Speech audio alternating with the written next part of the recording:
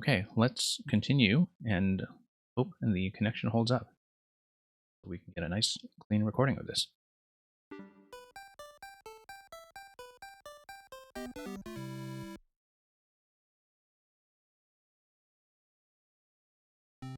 Yeah, I think it is settling in with a few drops.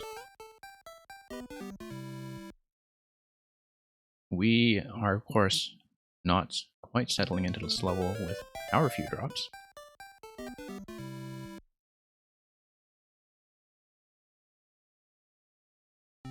Okay, it looks like it is stabilizing.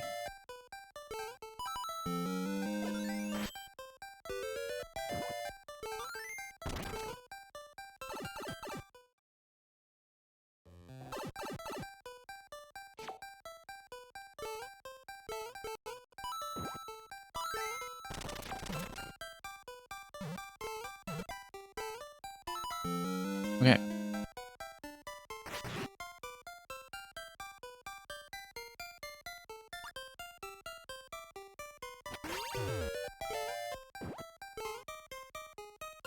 Okay, let's... no, we actually needed to walk back like that. And then, yeah, we actually didn't need to do that at all. We just needed to let it walk back towards us after the throw. We do have enough time to just throw that gently.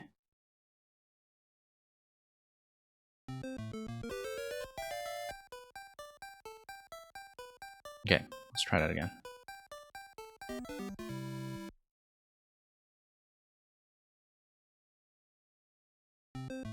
Yeah, Mario is dropping like a bad connection.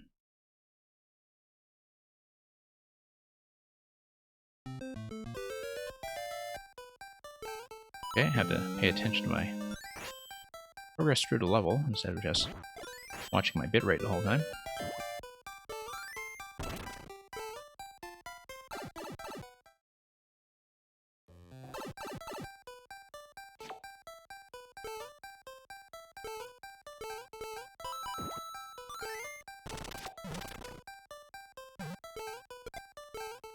Yeah.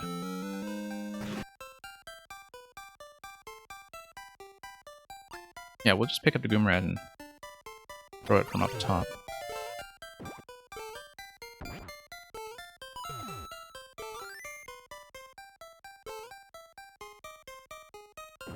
No. I wanted to hold down and then jump. That was the wrong button entirely.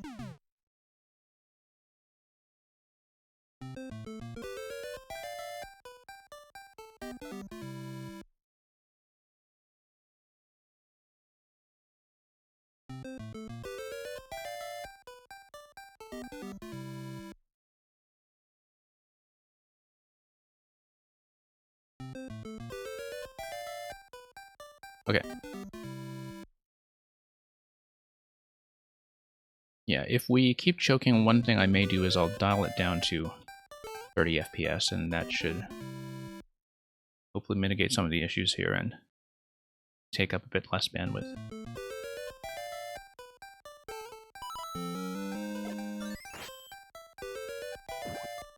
But that'll be something we do if the problem really persists. I am watching the graphs fairly carefully now.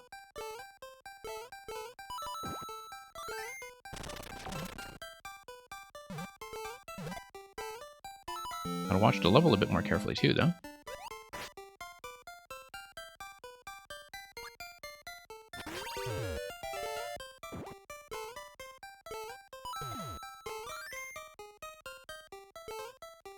Okay, let's do this properly this time.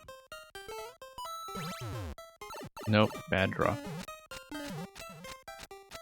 Spectacularly bad, actually. No, we just needed to jump up earlier. That was the issue. We were a little bit far left on the Goomba. We wanted to be on the right side. We wanted to have a nice, clean jump up to the on-off and then fall back down.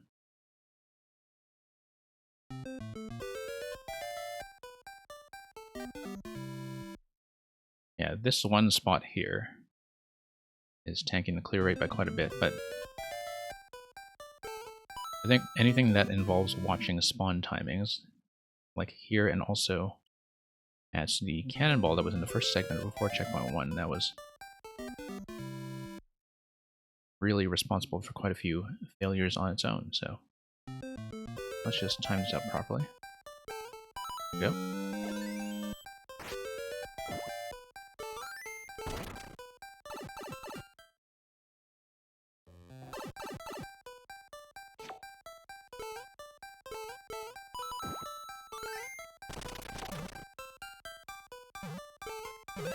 Okay, that was bad. Absolutely terrible. Let's just take the death.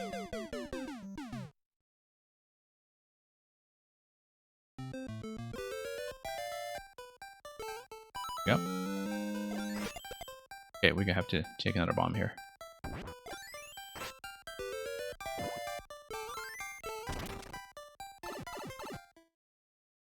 And here we are in this part.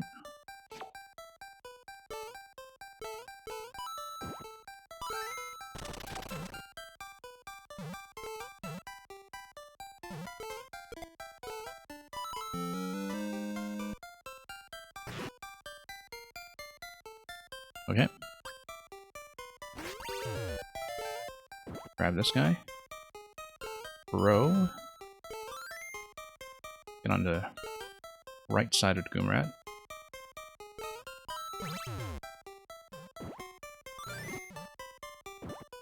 Checkpoint 2. Okay, this was the limit of our progression last time.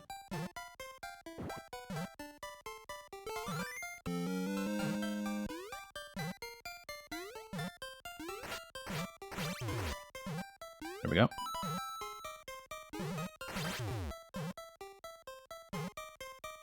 This is interesting. I think we need to land on a bomb. We need to land on a bomb and then do a high jump.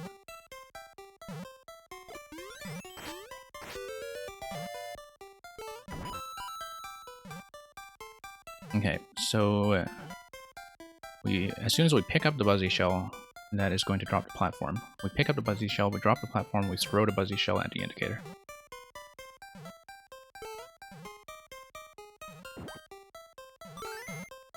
And we need to drop and ride it. Okay. We drop and ride it, and then... yeah, we need to just let it bounce us up, and we pick it up again once it bounces us. And then do another throw. Let's scout ahead a bit. Yeah, that looks correct. Right, and that's a pluck. I have to be fairly speedy about that pluck. Okay.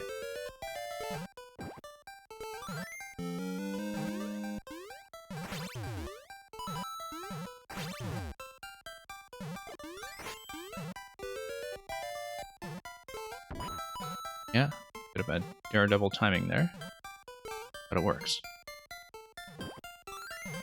Nope, too early. We need to throw and then drop onto it.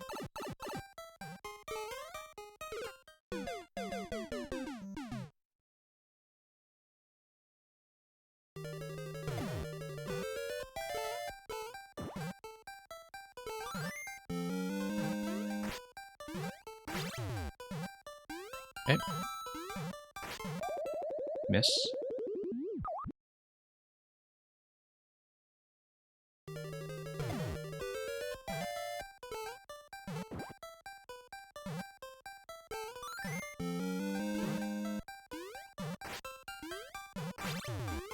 Okay, let's try this again. A little more gracefully this time.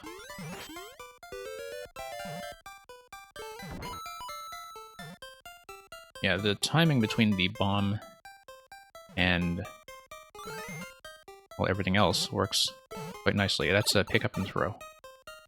Pick up and throw, and it lands. It activates the switch, and then we have to ride the shell back. Okay, let's see.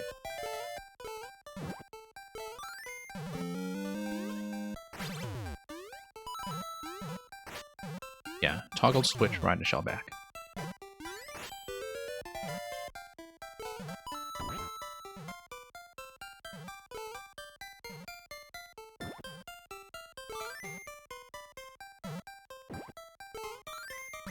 No, we needed a higher jump off that release. Needed a full jump off that release.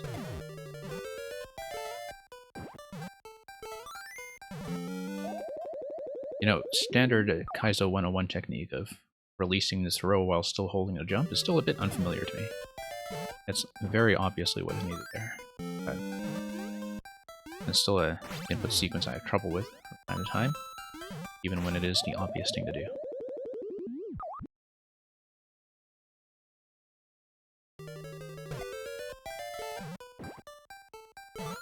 Okay.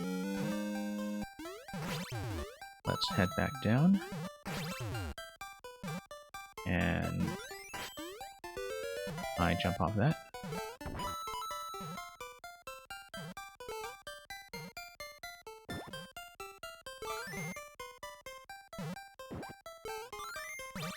Yeah, no, need to throw it on the way up. Release it on the way up and then fall back. And have to ride it.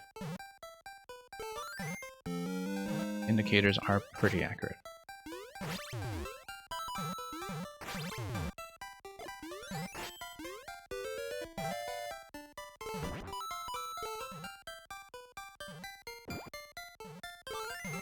Nope, miss.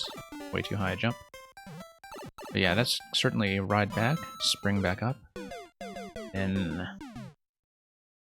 probably a jump off at that high key block indicator, but I'll have to go back to that to look at it. Oops.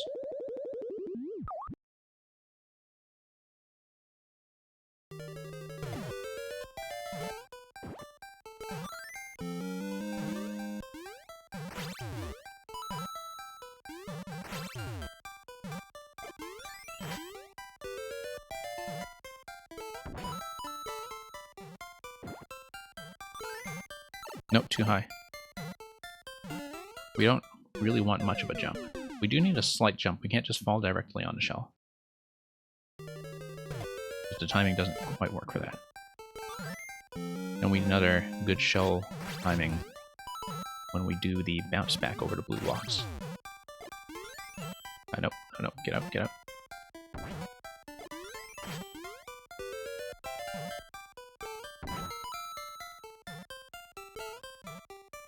Yeah, it is nice. Like, a lot of the setups alternate quickly enough that it is like using both suits at once.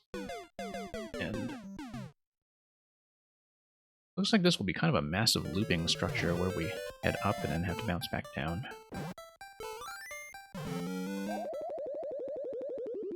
Hey, Zed Saber Link, congratulations on getting the first clear on the frog level by Green Mamba earlier. The reason that we know you had it is because we were actually attempting that at the same time when there were 0 clears and your time was ahead of ours by about 2 minutes. So, well done. Well earned. We actually finished Green Mamba's level with 2 seconds left on the clock.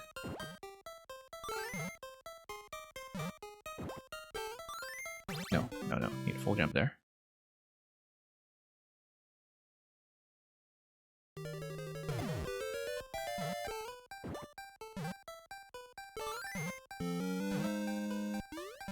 And yeah, Zed Saber, I know that you wanted to do a bit of a quality check on the latest revision of your mansion level.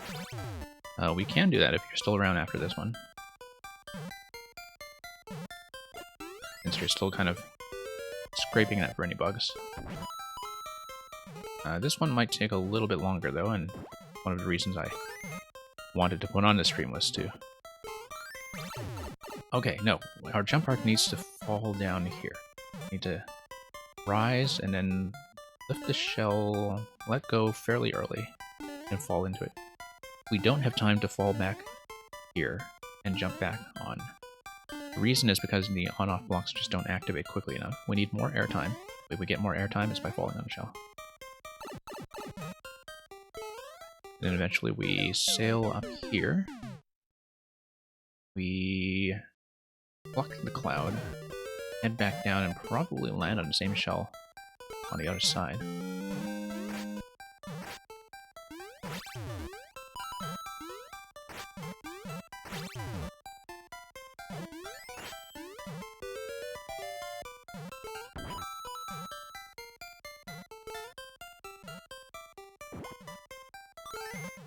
Miss. Yeah, we're jumping way too high there.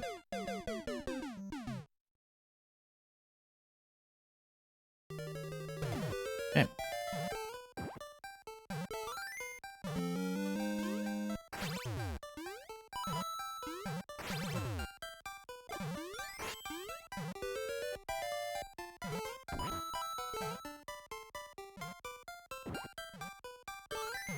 Nope, too low now.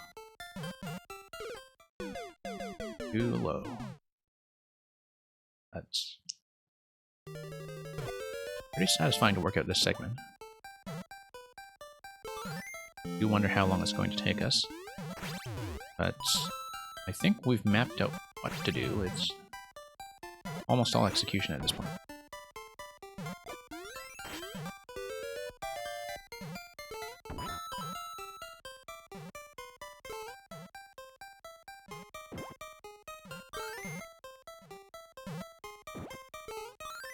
No. Release was far too late. No, we don't want to start over.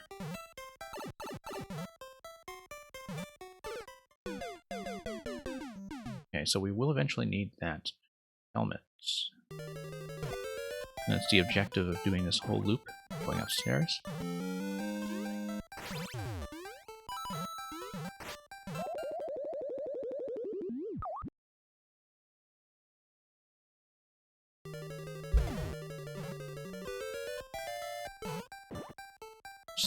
The stream seems to have stabilized somewhat, at least from what I can see on my end, despite all the network issues that we were plagued with about 20 minutes ago. But sometimes we don't quite know how severe it is until we look at the VOD afterwards.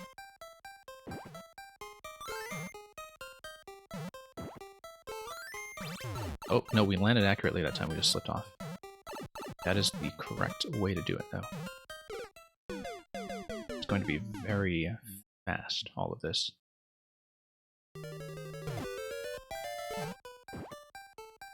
I need decent reaction time.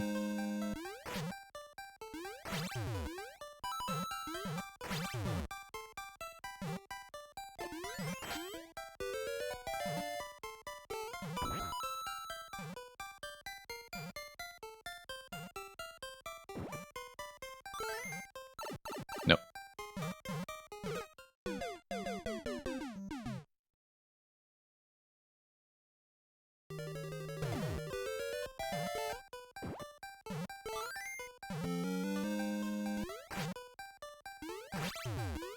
Okay, let's try this again.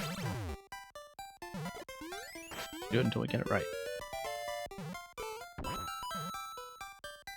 Very relaxing to have the SMB2 ending music for it. I remember the creator program telling me originally that it was just to maintain control over the soundtrack as you switch between SMB2 and Link.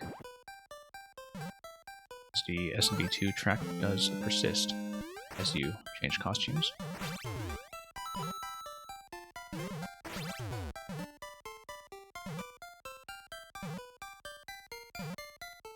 Okay.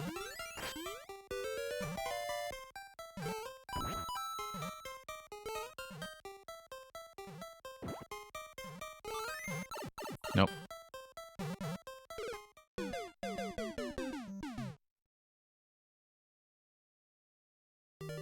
Yeah, this is going to take a little longer to get down, but that's the point of playing it now.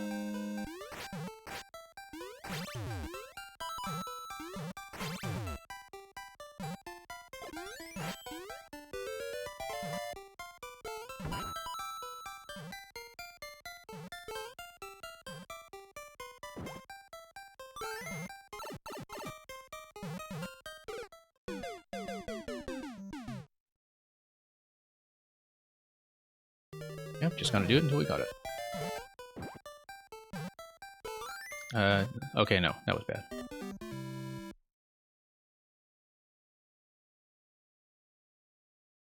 Kind of a totally flubbed attempt right there. Okay. Drop in. And back.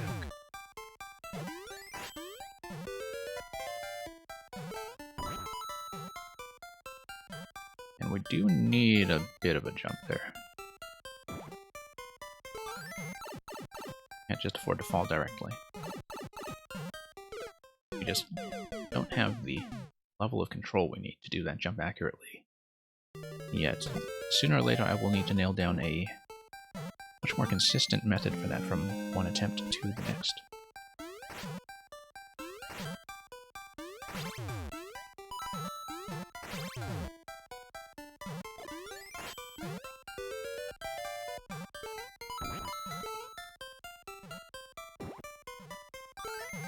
Too high.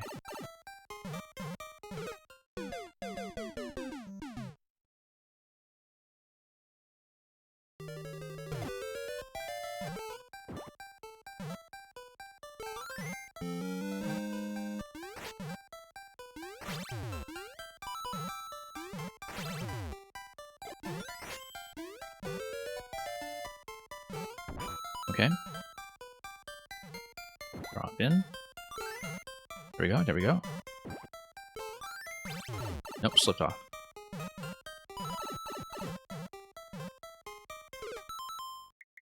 Yeah, and we actually do need to change the on-off state again, simply to get the hell enough room to bounce over, I think. Let's try this again.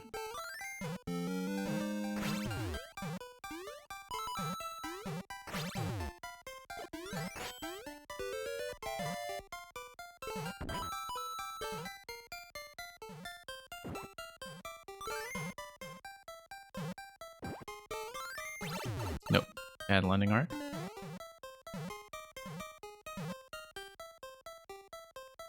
Yeah, eventually we will want to reopen this. And then the shell will sail all the way back over to the right side and we race it there.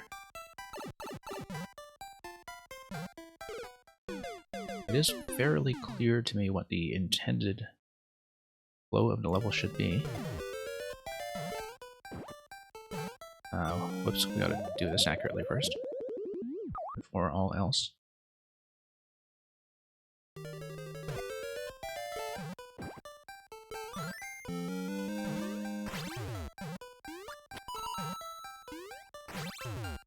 Okay.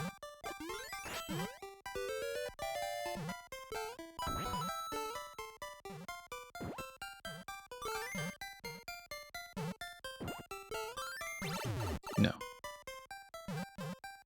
That is a tough jump. To land quite a lot more accurately there. We need to stop being surprised when we land. We do need to commit to it and not slip off the shell. That's been a problem on at least 2 attempts so far.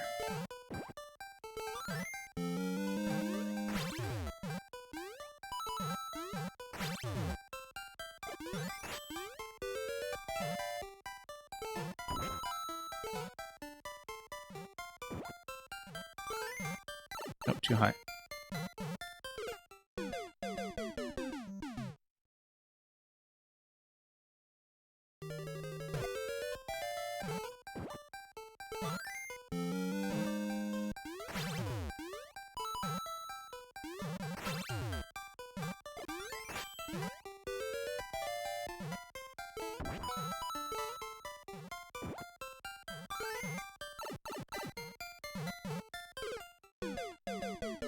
Yeah, that's going to take a little bit of time to get down, but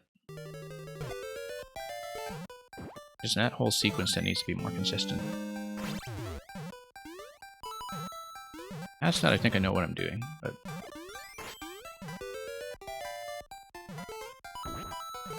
next thing I'll be worried about is the accuracy on the ascent. Okay, we overshot slightly. We did get the right amount of height that time, we just overshot the arc.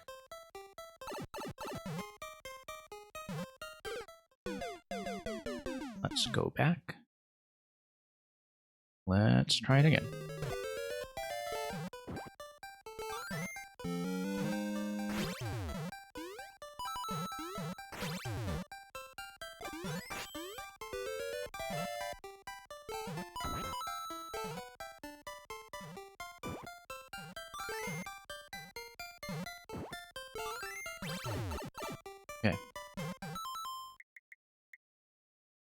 No, we don't want to start over.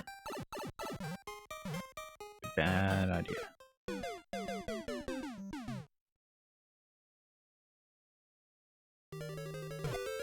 Okay.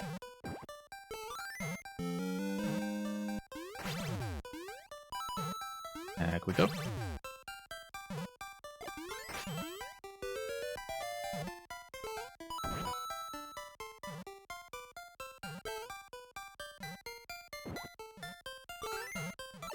Nope, slipped.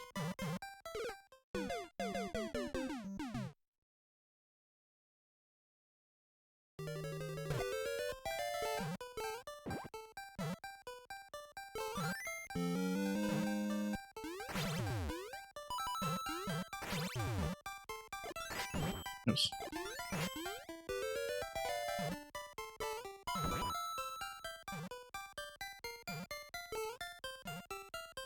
Okay, down we go. Nope, slipped off again. Had to make a little bit of a directional adjustment in that. Turned out to be a bad idea. When you land, you really do have to just stick with the landing.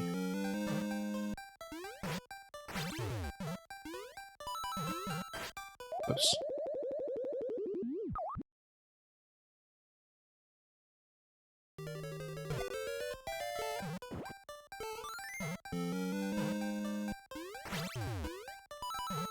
Okay, once again.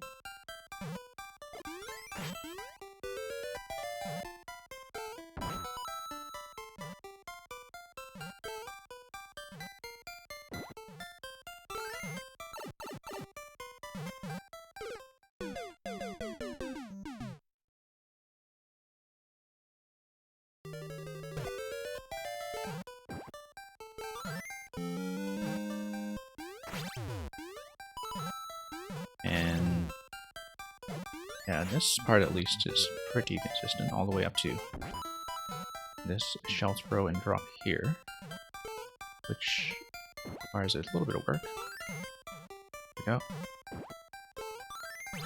Nope. Head landing. We should probably trust the indicators more. That's almost certainly part of the issue. Yeah, ultimately, after we fall with the Master Sword, we will want to use the sword to hit the on-off switch from the other side.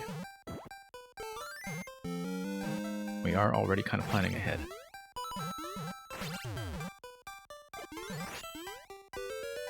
Seems clear to me that's what's going to happen after the sword has been acquired. Face left, hit the switch.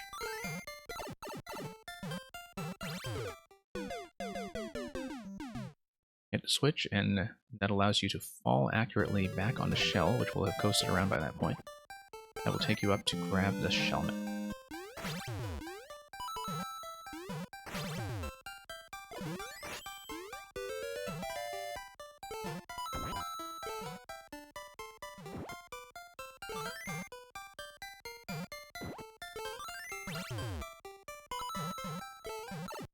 Nope, we needed to make full use of the high jump there. That is the first time we've done that part accurately, at least. Yeah, we needed to charge up the whole high jump and then use the indicator and get all the way to the top. No need to worry too much about headroom there, because getting enough height is actually the thing that was holding us back.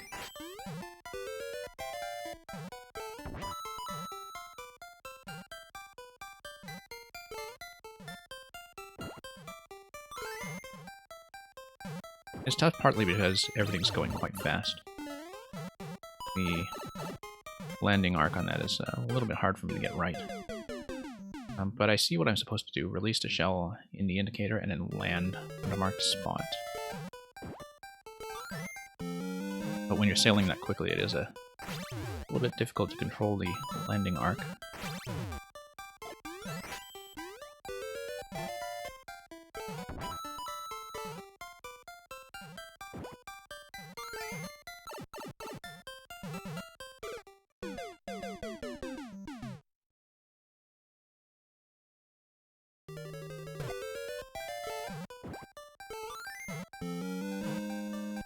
Yeah, we'll see how we do.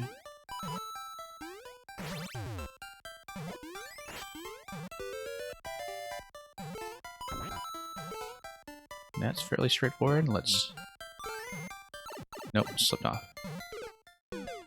And that time we didn't slip off because of an input, we slipped off because we just landed too far off center.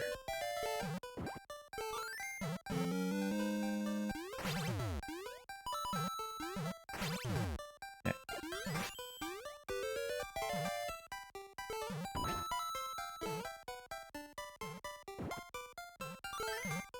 Nope, miss.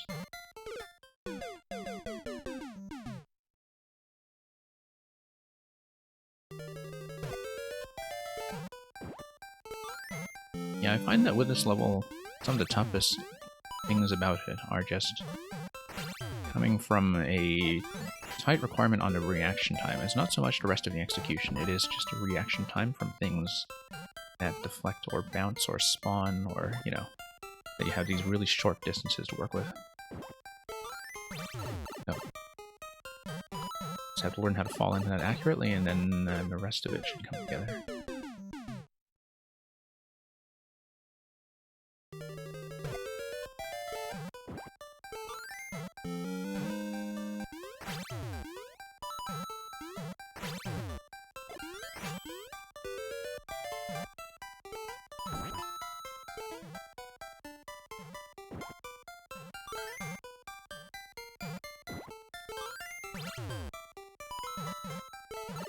Nope. Bad arc there. Yeah, we were going too late. We need to go right at the indicator because there is enough horizontal momentum from riding a shell that the high jump is actually going to coast us over quite a ways. I was not really compensating for that momentum properly. That was the main thing we were missing on that attempt.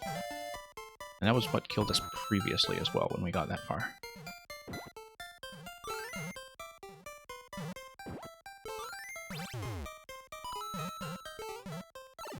Nope, too far. That is actually quite a tight requirement, both these spikes there. I think that spot probably could have afforded to be one tile more generous, just in terms of the corner spikes. Because the momentum from the high jump is a little bit difficult to plan.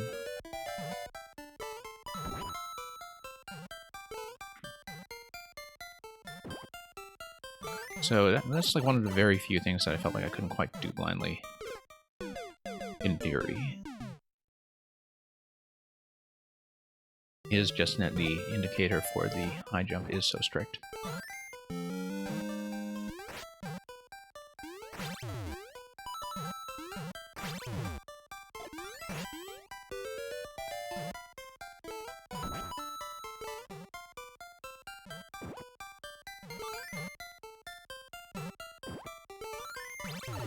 Okay.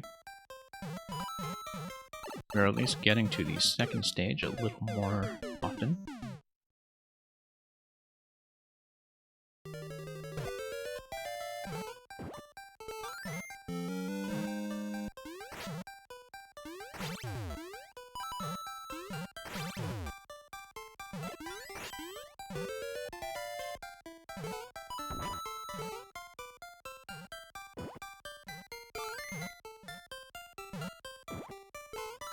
No, close.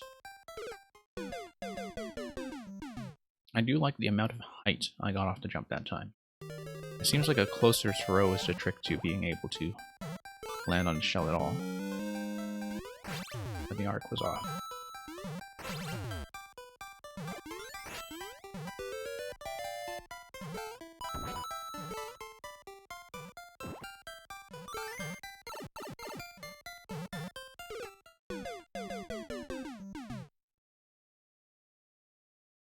I think that's a general roadblock for me when it comes to any kind of setups like this that are very indicator dependent, that you need to get the throw off at a very specific spot and landing at a very specific spot in order for that to work. The strictness of it sometimes throws me a bit off because it often feels like the solution isn't to, you know, necessarily react better to what's going on around you, but the solution is just to trust the indicator more. And No, look at that. That's really quite tight. Because that time we were just slightly too early. But that's a very tough landing zone. One where we will need to stay crouch.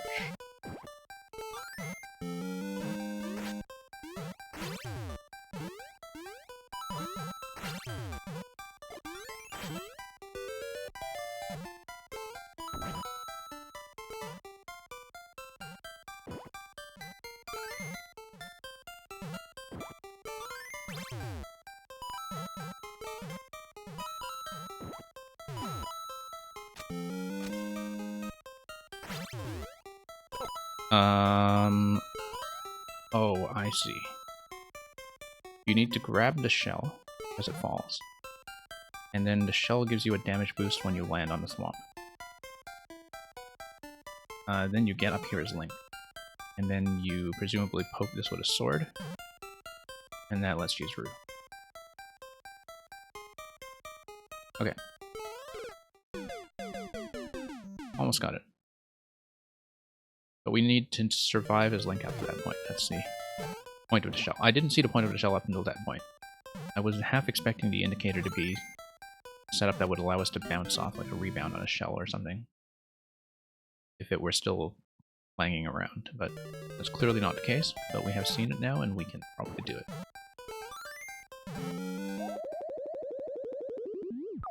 And the drop off the donut block is actually quite gentle. It's more that as soon as we poke the on-off, we need to lunge right for the shellmet.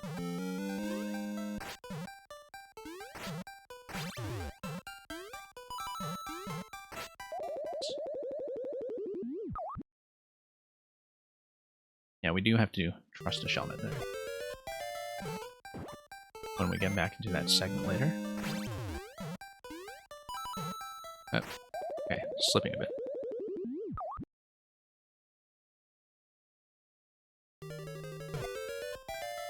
At least we are getting the shell ride down a little better than we were before. It does feel like I am marginally improving at that. But we'll see. Yeah, need a shorter jump there.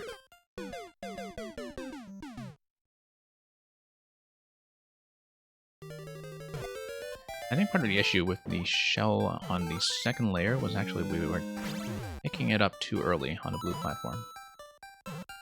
We were picking it up too far to the left, and that's why we couldn't get the kind of height or distance we wanted.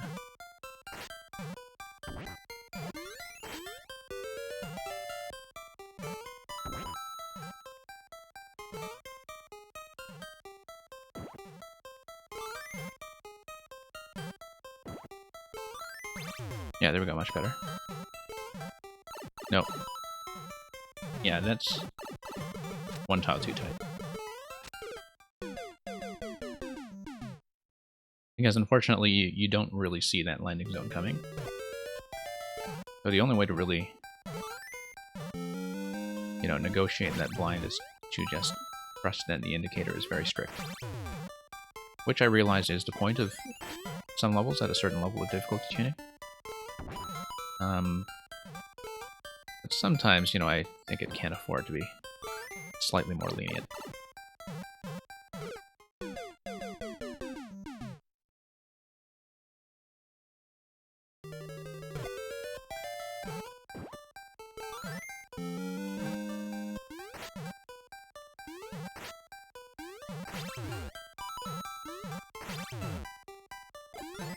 That's okay.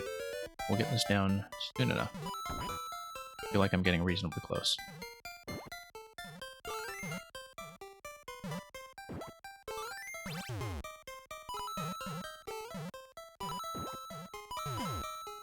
Okay, we write this down, we poke, we grab the shellmet. Poke. And we are through. Here we go. That's it.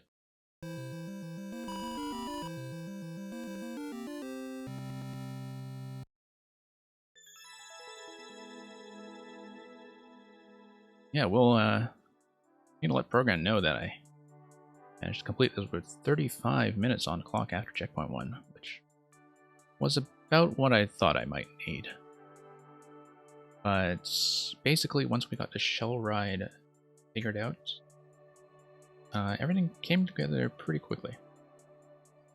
And I do like that everything was very readable from the start in terms of the and what you would need those abilities for. Like, very clear to me when I dropped with Link that I would need the on-off switch. It just took me a moment the first time to react to the fact that I also needed a Shellman. So thank you for the GGs. I'm going to take a crack at a couple of easier things for a few minutes just to kind of cool down from this one, and then we'll probably bring back something tough. But I think I need a little bit of a breather with some short levels first.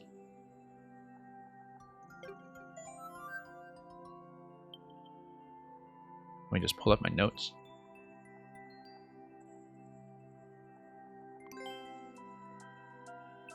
I know I'm a few levels behind with Goku D, who tends to design easier stuff, hence the gigantic pile of likes he has.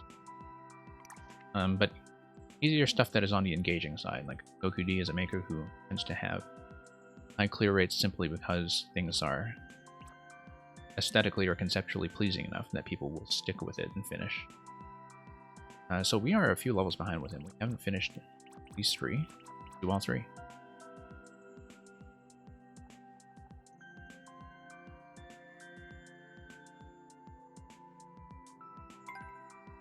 Valley of the Ancient Ones. In a distant valley, ancient sentinels stand resting. That could be a sign of Mecha Koopa activation. It could be a sign of something else. We don't know yet. But we do know that there is 1 minute 20 record, 1 minute 19 rather, and about 19% on this, so it should probably be something like a one-shot, but you occasionally make mistakes. That is a bit of a giant robot that you can see in the preview screen that's made of the airship ground tiles, if you look carefully. We'll have the relaxing, peaceful music. Yeah, and here's this giant robot. And here's a kind of squat robot. Or just a squat structure. These are the ancient ones anyway. This guy has a... well, he's a tall one of the set. We're going to go over. I don't think going under would be a very good idea. It is viable, though, to do that. Over to 50 coin. I feel like we might have missed our opportunity to do that, though, so we might do that on a future pass. So we're going to enter the largest of the Titans. Go indoors, grab a mushroom, and see about finding an on-off switch.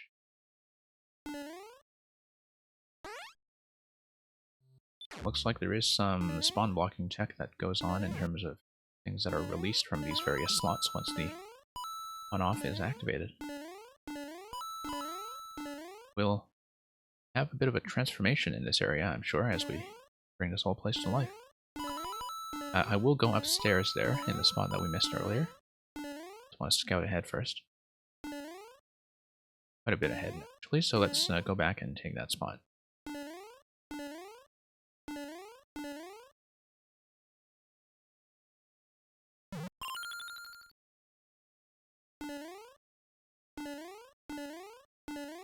But yeah, absolute ton of likes, as you said. And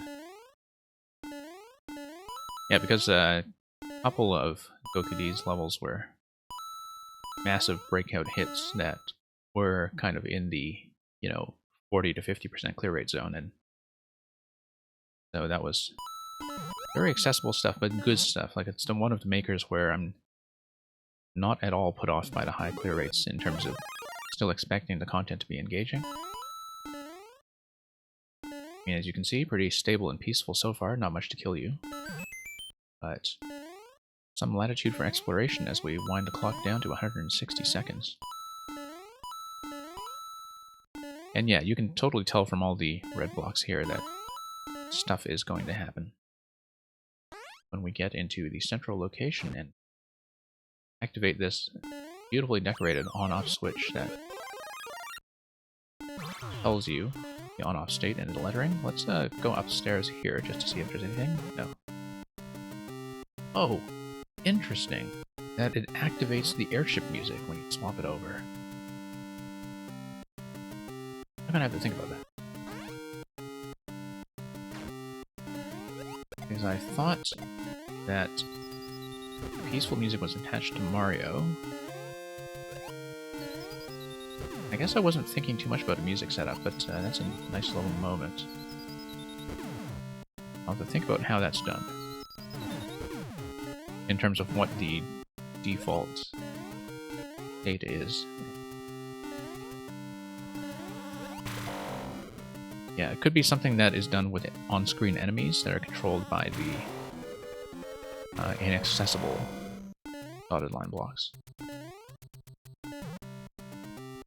I think that's probably it, that the peaceful music previously was controlled by things that, like the piranha plants that appeared on screen there. Like it was maintained that way. But I haven't looked at this carefully. I think we do just need to make a big escape out front. It's timed to add a little bit of pressure, as you can see. Yeah, no ground to fall through. It is entirely a safe interior. And we had checked up here for the coin before, that's right. Have a couple of the mecha spawns. Yeah, as you said in chat, the piranha music was... piranha plants, rather, was how that was being controlled.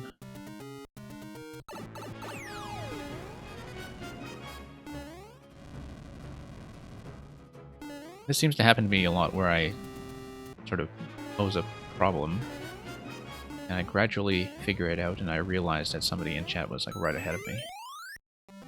So it's kind of like I was, for all you know, cheating and looking up the answers, but glad we kind of converged on the same conclusion there. That was the Valley of the Ancient Ones.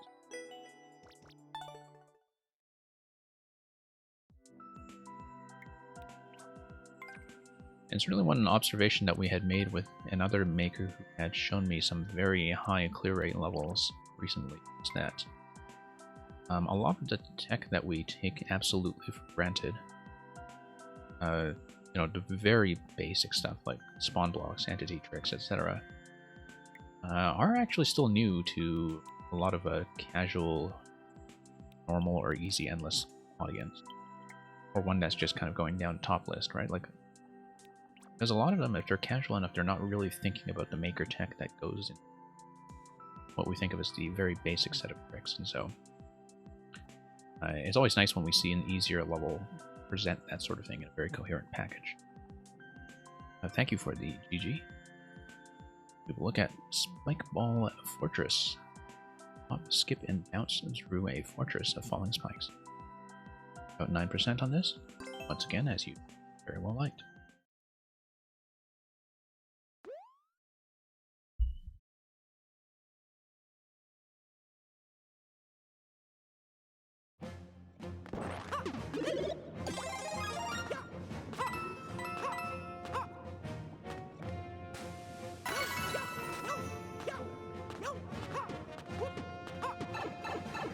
Going to bump our head against that pipe excessively.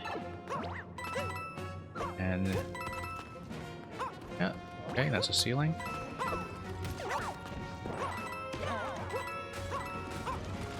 Oops, trying to spin over that.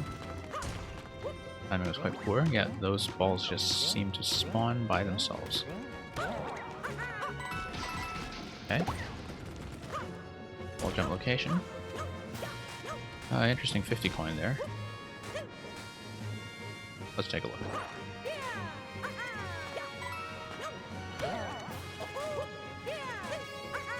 Yeah, that's just a wall jump. Pretty easily reached.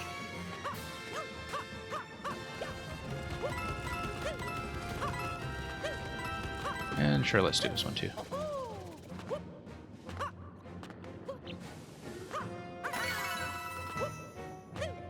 Some extra momentum from that slide. And we gotta be careful of this guy.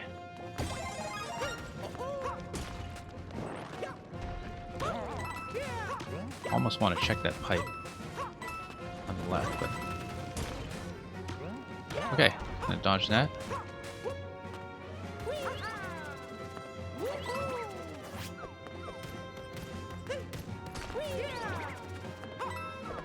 Yeah, sure, we'll go for the 50 point. Will create a little bit of safety for us anyhow.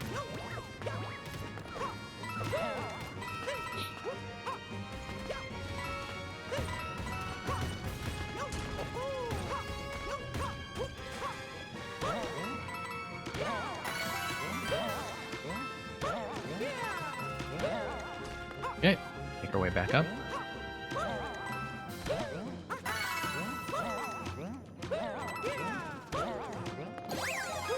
Point, and that seems to be the way forward. Looks to be another spike ball drop on the left side, and that's correct. We'll check that with a wall jump anyway. Yep, bonus coin.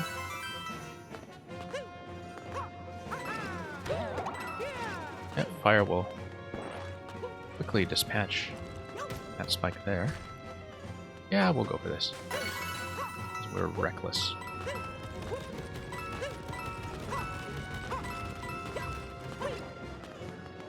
And a lot of these spike balls just do spawn in by themselves. Oops.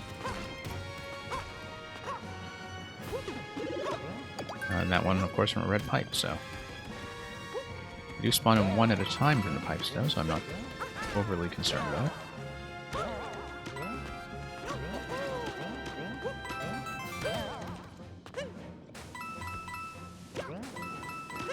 Yeah, of course we're going for that.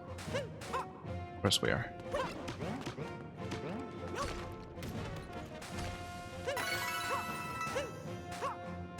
Why wouldn't we?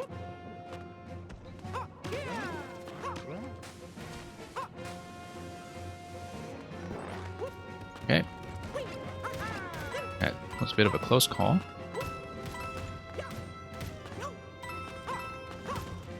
I bet there is something on the lower level with these wall jumps here, but let's check. Yep, 50 coin, as expected. As expected.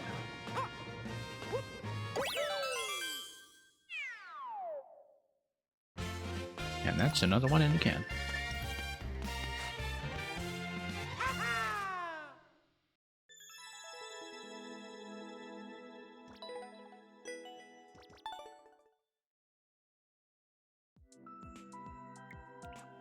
Okay, we got Cloudy Panic. Stretch out those thumb muscles. You're going to need them. Okay. Something on a more challenging side for Goku D. That is going to be sub 4%, so still pretty manageable. And from the preview image, it looks like it's going to be mostly about plucking clouds. Yeah, thank you for the image of Luigi kicking in the gates. Didn't really know the gold tape was the kind of gate that could be kicked, but find out something new all the time. Okay, auto scroll, so we just need to be quick about our pathfinding. We just need to dig and dig and dig and not get pushed around too much by those guys.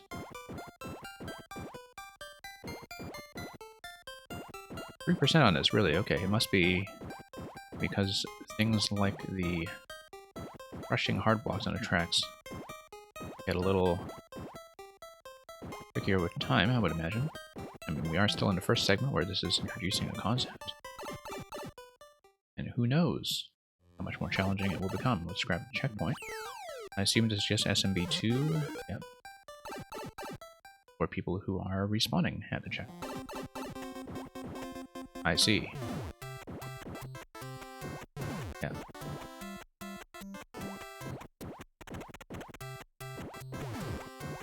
It actually does take a little bit of strategy.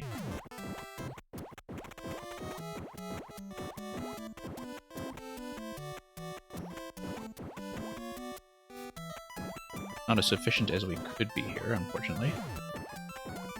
Oh no, we're dead. Okay. we turned some corners a little bit wide, that's where we were running into a bit of trouble, so...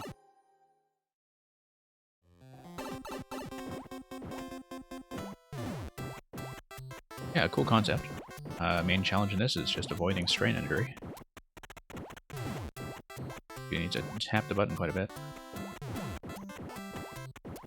Going right through here seems to be the way.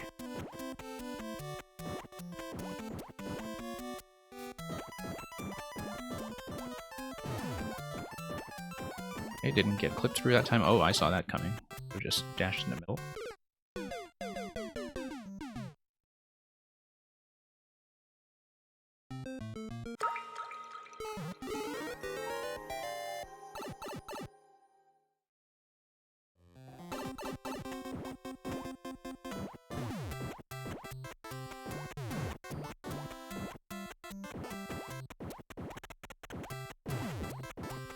It would be quite interesting to go for the speed record on this, actually. I mean, it doesn't matter too much given that it is auto-scroll, but... Okay, we could have hung left. The CP room is neat because it lines up coins, points, and timer. Yeah, that is very nice. I was wondering about those gaps earlier, but now that you pointed out, that does look quite nice in a way that I think I've seen people often pay attention to.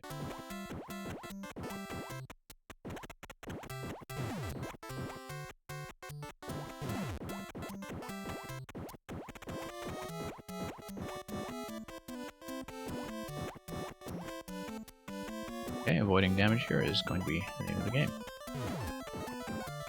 Nope. And I spoke too soon. Yeah,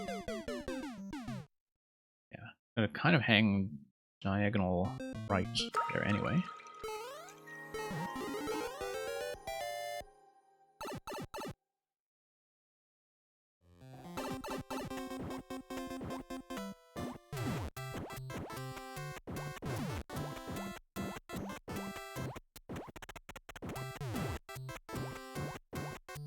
Yeah, we have been stalling a bit on some of these plucks, and so I don't like how this run is going. Yeah, we lost way too much time.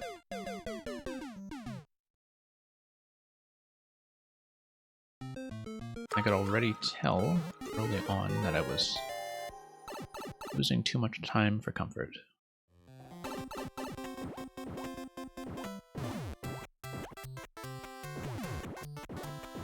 Nope. Trying to be a little bit too risky in terms of taking diagonal. I should have just gone straight down.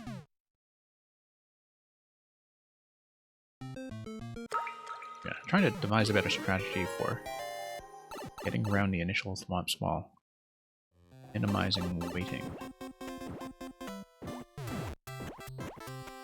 Yeah, you want to activate them as soon as you can, and then...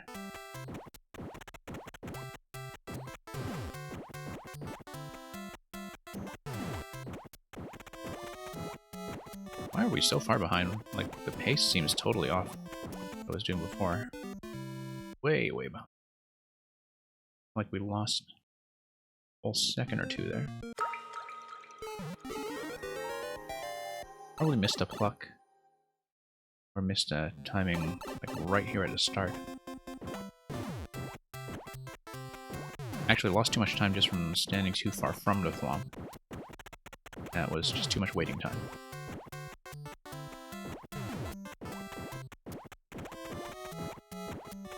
Yeah, we can actually kind of see how our pace is doing relative to that. But yeah, no, we actually want to get closer to the thwomps. The closer we get to the thwomps, the less time we spend waiting between things. We lose more time waiting at a distance than we do from just running back and forth.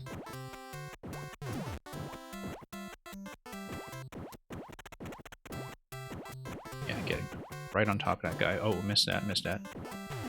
Wow, how are we doing so badly all of this? Yeah, I am mashing like crazy.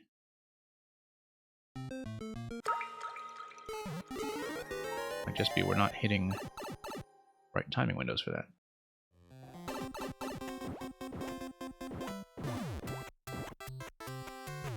No, that was bad. bad decision in general.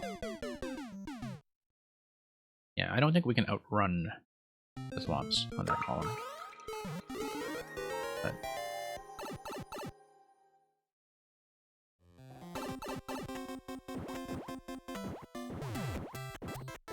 yeah, actually, no.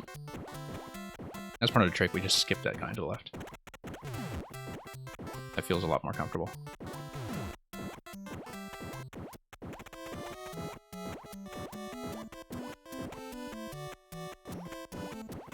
I've turned the corners accurately? Nope, that was not accurate. Okay, no, we have a strategy for the top part. The top part, we run right away. We can therefore drop behind the first swamp without waiting, and the second swamp just does not reach us. So, yeah, way better, way better. And we can speed right past him.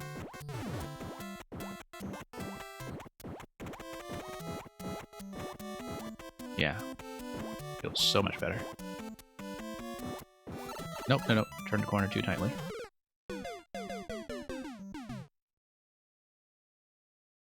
Yeah, and then for the next part there, we actually want to go straight down center. Basically, we get right on top of the swamps to minimize waiting. We can just mash continuously. No, not that continuously. You have to wait for 2 frames just to get that safely out of the way.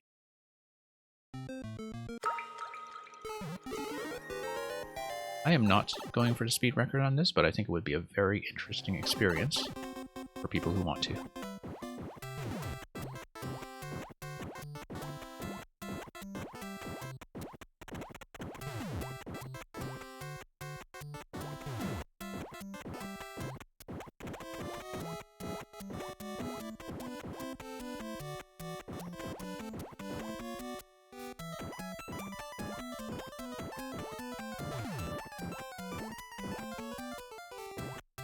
How are we that far behind pace?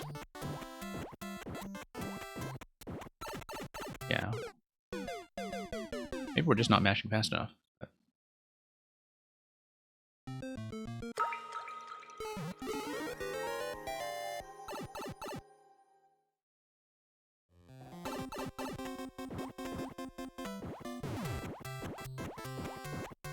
Okay, so I don't know if you were here the other day when we were talking about piano trills.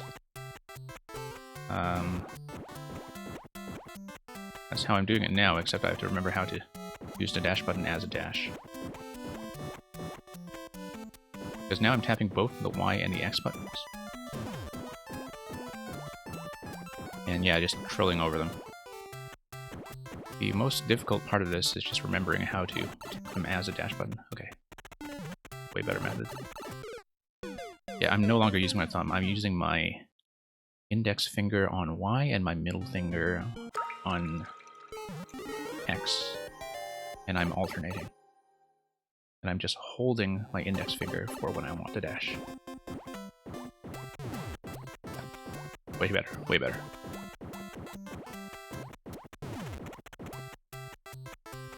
Also way better ergonomically, in that you're not kind of destroying your wrist while you're at it.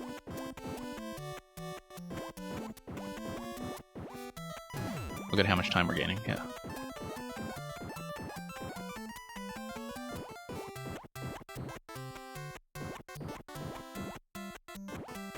Nope, clip that. But the checkpoint is right there. Like, we basically have this down, yeah. It was totally mashing speed.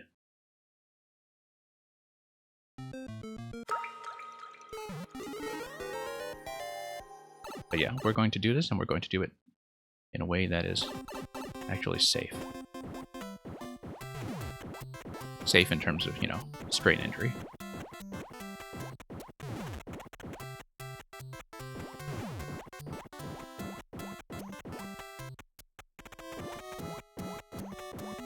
Yeah, bit of a wide corner there, but we have enough room to spare, so... come on. That was almost a problem.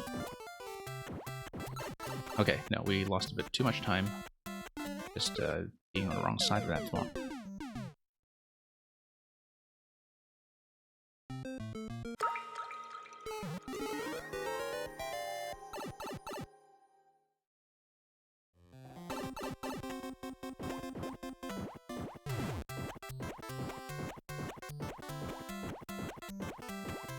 Yeah.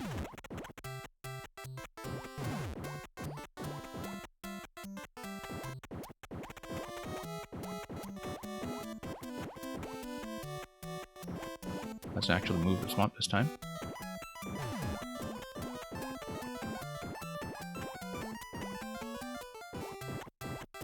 Let's sit a little bit in the middle this time.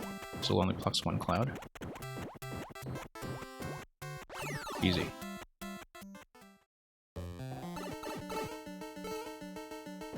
Okay, interesting.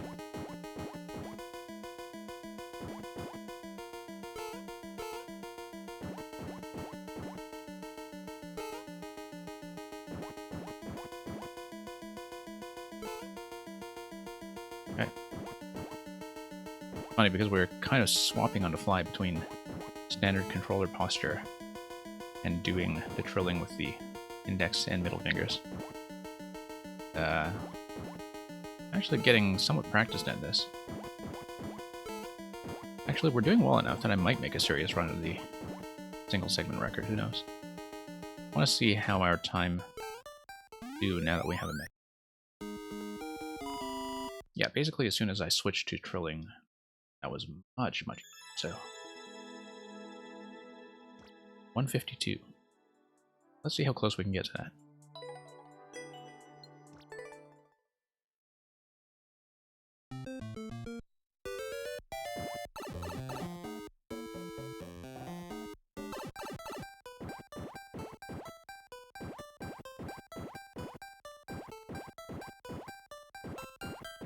Probably need to be quite accurate around the corners to do it. That was not accurate.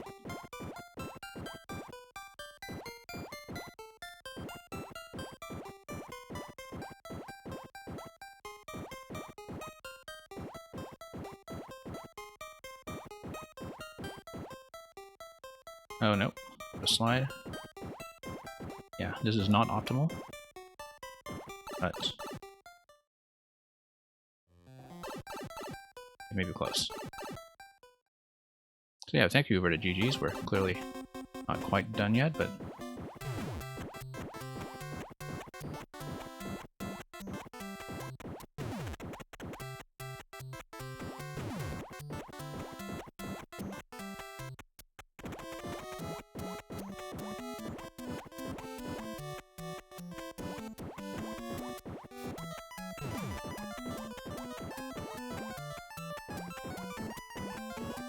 yeah, after all the talk earlier about how this would be interesting for speedrunners, I had no expectation I would actually be trying to do it.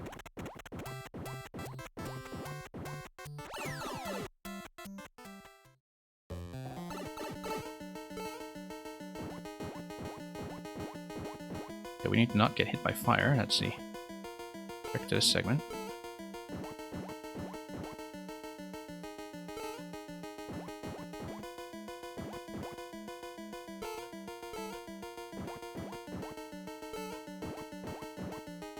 Losing a bit of time there. That can only really be avoided by a certain level of memorization, I'm sure.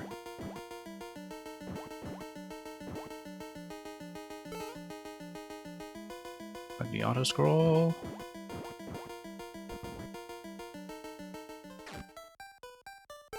Okay, how close are we? Let's see. Terrorizing the happy cloud since 2020. I've been doing it a lot longer than 2020. 1 second. 1 second. We know how to optimize a little bit. We're doing it. No, that's not how to do it. Just sorry. Lost a bit of time there. We're close enough that if I had known to be on the bottom row at the last segment of the auto-scroll, that would have actually saved me enough time to do this. And that's notwithstanding all the other minor mistakes we made around certain corners. Like here.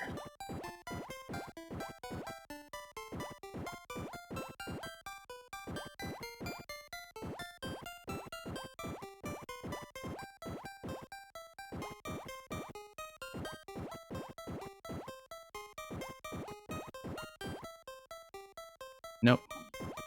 That was the same mistake we made before.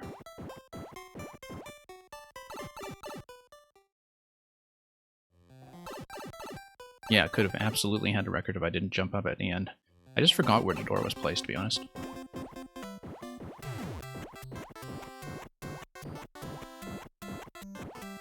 Yeah, so far the one mistake we've made was just passing over the one-tile cloud in the previous segment. Overshot slightly, but I'm sure that's not going to be a huge difference.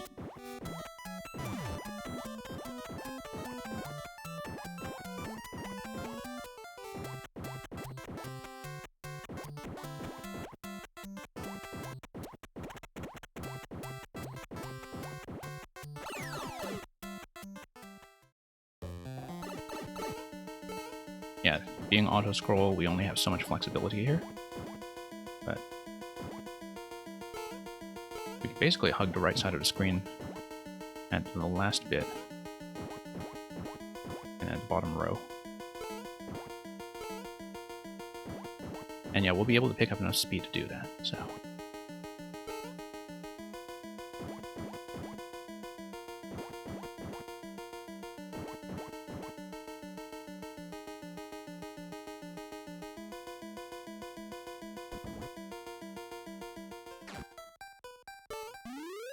I think that actually gets us in.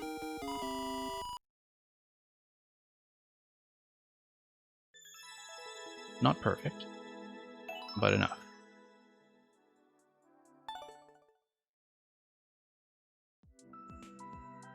Okay.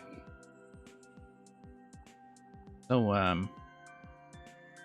Mr. Electro Dude, since you've been sticking around here all night, let's take a look at Yoshi.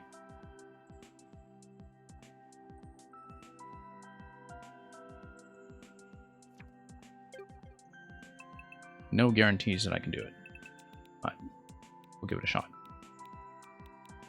Sparky, where are you? Sparky, Sparky, Sparky. There you go.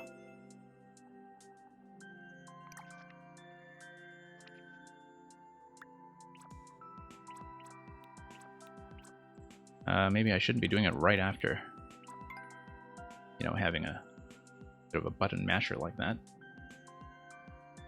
Maybe a little bit too input heavy, but we managed to get this last time up to the point of the jump off the Yoshi that eventually leads us to the red Yoshi. That was the part where I hadn't figured out where to go after the Yoshi jump. 1.19% was actually higher than I expected when I came out. So that tells me that, like, shouldn't be too many technical challenges beyond that. You know, it was a great difficulty once I figured them out. So let me just take a sip of my bowl of coffee first. We'll get back into the dankest of Dino Dashes. And I hadn't gotten to read the description previously since we played it inside your world, so you better be ready for the showdown.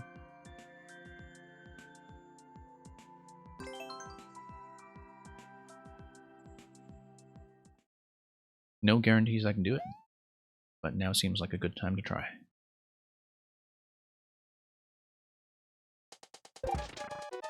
Gotta relearn all of this, of course.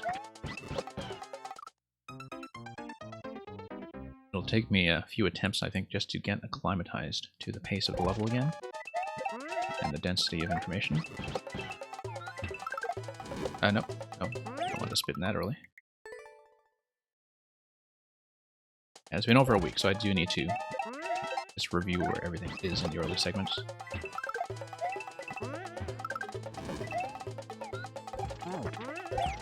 Okay. Nope, that was a fallback along that spring.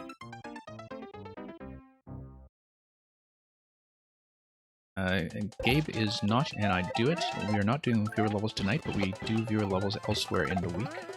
That is our usual Mario Maker program. We're just finishing up some hard levels tonight. So if you give me a follow, you'll be able to catch viewer levels several times a week. We did viewer levels at least, I think, 3 or 4 times this week. We'll be trying to maintain a similar schedule, and so you can submit. You managed to come back for those. But today, no. You've kind of got a full set of bookings already. No, forgot the high bounce. Oh, this was for, well, hence Team Bod, I see. So Team Bod was just contributions for James Bod.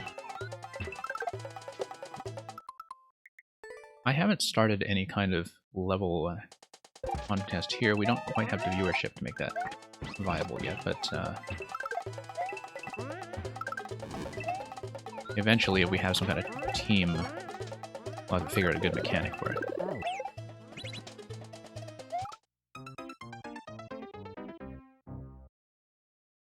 Some kind of interesting requirement. So, yeah. I still have to set up a lot of stuff on the community side. I didn't expect that I would... I mean, this is still a small stream, but I do have a steady roster of regulars, and I don't think I expected to build it up this soon. So as a result of that, there's a lot of stuff I still have to set up, you know, community Discord and sub-privileges and so on. Didn't expect I'd have to think about that stuff for a while, but this patch has certainly done quite a bit of work for me as well, in terms of getting interest back into the game.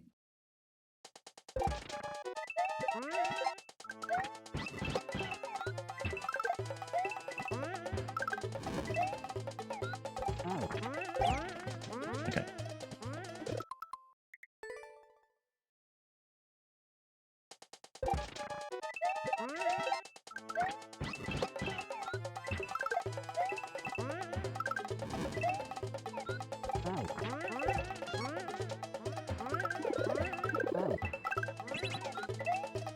No, too early.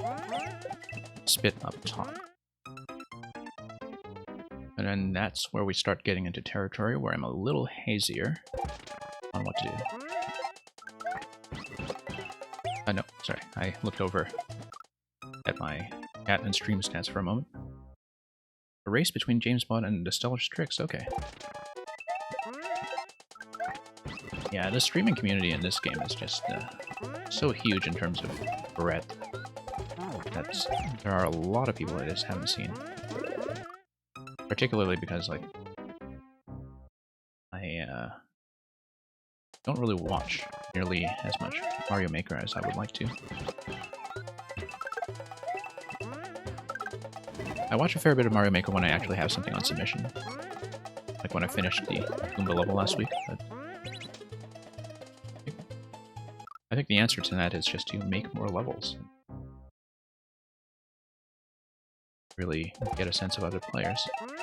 There's been quite a bit of turnover, too, since last year, where for viewer submissions, just to keep things sane, I actually do run a spreadsheet. So I remember who has seen what, and who has beaten what.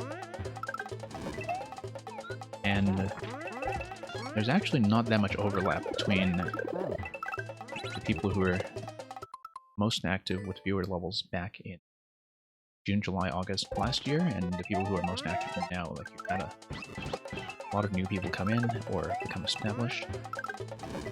You've had some streamers become big enough that they no longer do viewer levels, or at least not as often. I think I'm supposed to... I don't know if I'm supposed to bounce into that trampoline. I thought I was supposed to, so I would deflect. Yeah, and you have some people who have just dropped out entirely. Either to play other games or to just not stream. And I myself don't know how long I'll be doing this for, because, you know, we basically have some complex real-life stuff going on our side that will really force a reorganization of the schedule later this year, no matter how it is that we grow. But yeah, lots of turnover in the community, I think, but it is beginning to stabilize in terms of, you know, you can now tell who is most serious about actually staying. So yeah, we see pink coin to the left. Would have thought that bouncing off the trampoline is how you get that pink coin, but it seems like I'm sailing right over it.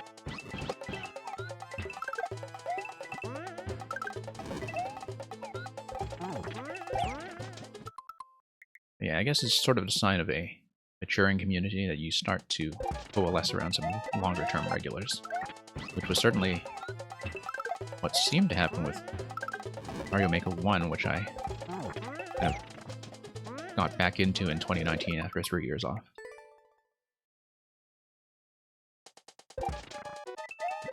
Yeah, we don't have links that are accepted in the channel, but if you want to send me the Discord, like by a Twitch message or something, I can certainly look into that later.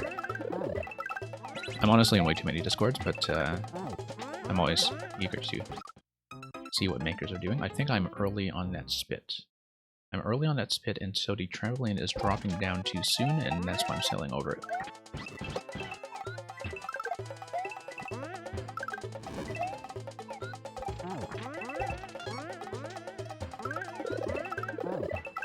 Nope.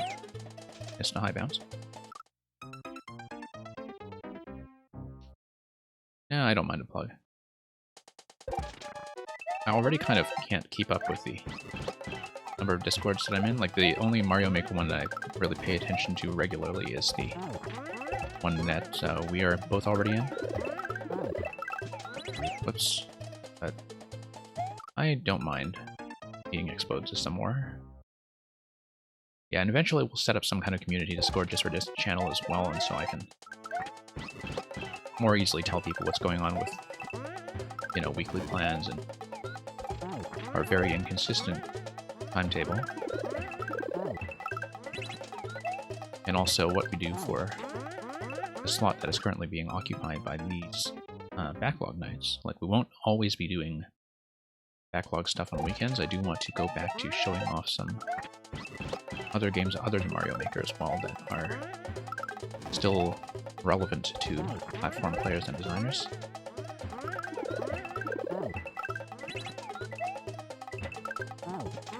Okay, too early. Way too early.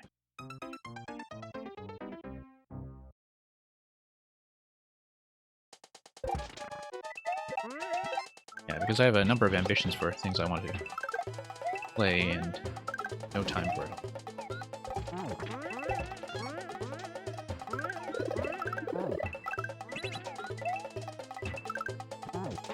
Okay, and that's too late now. But it's clearly a trampoline timing issue. That I need to find a happy medium where that will bounce me back.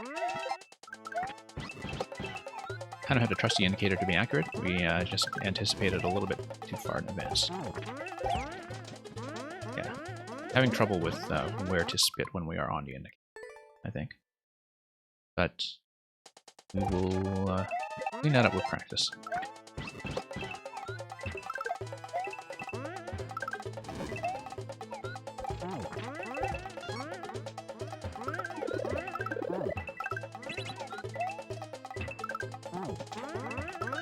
Nice. Nope. I missed. Okay. Did finally get that, though. And I see how it works now. Off the trampoline, off the shell, and then to the pink coin. We actually did get that far last time. I just forgot how that worked. Probably because it went by far too quickly for me to really read what was going on. But now I do see it quite a lot more accurately.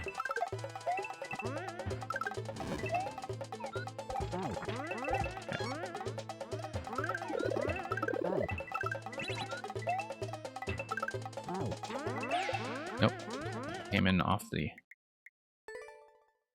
trampoline bounce a little bit awkwardly. A little bit low, in fact.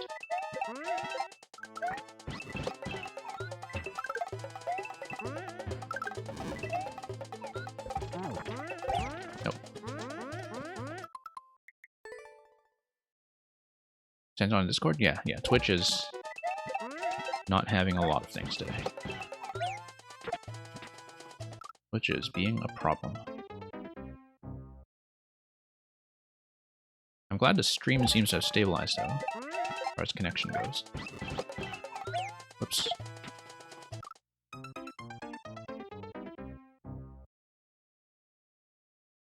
Doesn't seem to have had too many dips, whereas earlier we were losing like a quarter of our frames. So.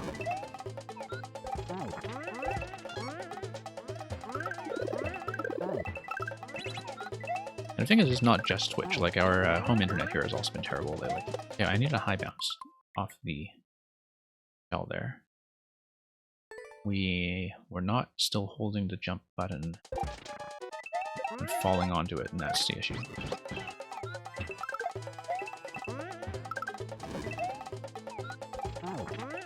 Oh, that timing?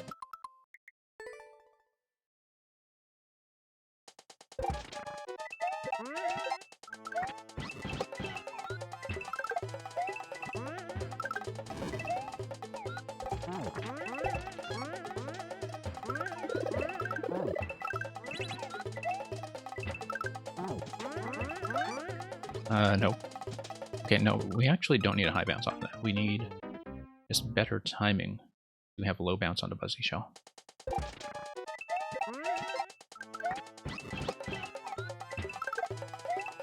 Otherwise, the timing for the rest of that turnaround doesn't work.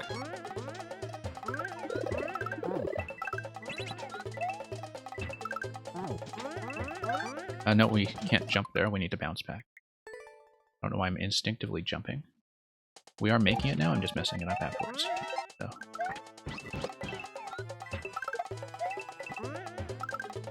Getting back into the flow steadily. Apart from spitting the springs poorly every now and then.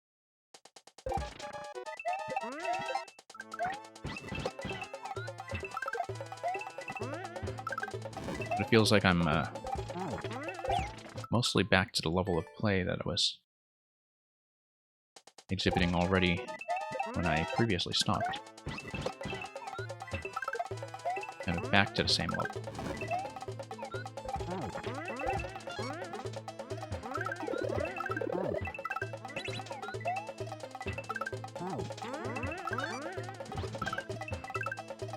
Nope, need to swallow and then jump.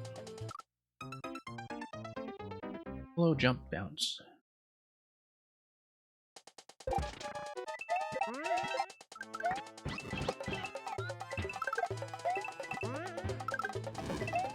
And that was pretty much as far as we'd figured this thing out.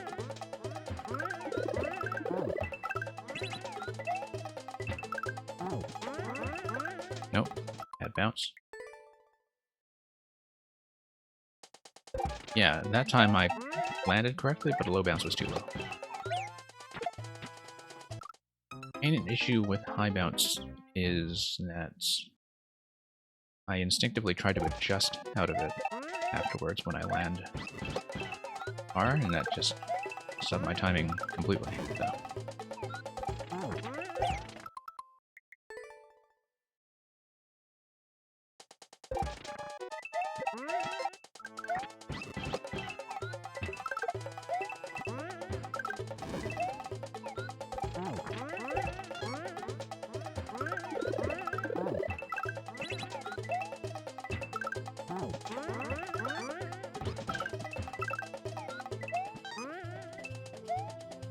Okay. Right, I fall into Red Yoshi. Fall into Red Yoshi, I head back and I shoot fire.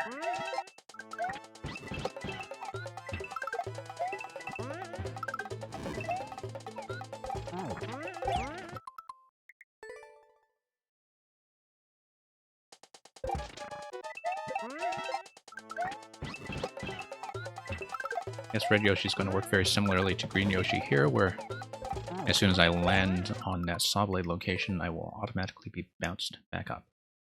I just need to prepare for that.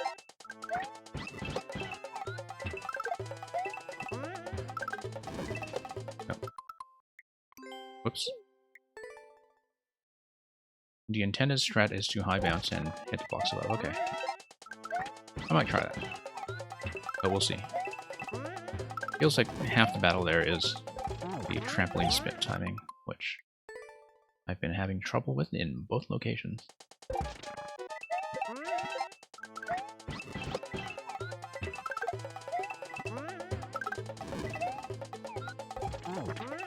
Yeah. Too late in that time.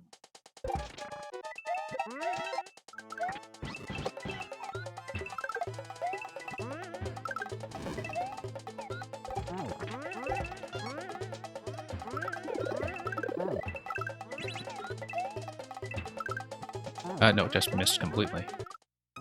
Didn't even manage to press the button that time to spit. Yeah, I mean, Red Yoshi's not going to do much for you in terms of progression other than igniting bombs. But it's not enough versatility. Igniting bombs or maybe taking out some enemies that are in stacks.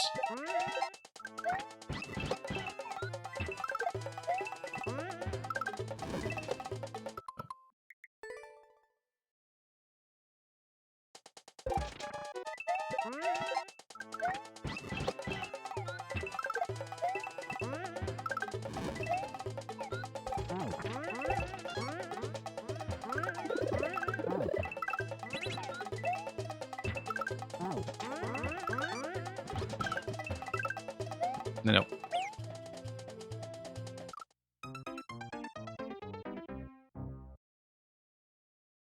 I don't really see why that shell and that turnaround where you jump off Yoshi is really relevant. Like, because you don't still have a shell coasting asset set up at that point, right? Unless I'm missing something about this shell that Yoshi is carrying. Like, why couldn't I just fall directly towards Red Yoshi there? Since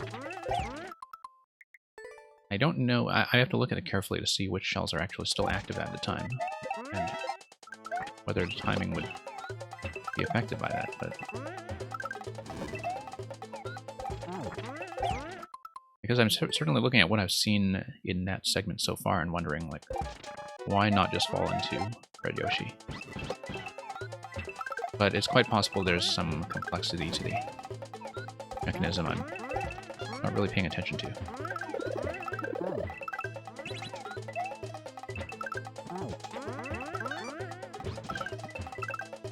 Oh, I see, because Red Yoshi needs to fall first. Right, and I see at Red Yoshi, the spit is going to blow up the bomb that lowers the Muncher Boo stack.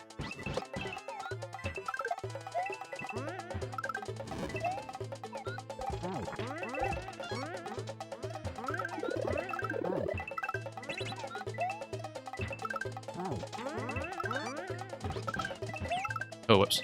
Bad timing there. Trust me, I'm going to need that shell, okay. Oh, I see, because Yoshi, when you drop him, he heads over to conveyor that's in the bottom right. I saw that for the first time just now. Yeah, so Yoshi with a shell inside his mouth, green Yoshi that is, lands on the conveyor if you drop him properly. And then you reclaim him at the end of the level, I guess.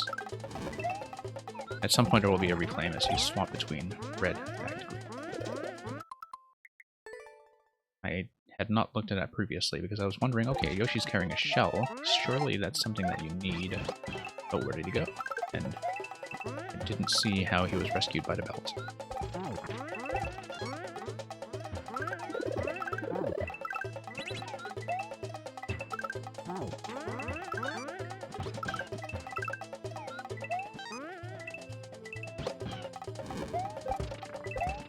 Miss.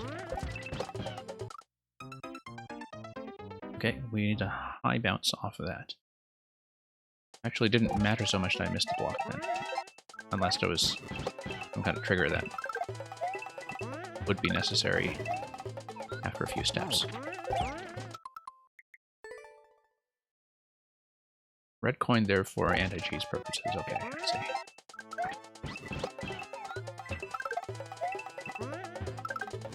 I gotta say that I'm following the path strictly enough that the red coins are mostly striking me as just visual reminders of places I must absolutely go. Like they're kind of pathfinding mechanism. I know there's a way to enforce the path, but I gotta say that it's not like I actively have to keep a lookout for them.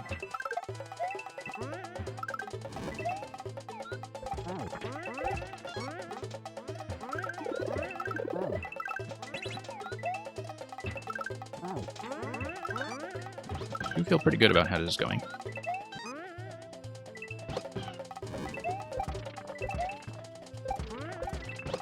No, missed the high bounce. Again, I knew I was supposed to do it, I just missed the button. Pressed it a little bit too late.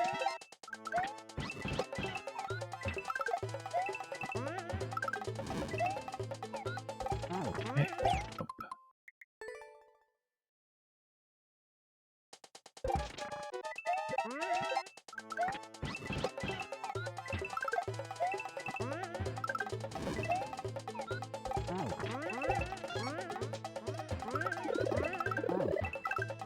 Yeah, we are making progress.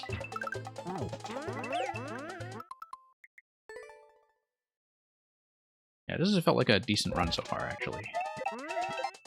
And part of it is that we learned a lot of the early segments the hard way last time. Part of it, I think, is also that we're not playing this next to a whole bunch of other speedruns. Like, it's nice to kind of look at this in isolation, in spite of the fact that playing a lot of speedruns in a row did help to develop the right sense of pace in terms of reading a level. And, you know, engaging with a lot of the same kinds of indicators or reversals on trampolines and so forth. But it was nice to go into this clean, relearn the early segments somewhat quickly, and just get back to progressing. And yeah, I did kind of just need a fresh set of eyes on how the Red Yoshi part was going to work, because I was probably just overthinking it last time in terms of not recognizing how that was supposed to go, but now it's very clear to me what the path is. I just didn't understand it last time.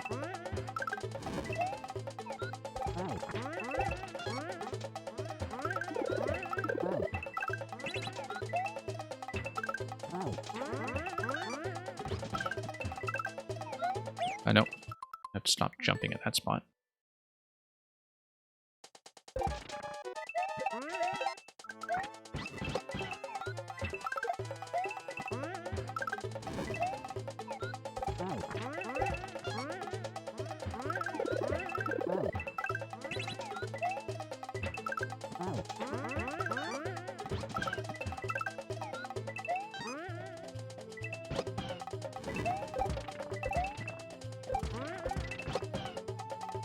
Oh, missed. Missed.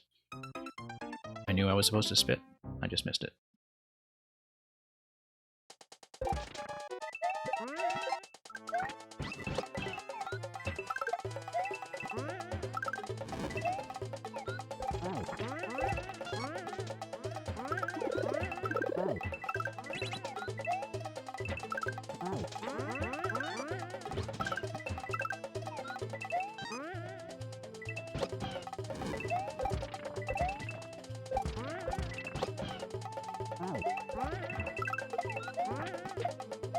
Oh, no, that's a swallow.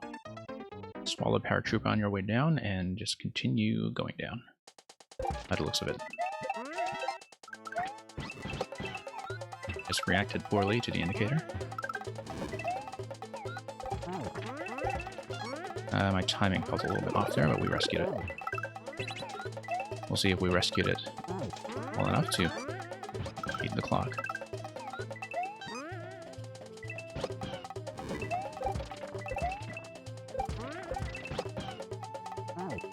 Nope, I just missed a jump button. We are at a mark of about 12 seconds left. We're up to that point, so not too much left. Everything feels manageable, I just need to read it for the first time. Even the trampolines are going better now that I'm watching the animation a little closer. Trying to time things out that the spit happens when Yoshi's mouth is right above the P block. And that seems to be how it is designed. Be consistent. I do like the leeway then again on some of the shell spits. No. Don't want to jump there.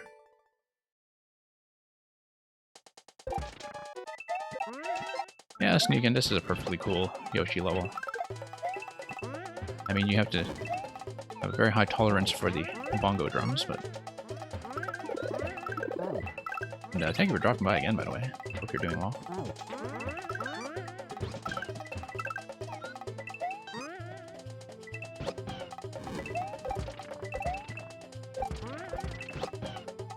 Okay. No, that is a swallow. Swallow, and then it looks like you're going to fall in on something. I haven't read that properly. Also way behind in chat, so I'll just catch up on that between attempts.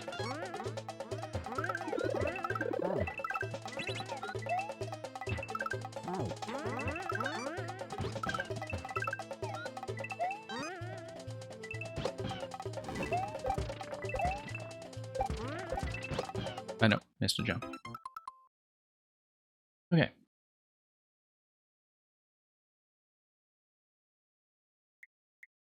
Yeah, the shell precision is not too bad at all here. The shell precision is actually not a problem at all. The precision issue that we had was mainly from spitting the trampoline accurately on the indicators, simply because we do need to have a very precise bounce. But the shell spits in this level are fairly generous in terms of the landing zone they have, because they just land on conveyor belts that get them to their target. So I have not been concerned about the shells. Yeah, I guess with a trick density, you have a lot of mechanisms that you need to ensure, you know, remain independent and don't cross over with each other independently. Well, and also just the quickness with which you need to execute successive motions. So yeah, as you said, the trick density. I'm sure from a building perspective, you just have so many parts.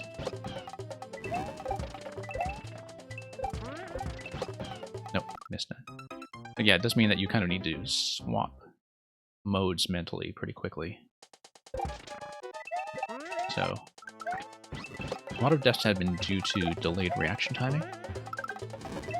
I mean, I'd say that most deaths have been due to spitting the trampoline poorly, but the rest of them have just been reaction timing, where I know what I'm supposed to do, but I'm pressing everything too late because the density is fairly high.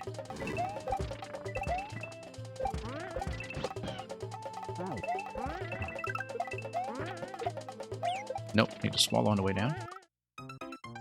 And swallowing on the way down, though. Oh yeah, and then you jump out that, and presumably land on the shell. Land on the big shell.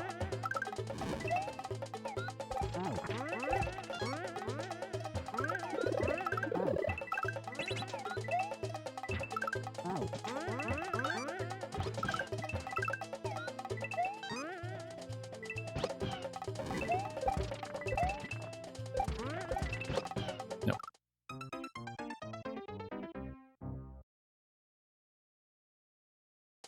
Yeah, I mean, the timer is going to enforce quite a bit myself anyway. I think that's true of most speedruns now. Like,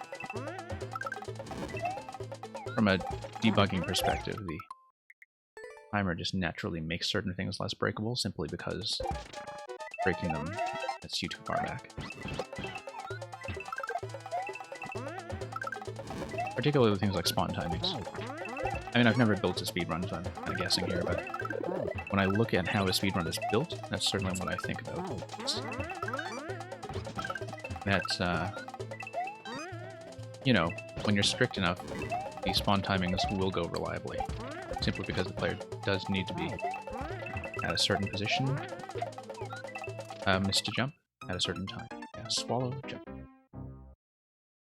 I do see what I'm supposed to do.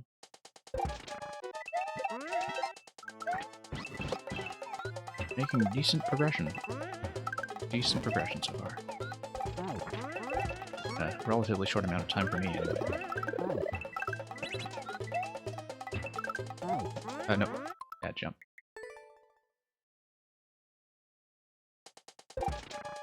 Yeah, because you can naturally run on those surfaces already anyhow.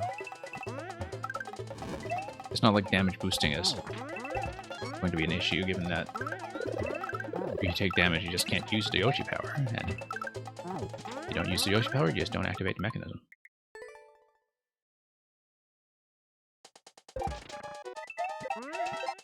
So it's one of those things where, yeah, you have all these spike surfaces, but taking damage and using invincibility frames just isn't going to help you.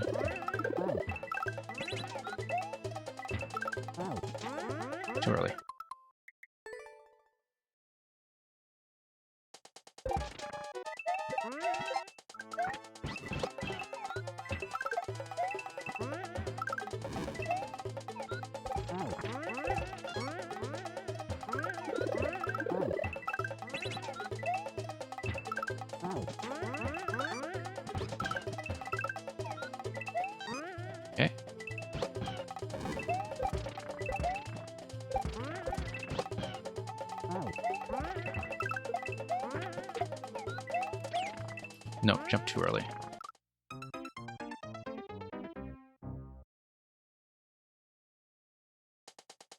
Previously we just hit jump too late, now we're jumping too early in that spot.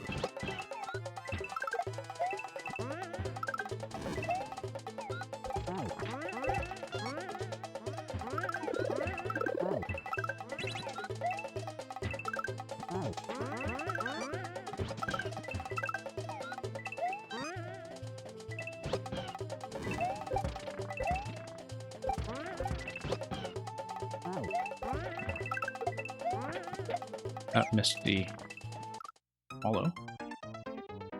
I gotta grab the paratrooper, run forward about a space, and jump again onto the spiny, and then there will be a bit of a shell crash there as well around the same time.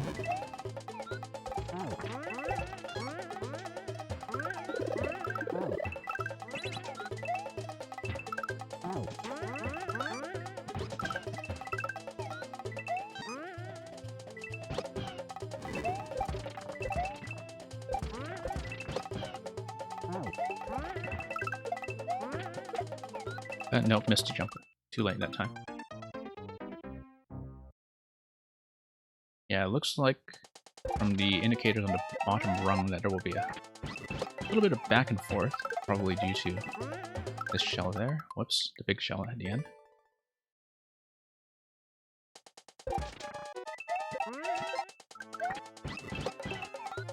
Yeah, once I figured out how the kind of figure 8 crossover path down to Red Yoshi was going to work, like everything else has been readable. I had trouble reading that simply because of the way that some of the indicators originally are only relevant, like this little spit spot here for the fire. They're only relevant once you do the crossover. Oops. So initially, I didn't understand the cross path down to Red Yoshi the last time that I played this, but everything else I found to be very, very readable. And surprisingly, it is not too visually dense, considering how dense the tricks actually are.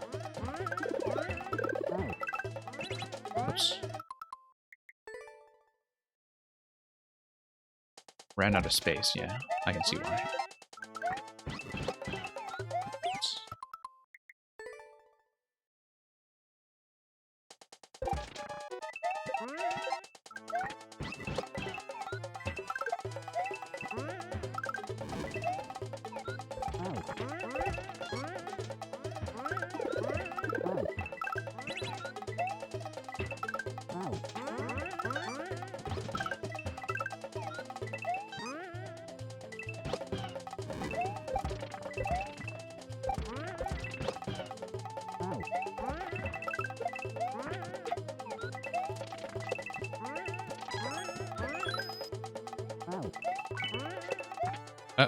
Whoops, that was purely accident. I kind of squished my controller for a second. Not mean to abandon Yoshi that early. And that close to the end.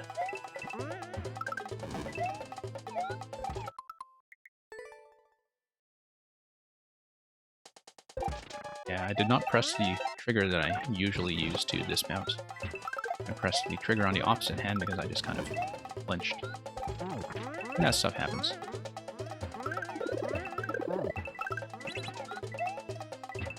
I mean, it's unfortunate when it happens that late, but it happens. Yeah, it feels like it's within reach.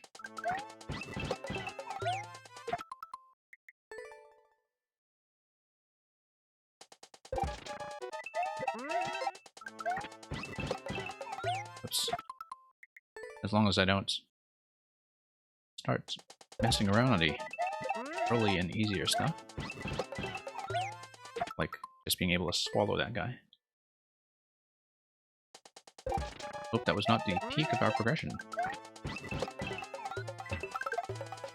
But definitely, I think my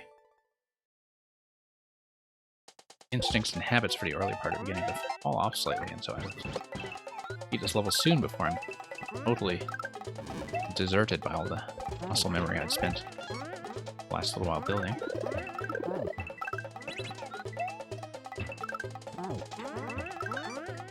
Yeah, I like the low bounce there better. on that second trampoline. I feel like I've gotten the timing to the point where I'm much more comfortable with low bounce. Is the swallow?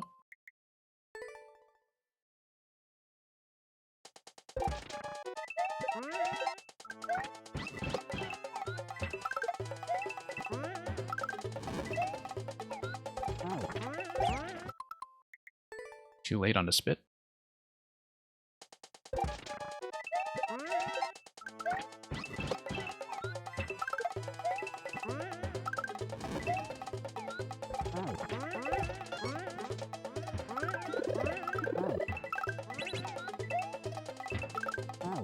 Someday I'm sure I'll be able to look back at some of this and be impressed I ever learned how to do it. And certainly in Mario Maker 1 I never played anything of this difficulty, and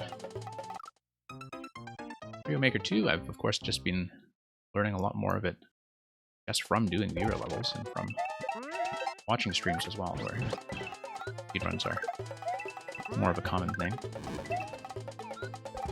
Yeah, but I think even when I got into Mario Maker 2 I didn't necessarily imagine that I would wind up playing a lot of these, much less enjoying them. But, you know, I definitely feel like I've been playing a much more diverse range of levels than I started out with. Yeah, except that we're not doing viewer levels tonight. We do viewer levels for pretty much all of our regular streams through the week. This last week I think we did about 4 different sessions. If you drop me a follow, then you can add your level in one of those sessions. Tonight we are just wrapping up levels that we started previously and going through some people in my follow queue. So thank you for dropping by regardless. I would be quite glad to look at yours if you submit it on one of our viewer days.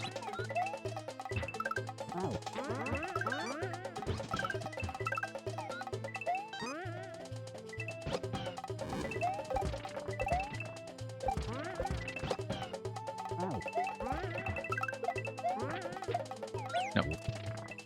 The indicator is offset for a reason. You really do need to grab the Power Trooper as you fall.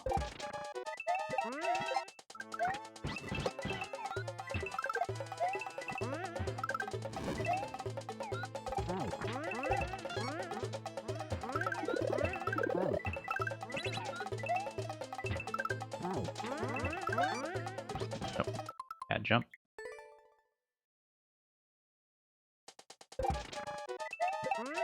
But yeah, we do viewer levels pretty much whenever else we're on. It's just lately we've had so many leftover and unfinished levels that I've needed to use my weekends for catch-up. And also for some longer grinds where I don't want to be time constrained. Like this one, I'm glad that over 2 separate sessions I've just been able to take as much time as I want, and I certainly think I'll finish it. Unless something catastrophic happens with my network or controller or my ability to play or anything like that. Oh, I managed to miss that spit.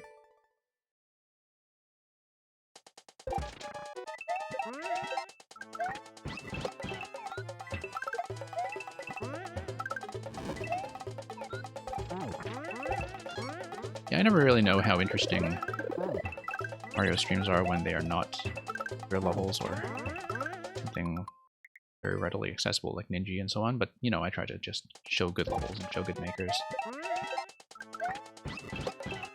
Hopefully it's at least somewhat entertaining to watch.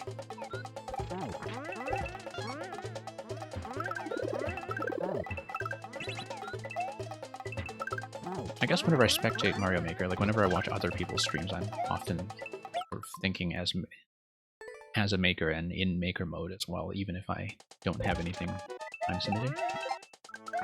So I don't really have a good idea of what the spectator experience is like for people who just mainly watch this game and enjoy it as a viewer experience without making levels.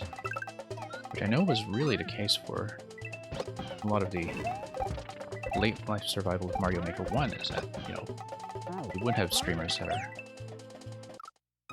that were established back then. They're still pretty popular now because they were able to appeal to a viewer base that didn't just consist of makers, right? And the speedrun crowd or whatever would tune in and follow them even if they had put their Wii U's away or never even owned the game. Certainly heard from some people on Mario Maker 2 who's basically said that, you know, they didn't have the game on Wii U, but they watched it all the time, and then that's why they're grabbing this on Switch. Whoops. Bad jump arc all around. Had to have a meteor smashing the earth preventing... Well, I mean... I think there will be slightly more important things on my mind if that happens. Just slightly.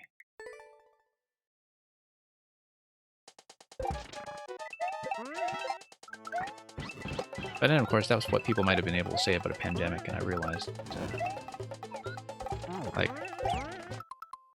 yeah, I had a lot of stuff that was lost or cancelled due to the pandemic, and some things are no longer going on, but overall, I haven't really been paying that much attention to it recently. Like, I see what the lockdown rules are like in my area, and I catch up with some of the big international developments, but then I just go back to play Mario Maker. And indeed,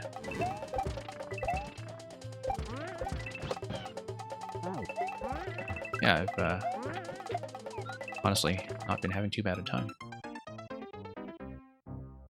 A meteor smashing the Earth would probably be more of an immediate emergency that doesn't leave us quite the same luxuries at home.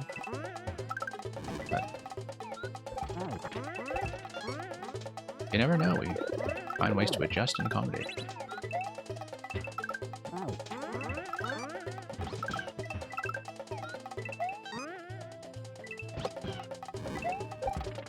Okay. Having some slightly better attempts now.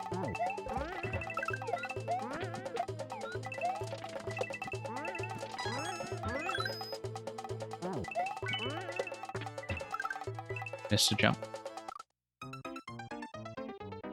Up to key door, we were at 1 second, and we just missed the last jump. Fine. That happens. That happens. I did need to at least, you know, read that whole part for the first time.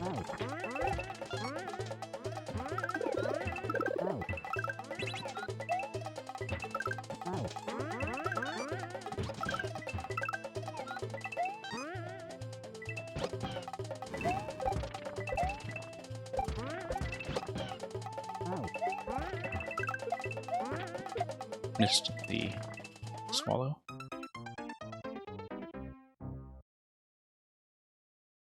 Yeah, I'm holding dash for too long instead of releasing early enough to execute the swallow. That's the issue. I still have dash held down the whole time. And can't really afford to do that. Missed the switch.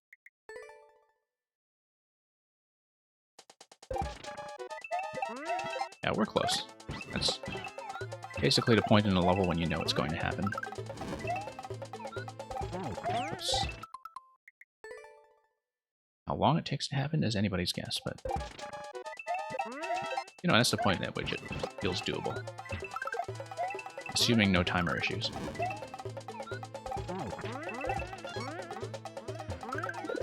Sometimes I execute these things just to find out at the very last minute there's some kind of timer issue I failed to optimize around. But no, I don't think I've actually had that issue with your speedruns now. They do seem pretty accurate in terms of the error margin. That can't really do that many things a slow way that puts you behind the clock.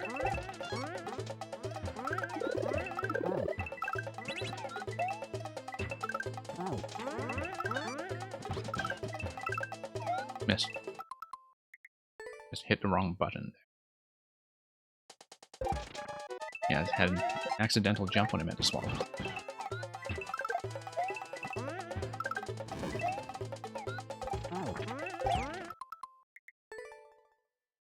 Yeah, I didn't imagine it was particularly... I had over a second left on a clock when I died with the key. seemed like I was basically just pulling my way up to a key door.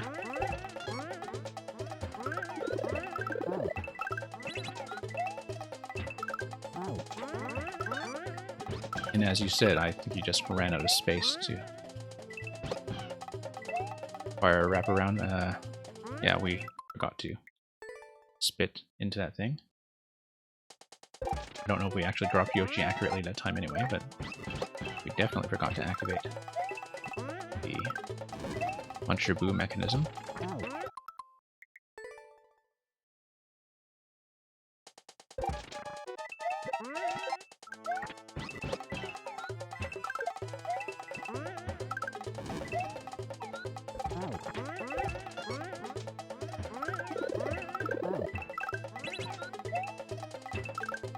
Okay, I'll get back in the zone.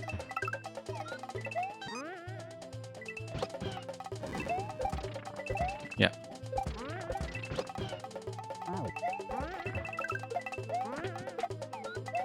Nope, jumped too early. Hey Alex, we are not running viewer levels, however, after this, if you want to see the continuation of your world into World 3, I might be able to have time for that. It depends on how quickly we clear this and how my hands are feeling afterwards, because we might have to do something much easier just as a break after this one. But I think I may be able to see something of yours tonight. Might be your world, it might be maybe one level, but since you dropped by, if you stick around, we will try to accommodate that.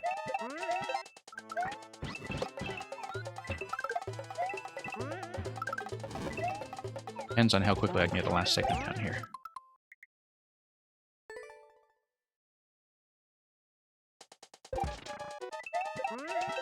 Yeah, I know that long titles are maybe a bit of an issue on mobile, especially.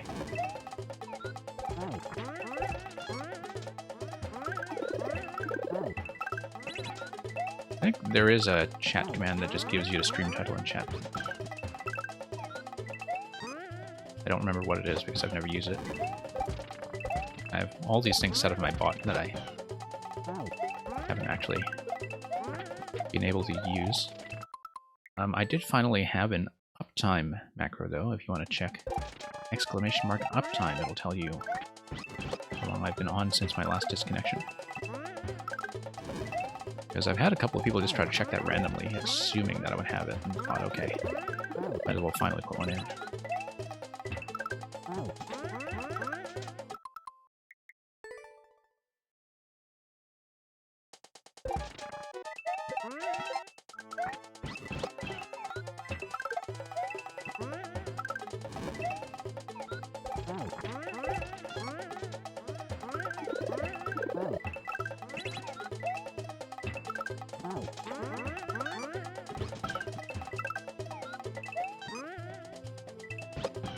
Okay. Let's try to get this down.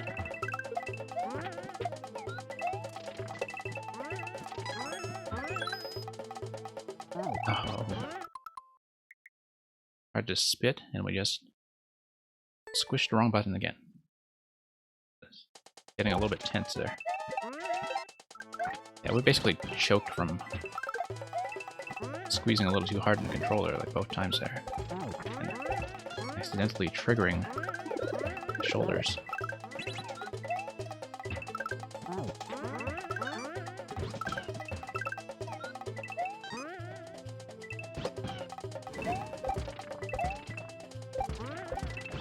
Whoops. Missed the high bounce. Okay, let's switch screen Mario. That'll maybe give us a little burst of luck.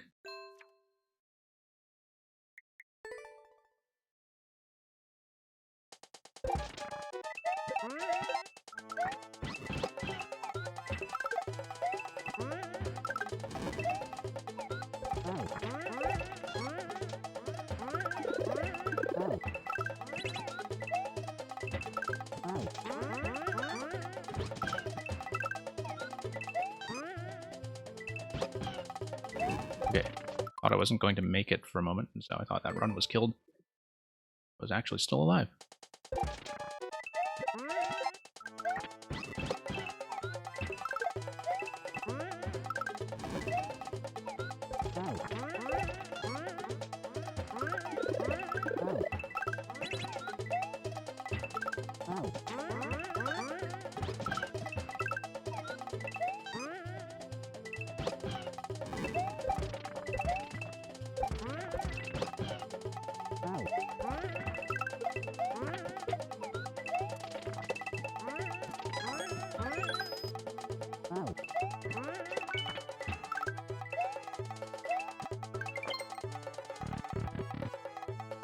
Okay, timer, work with me. My country's okay. We are still somewhat locked down, but they are already talking about being past the peak and informing businesses about how to reopen. Namely things like people shopping for garden supplies and hardware. So they're being eased back in that they have a multi-stage plan to reduce the lockout, but we are still under a lockout. Don't know how we're doing over in your country. We are 0.400 seconds behind the record in this level, but we did complete it, so thank you for the GG. We may need to kind of do something a little less input intensive and switch to easier level, but then Alex, since you're here, we may look at something of yours immediately afterwards. Just give me a moment to pull up my codes and see what we might be able to do.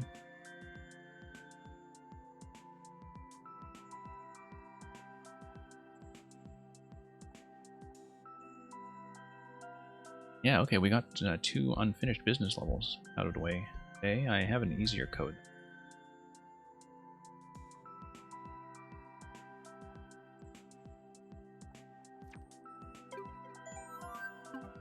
But yeah, I definitely need to give my thumb a rest from something that's input intensive. We'll look at somebody else's Goomba mask level. I've been dropping some notes about Goomba mask codes because that is, of course, of personal interest. I like seeing what other people have been doing with their designs, so... this was one that I'd seen on Twitch. I hadn't really seen the whole level because I wanted to solve the puzzles for myself. But it was basically a Zelda dungeon that uses the mask.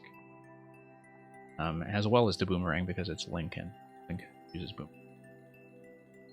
Take a look at Zelda Goomba's Mask 3D by Tin. Hey, Last Sora, welcome back. It's not in fewer levels tonight, but we are just kind of wrapping up some hard levels from previous weeks, as well as some codes that I had in my massive pile. So I've just finished Electrodude's Yoshi speedrun. Now I need something that's a little bit easier on my thumbs. So last Sora, we are going to be going back to viewer levels for the rest of the week after this. Just that we do a weekend stream to catch up. Okay, on-off is going to matter here. And key is going to matter. Let's check. Slot to the left. That's going to be one way. But that'll give us a boomerang. And the boomerang will probably allow us to send that over. Yeah. Hadn't really played around with that very much yet. But yeah, last Sora, thank you for coming back in, and we'll hopefully see more of yours soon. Okay, our timing needs to be way better.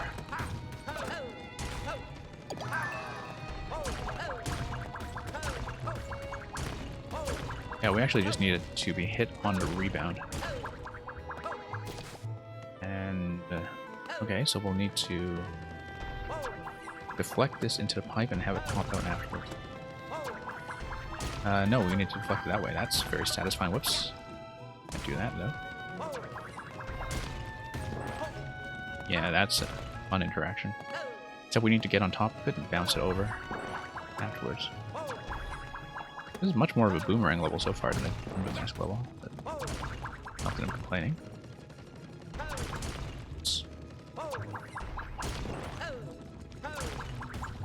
Okay, our timing is not great for that.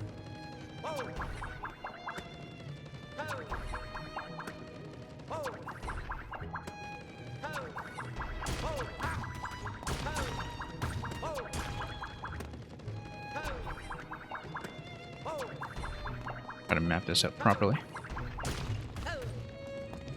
There we go. Oh, almost.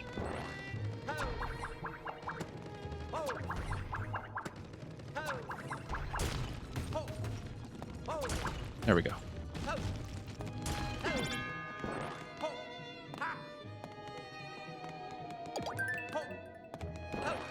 Yeah, that was fun. Maybe a little fussy to actually execute, but fun. It does allow us to re-enter the previous location too. So this is going to be an exit only, probably broken by a spike ball from elsewhere, and we do see the Goomba hat being the big prize up there. Okay, we've got more boomerangs where that came from. Let's see what the on-off toggle has accomplished for us. This is definitely a Goomba lock, looks of it.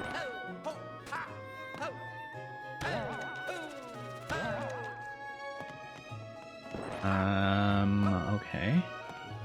I see. That's going to be boomerang spot, yeah. We need to jump and then we need to fire.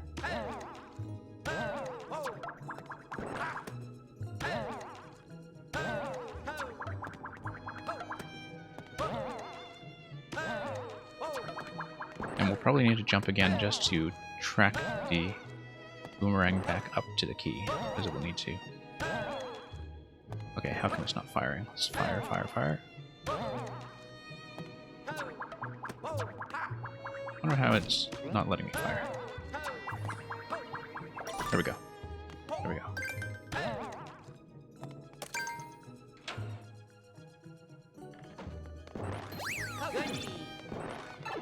You know what, we totally could have squeezed over to the 10 coin, but now we can't because we are through this segment.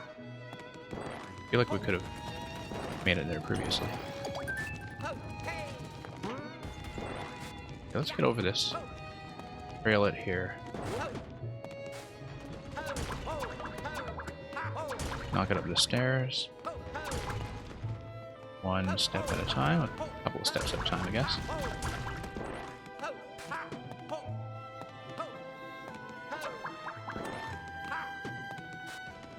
Yeah, still getting used to some of the occasional edge case behaviors like that. Or boomerang refreshes. Very roomy level, actually. But I think you kind of need that to go around the spike balls when they drop. Okay. We need to lead this guy down. Drop him, send him down, and then lead him down before he crashes. Nope, gotta deflect it. Not enough room.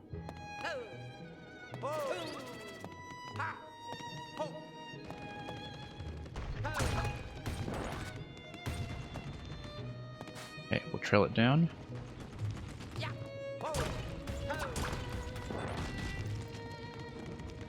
And okay, that's gonna go back up. Yeah, oh, we should have followed it up. Yep. Can you wall jump and use the power? I believe so. I don't know what the issue was there. Okay, so we need to follow it up here and then hit the on switch with a boomerang when we're up. Okay, we can do it. We're down to 160 on a timer. That might be a cause for concern, but once we grab the Goomba suit, I think we have to proceed.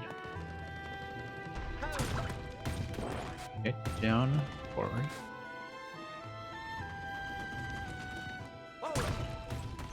Follow it up, hit the switch, and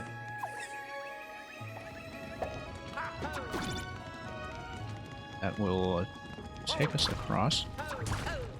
Almost. And you know what? At this point, we just spawn it in and.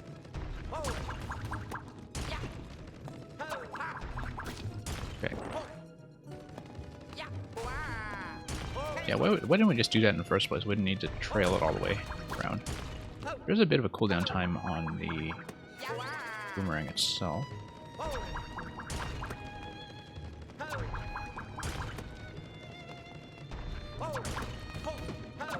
Okay, we need to let it come to the edge. Oh, let's grab a boomerang. Yeah, it needs to come to the edge on the right side. So we have enough time to fire the second shot like that.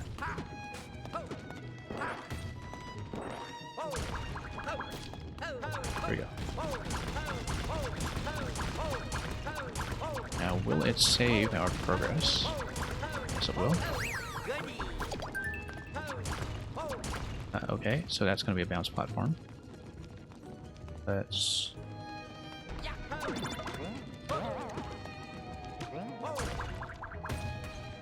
I feel like... Oh no, no. We just need to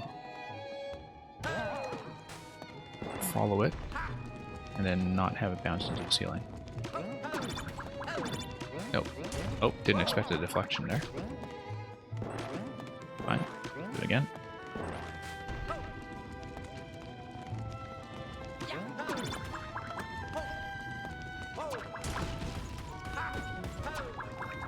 And there's the Goomba mask. That will get us through the swamp door. We might need to do this again just for time. What was the swamp door? It was in a different segment. I've been through the pipe, yeah. 16 seconds. Okay, swamp gate, where are you? There we are. 11 seconds. Sorry, Alex, I'm missing some of the messages there. But I just solved this first since we're really quite tight on time. Yeah, we won't make it.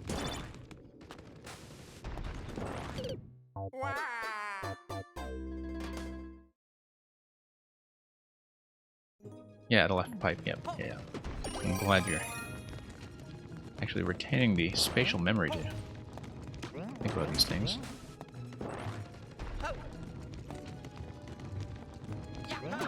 Rail the boomerang down so it doesn't double hit.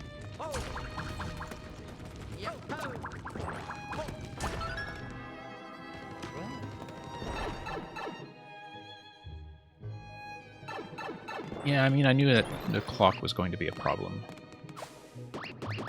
Because that was still our first segment, our first death. Like, apart from the spike balls rolling over you while you don't have a boomerang. It's not much in this level to actually kill you. It's much more about... just let that hit. Like, obviously you can't lose the Goomba suit here because you'll just get crushed. But it's not the kind of level that's about killing you at all. There we go.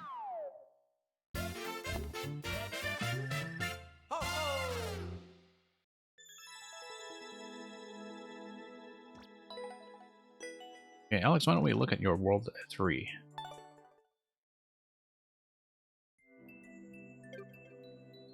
It's, that's something that I know you probably wanted to submit in. Probably easier to deal with it now.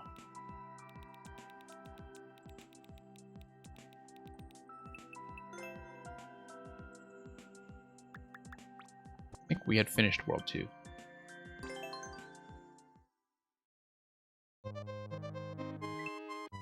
Yeah, World 3, 91 lives. So far I haven't needed to expend too many lives, but we'll see how we do in 3-1.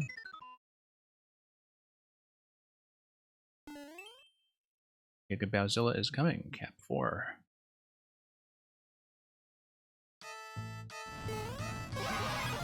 Okay, so we have the house again. This is by now quite familiar to us. No, actually this is a different house, I think. We'll grab the shell hat though.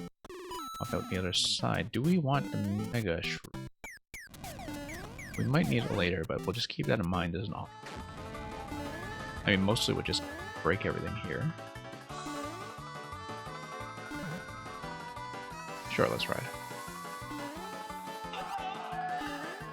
Okay. Taking a house.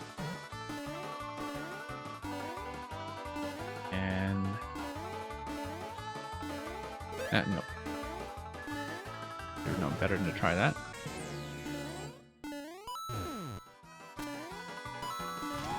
Okay, so, whoa, look at this Bowser. Let's, oh, we can't quite go inside Bowser. Alright. We can kind of run around and decide that a shot in the face.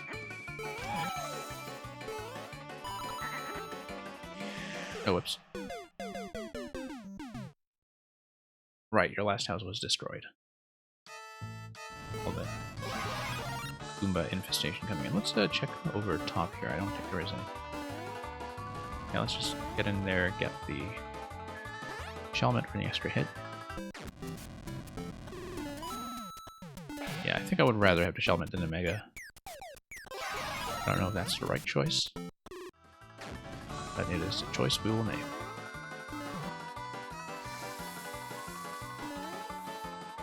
Feels like Shelmet will probably be more useful. But on the other hand, we need to get around this guy. Why don't we just pass to Goombas? Okay. Oops. Interesting claw in the bottom part. I didn't really look at it carefully. Whoa. Oh, I see. Okay, so this actually is helpful, but then we only have one. So do we need to recover another one? Looks like we might be stuck. Unless there is a respawn on the Mega somehow. I think we actually are stuck, fortunately. Is there a way to go back? I think we might just have to restart. I mean, it is possible to jump back over, just not like that, so...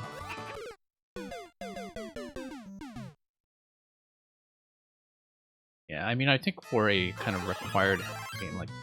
Well, like we didn't get a checkpoint at least. Not too much of an issue. Actually didn't even notice that the checkpoint was there. Oh. Blew that. Totally blew that.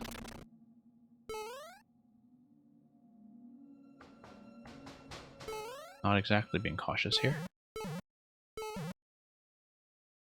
Here's another Mega. We'll put ourselves into this side. Whoops.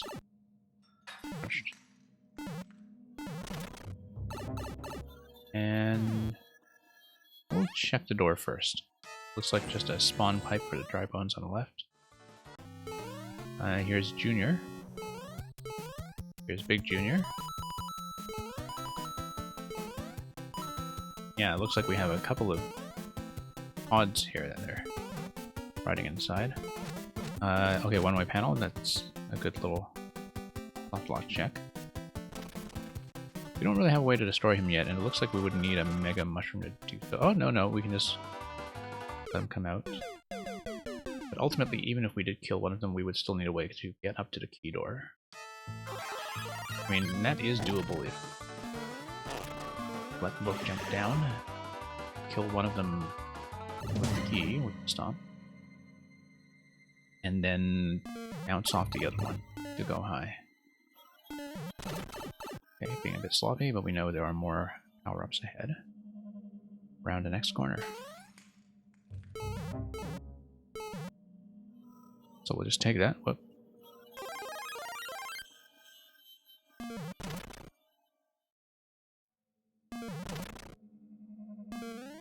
Okay, all that work for losing the mushroom.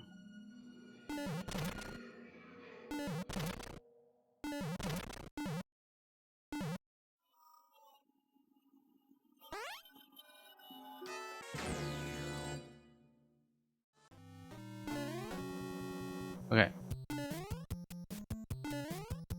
I see. So that small junior is frozen on the muncher.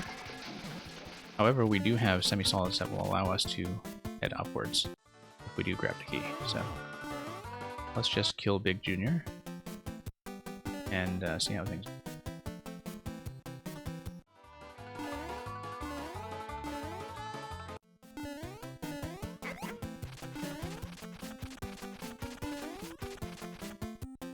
Okay.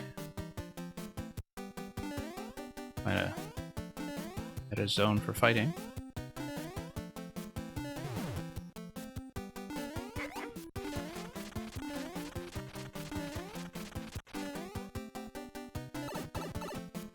Okay, got the key. Let's go up.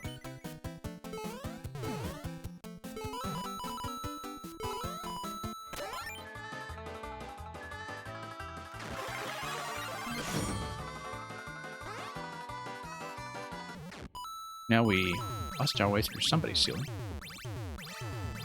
Whose we don't know yet. This looks like a heartbeat. Oh, that's an interesting way to get around. Oh, whoops. Thought that was going to be an entry pipe. We'll just hit the P switch and try to survive some of this.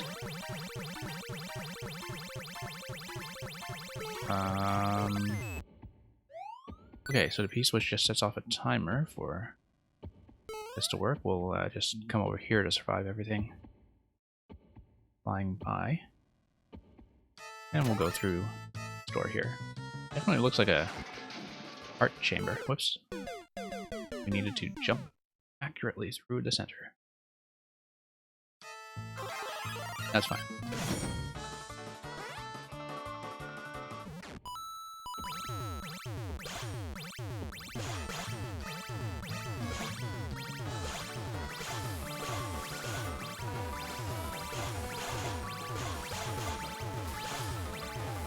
These guys are going to keep on spawning on us, so we should just wait this out. Okay. Gives us the key. We gotta lose that. Pop everything. It seems to be laughing at us for some reason. And yeah, we'll go back for that big mushroom in a moment. I do want to scout what's ahead. Yeah, big mushroom could be helpful. Let's grab it. It looks optional, but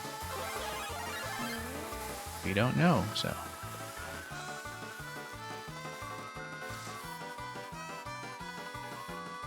Okay. I don't know what that did. We have a whole bunch of big mushrooms here. Zed, really? For what? How could that possibly be helpful? Unless you are riding a bone shell. If you're riding a bone shell or a boot, you would want that. Here's a boot. Okay, that's a boot dispenser setup. Pretty much straightforwardly a boot dispenser. I lost a boot. How did I lose a boot?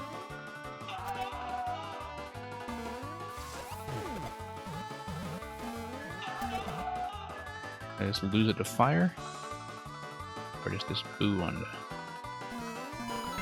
There we go. Okay, I need to stomp something. And then...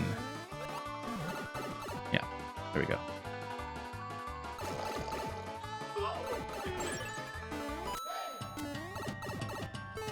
And we grab a 50 coin.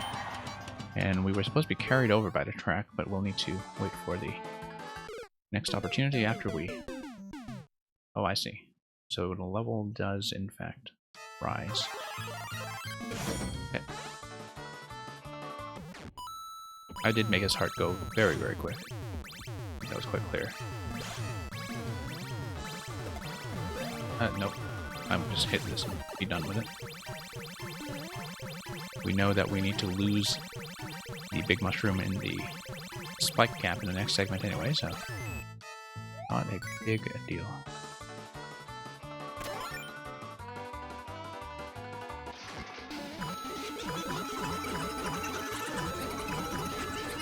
Yeah, we do know how to execute everything from here. I'm pretty sure. Just do a nice gentle climb. And then we'll grab the boot from the dispenser.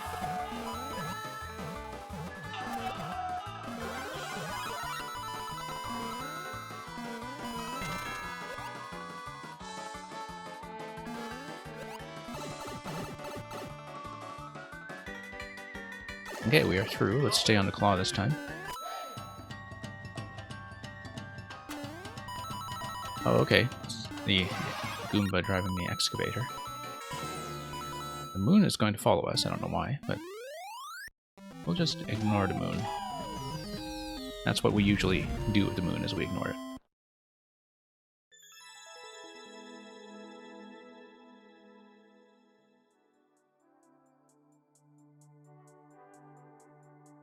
Okay, on to the next episode.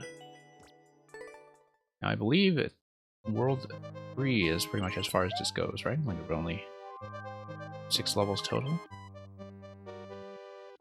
Or...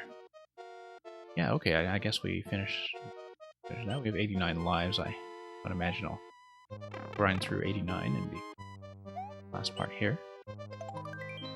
Last one, yeah. Okay, so the story now is that an egg survives. That leads us to Bowzilla's final map.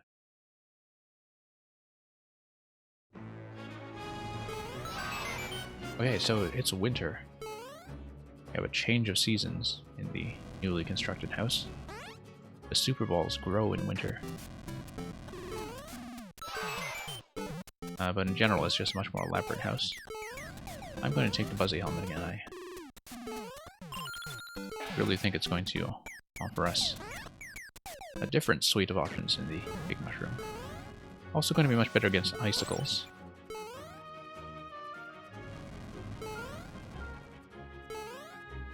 And, okay, so, yeah, Big Mushroom would have allowed you to drop through here, though.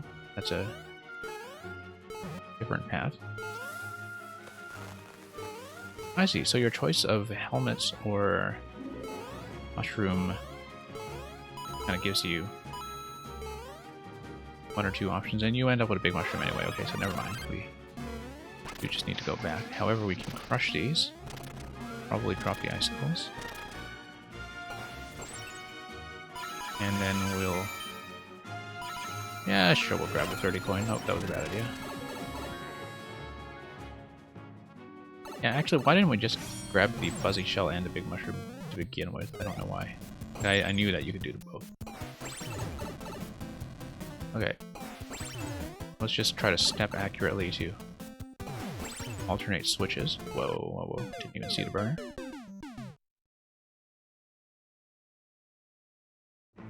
Yeah, a bit of a busy room, but we'll work with that.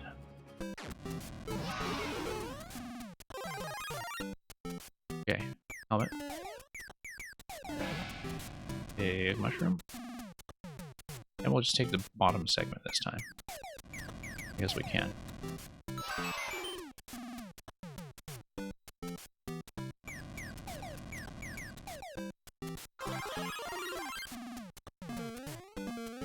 Oh, we are now gorged on mushrooms. And that'll allow us to punch through here. Gotta be careful with the icicles, but actually no we don't, because we're wearing a helmet. We don't need to exercise any caution at all.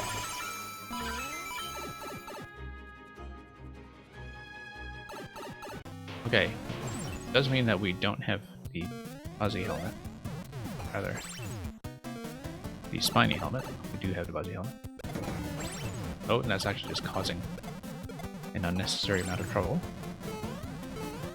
The hammers are the main thing I'm worried about. The hammer arc has been hitting us like crazy. Yeah, we'll just need to be a little bit more careful in that route in general.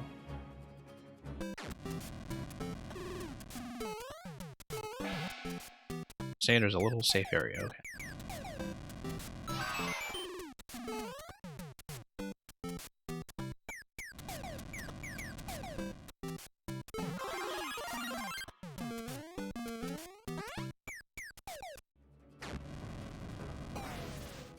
Okay, we'll head back here.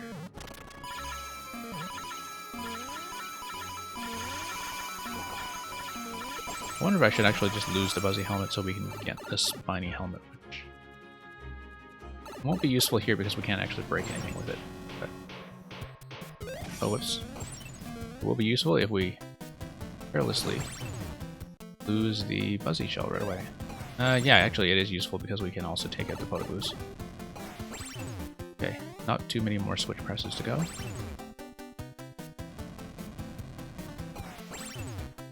One more to go.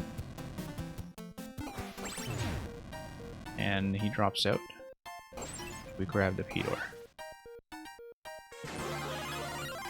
Now we need to surf our way up.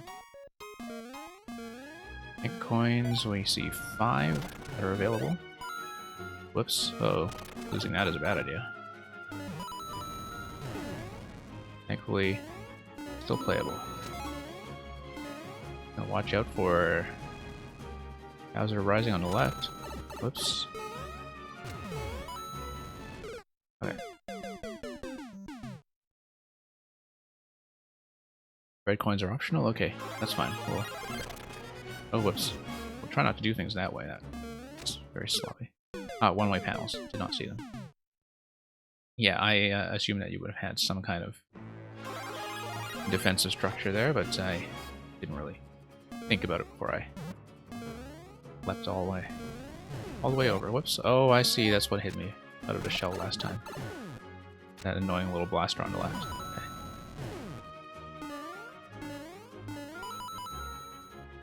We'll take it. Coins.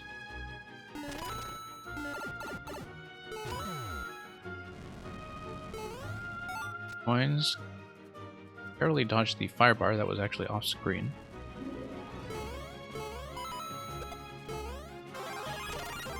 Okay, having this available is going to help us quite a bit. How do we play like that, though? Come on, come on, come on. Oops. Fourth coin. Fourth coin only if we kick it. I actually wanted to get in that shell.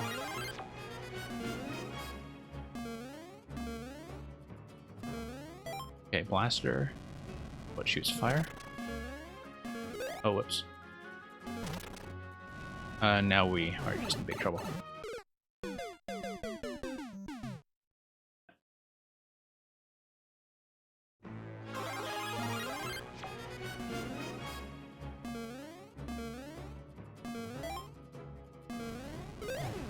Nope, still haven't dodged that accurately. Oh, come on.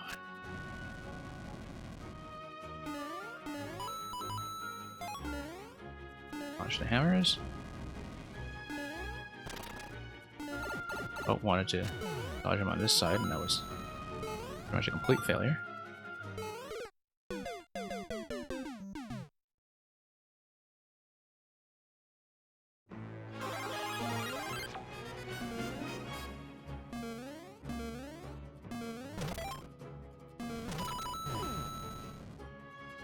Okay. Seems a little more manageable.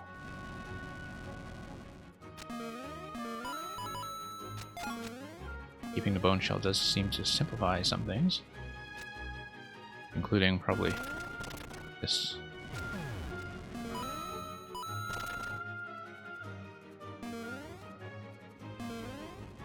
Also just more usable hitboxes all around on that side. Whoops. Need to do that.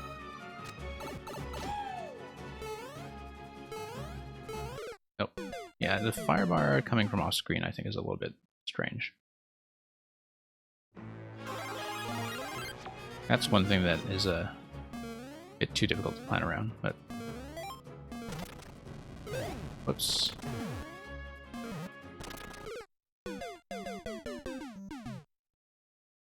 Yeah, past assault.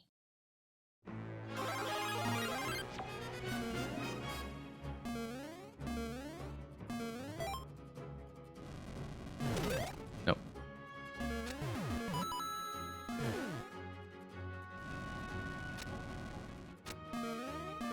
Well, it's a challenge with ever designing around vertical auto-scroll, it's just a lack of visibility.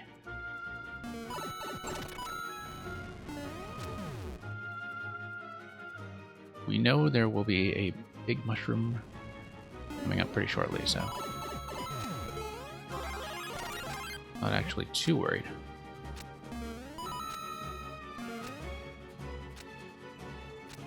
Shell, yeah, thank you.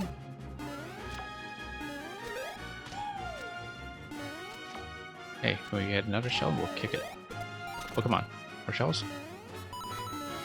Guess not. Oh, got whacked in the face by a hammer?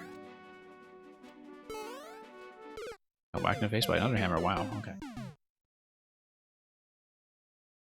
Yeah, it seems like he goes off screen on the tracks pretty quickly.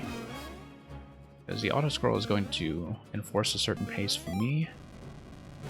Then, you know, Junior just makes his auto-scroll all the way up and wrecks our day. Not as auto-scroll, rather, it takes its track all the way up. Nope. Okay, just gotta make it to the next big mushroom.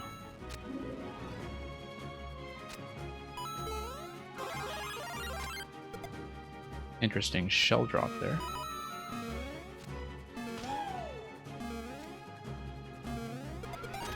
Okay, let's grab another shell.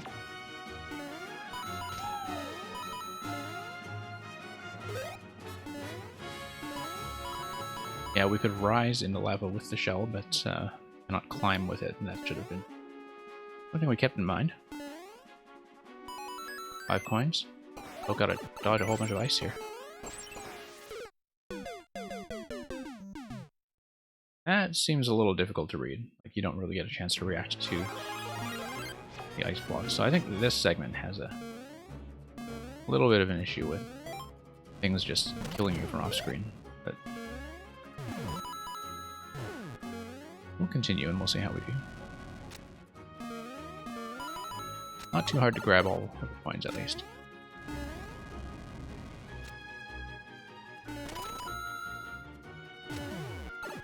Got hit by the fire bar, no doubt. Oh, we just went too high. Nope.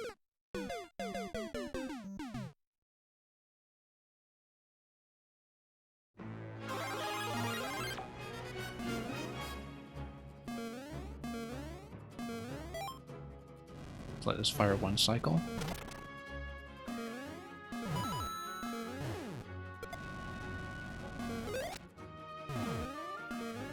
Yeah, this guy's hitbox is too big. Oh, look at that.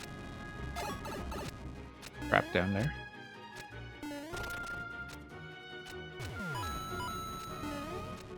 Okay, actually miraculously managed to dodge that firebar.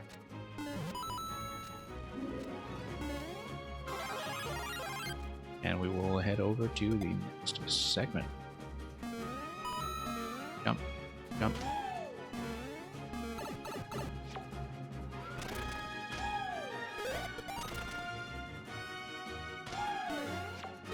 Oh, come on. Whipping me whenever I try to grab a shell. Okay. We'll try to go for the last coin, though. Ice blocks here are a little bit of a worry. Look at that. Yeah, you can't see that at all. That's... There's no way you can react to that.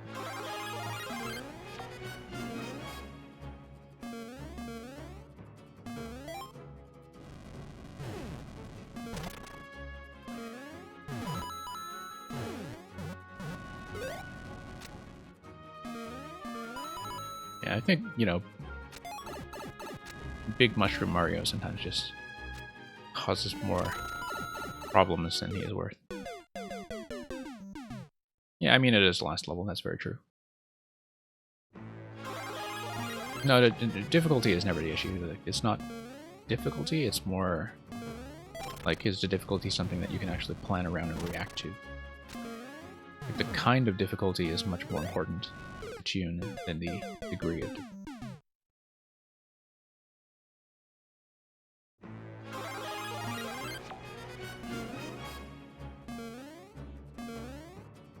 Like, I would much rather play something super hard that still allows you to do things blind than something kind of moderately hard that doesn't allow you to. Because then it at least feels like you're kind of able to learn by planning rather than by memory. But we'll see. We're doing okay. We're doing okay. Still a lot to keep track of at once. That's fine. We'll grab this.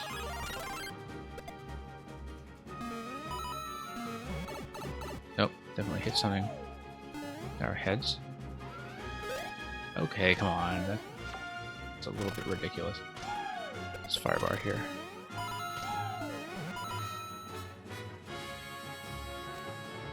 We'll just let this push us up.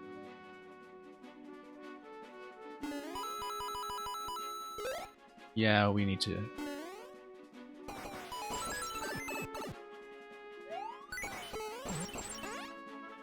Come through here with the key. Optional door. Optional door just gives us 1-ups. Gives us a full suite of power-ups. That's nice. I feel like I want the shell rather than... Shell's going to be a little bit more powerful, even if it does bounce us around. I mean, the boot also bounces us around, so... Yeah, I think that was well worth it.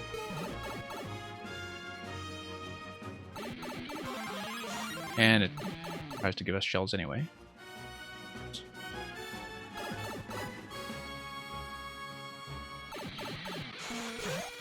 Trying to be defensive in that zone.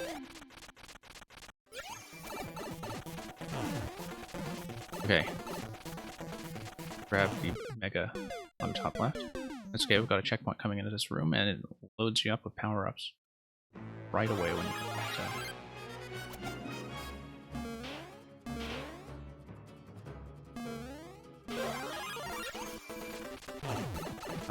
We kind of burnt that power-up already, okay.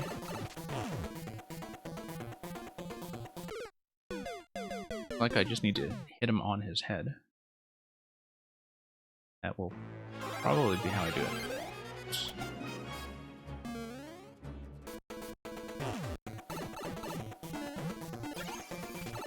Yeah, just stomp him 3 times as usual. Made it a little bit harder by the twisters, but...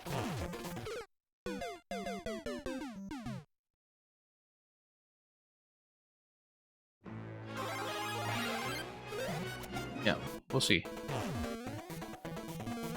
Quite a bit going on here.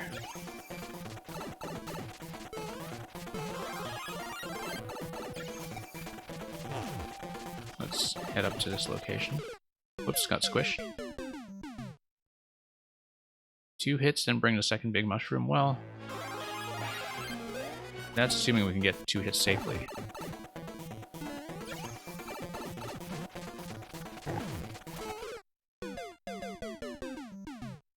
Yeah, the twisters threw us off quite a bit. We probably just rushed to the corners right away. Then at least it's a little more manageable on how to deal with quite as many elements. But yeah, you don't have a lot of control over your movement in this fight. I think that's the thing that makes it tough. That the platforms on the left and right are the only ones where you can even briefly and still... Okay, what's that? Whoops.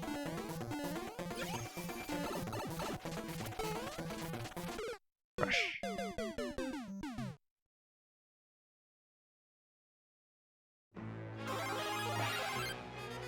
Yeah, we'll see if we can do this. I mean, it just takes a few attempts, I think.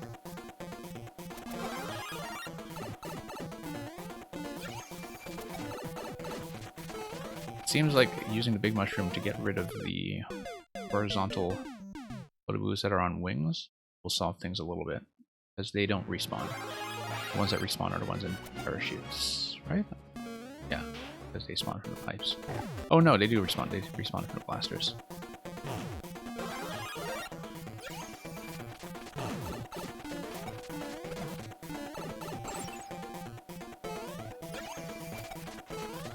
Try to get onto the platform. The platform is the safest thing here.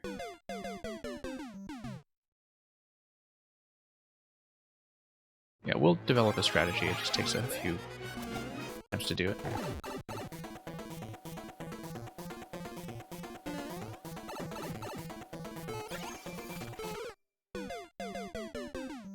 Does look like it must have been a tricky clear check. Sure. No.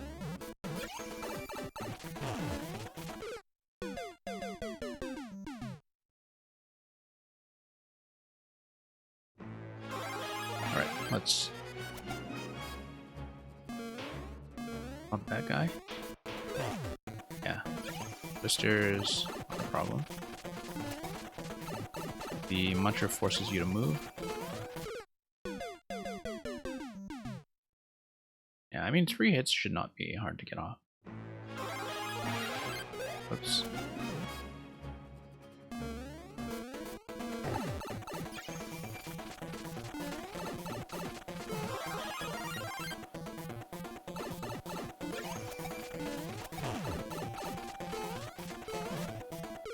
Nope. I caught by that jump there. I thought it was going to be safe on the cloud blocks, but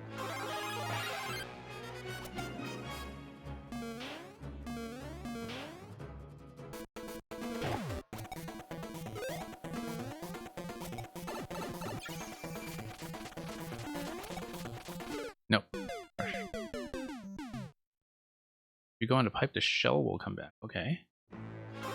Yeah, but then Bowser also resets, right? Like, you'd still need to start over with 3 hits. I don't think that's really worthwhile.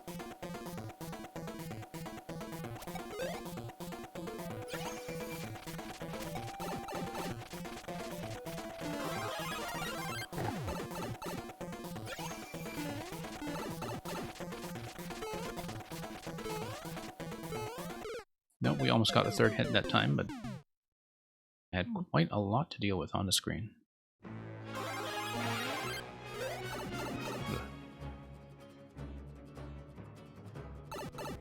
Guess it does make sense to go back if we have not yet landed any hits. Okay.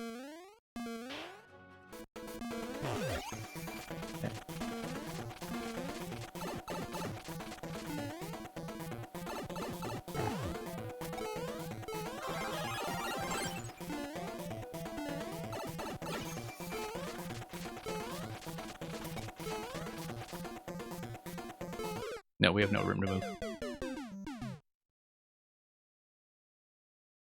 Very claustrophobic room. Sure.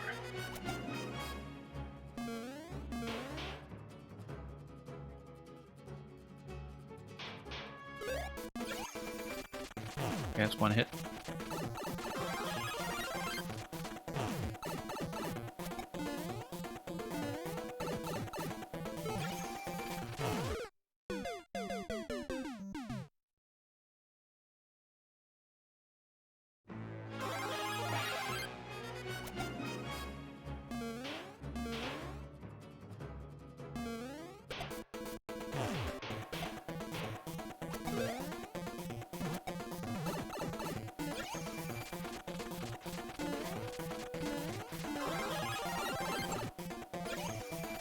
Okay, we still have 1 hit. Buffer. Actually, getting out of there was a big problem. Yeah, we're consistently getting up to about 2 hits, but that's because we're able to take tons of damage. And okay, that's a little better.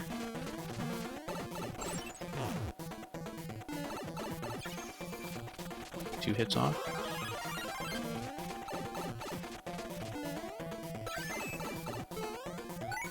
Okay. Let's not get hit by fire. That was a very close call. Gee. Let's throw coins at us. Credits. Alex. And yeah, we'll just bump some of this stuff. And I guess the on-off switch is triggered by shell, I see.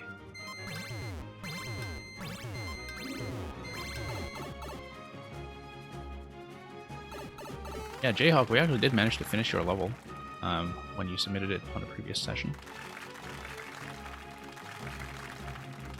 I don't know if you managed to stay to the end of that, but we actually did finally manage to get inside that key door. Yeah, I totally am the star. Star the RU.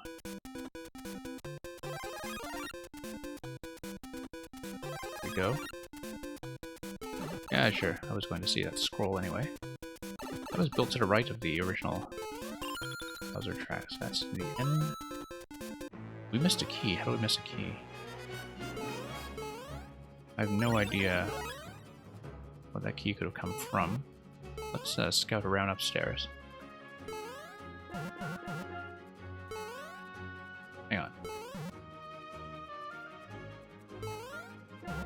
Yeah, we had a disconnection right before the end yesterday, Jayhawk, but we actually did record that. If you want to see the end, look for the last viewer level recording that we had under our highlights. It'll be the most recent viewer level one. It'll be like a part 3 of 3, I think it was, because we had 2 disconnections. But you'll be able to see the end of your level in that session. So thank you very much, Alex. We managed to endure that, I guess. Yeah, I'm not sure about like something like the ascending segment there and the final boss, but you know, it is the last level, and I think there was quite a lot of extravagance in this entire set that was building up to that. We have seen the whole thing. So yeah, Jayhawk, thank you for coming by and returning. We have been finishing a number of other tough levels as well. Oh, because now that I've finished your world, you're just going to replace it, I see. Just one moment while I look at what I'm going to pick up next. Probably won't be going for too much longer. And I'll just be winding down with some stuff that is easier. Likely.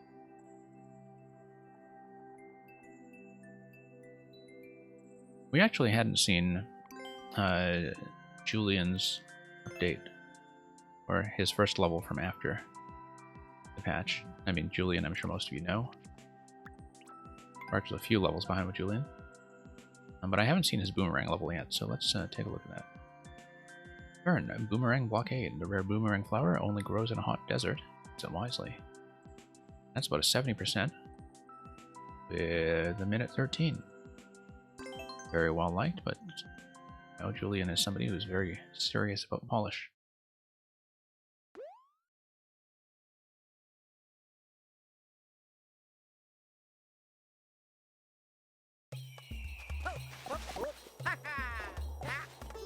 Okay, so we have this very aesthetic opening segment. All these boomerangs and a red pipe. I don't know what red pipe is for, maybe we should have checked. It looks like that is the main route, and this is the bonus segment. This is actually very lovely as a decoration, as a break from the usual desert texture. So, bullet is just going to fire coins. Exclamation mark block will eventually be hit with a boomerang, I'm sure. Yeah, we'll check all this stuff. Oh no. Okay. Oh, that's a nice little setup. Yeah, I guess you had a couple of boomerangs that were stacked in a collision, and 3D World just does that kind of thing to you. Okay, that's going to be a hard stop. But we'll just go back and hit that exclamation block. Nice. It's a squish.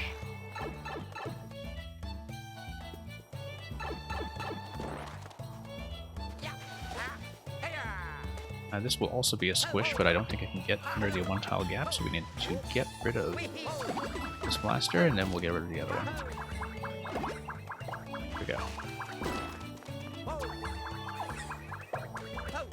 Yeah, as I've been saying, it is very nice sometimes to see a level of interesting tech that is accessible to less experienced players. The crates are just going to block the ceiling entirely until we POW them. So, let's... Okay, nice. That's, we didn't actually check the tree. I want to check the tree. Okay.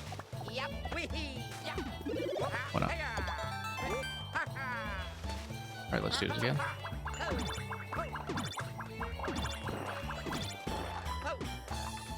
Okay, we just hit the power there. That will remove the crates as well as... Yep. Letting us pass through here.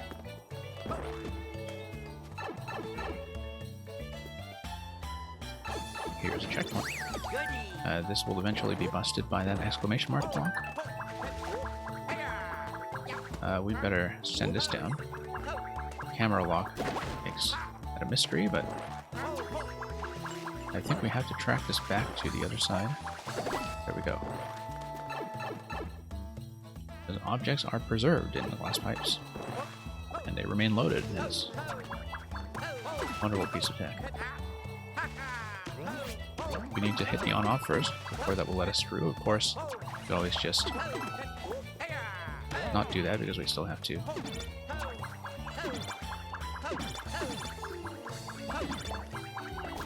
Okay, let's do this a little more accurately. Nope. There we go.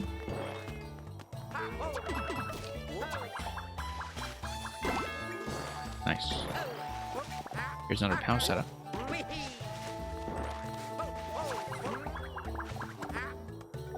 And yeah, Skip Squeak's gonna bounce around. We'll eventually want to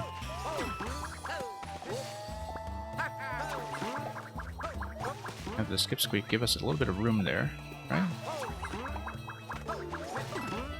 Oh, interesting. Didn't know about this block here. Let me just think about this for a moment. We eventually want to hit... Now we want to send the boomerang through. Does it hit the P-switch? I believe it should. Let's do a better timing.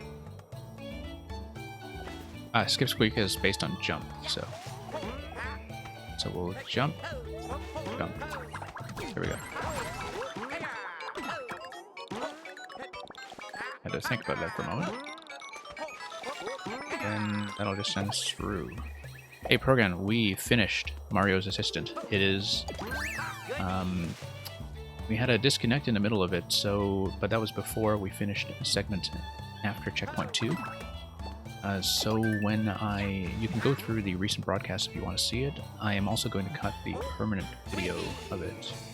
It will be split across 2 segments because we did have to do a reconnection, but we did beat the level.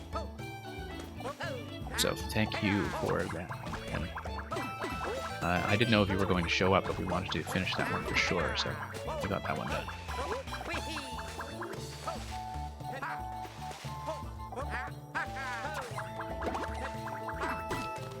Yeah, a lot of fun at the end. Took us a while to do the shell ride accurately, but when we did, it's quite satisfying. Okay, what do we want to do with the Koopa? We can hit it in 3 stages. Seems like our block over there is lodged a little bit high, so we want to send the Koopa... Let's see. Oh, I see. We can raise the shell, and then we can hit it, and it'll get to the trampoline. Bust everything here. Drop that. Nice. And we are through, so... 3 times. Interesting. Okay, so probably we need to hit the switches 3 times. This looks like a reset state of some sort.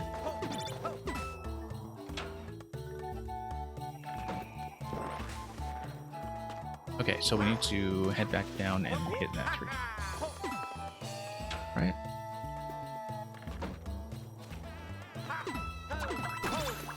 Oh, I see. Okay, we need to fall in and have a triple hit.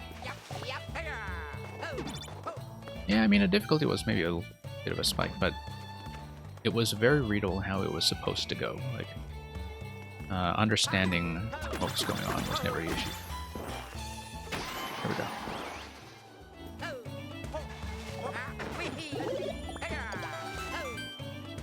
So yeah, I was quite satisfied with it, I think.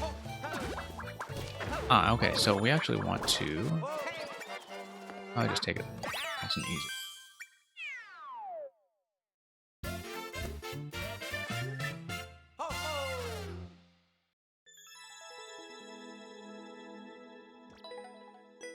Yeah, that'll be it for Julian's latest. We're not going to be staying on for too many more after this. Let me just see what else was kind of jotted down on my list here.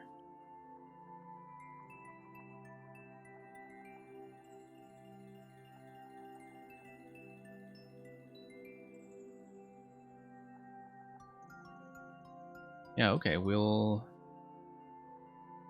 make a few attempts at the Champions Road remake that we've crashed against a bit. That was from Thomas B, who was here earlier in the stream but left. But this one's going to take a little bit more practice anyway, so we'll just go back to it. Gotta do some work now? Okay, well, best wishes to you, Electro Dude. I'm sure you'll see you around quite regularly, so thank you for coming by once again.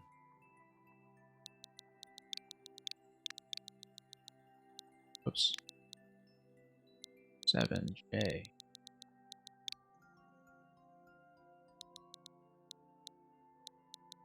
Yeah, it isn't going to fix itself. Not dealing with genetic algorithms here.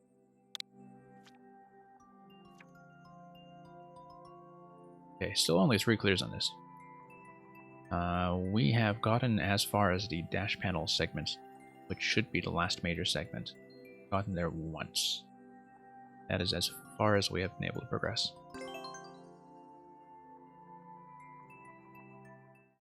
Yeah, good day to you, Electro Dude. This will probably be the last hard thing we do. We might do some easy levels that we really don't progress with it, but then that will probably be all that remains in today's program. We had a huge list to get through, and we actually accomplished quite a lot of it.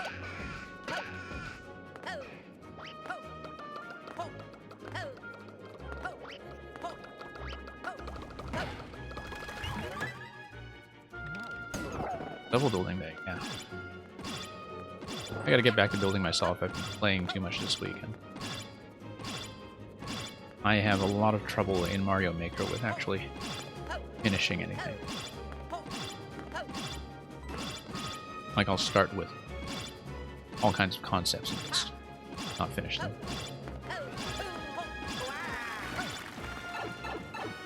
It should be the Magic Koopa fight.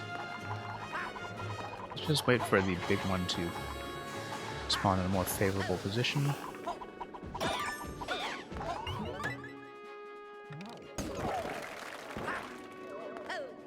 Nope, bad idea. Needed to let that pass.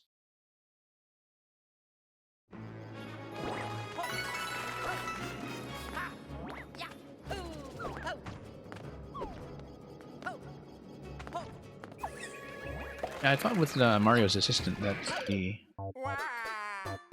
timings of some of the moves between both the SMB2 suit and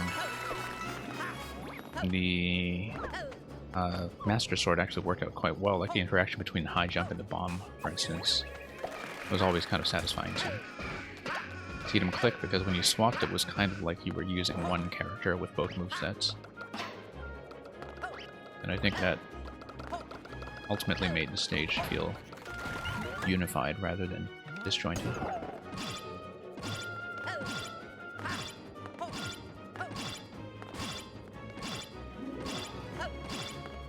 But yeah, sometimes, you know, you'll have an idea that's just hard to make coherent in terms of recognizable theme.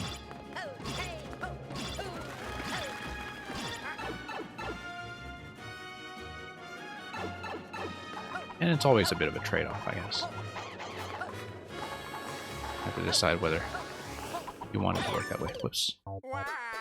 Like the Magic Koopa was consistently spawning in that location, but Magic Koopas being the random beasts that they are, not going to rely on that too much.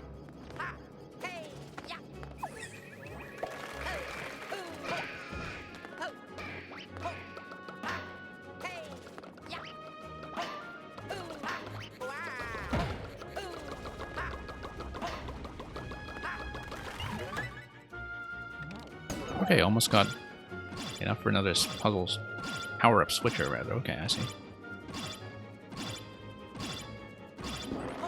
Yeah, I was definitely wondering if there was a way to weave the Super Ball into that, but the Super Ball is so situational, you know?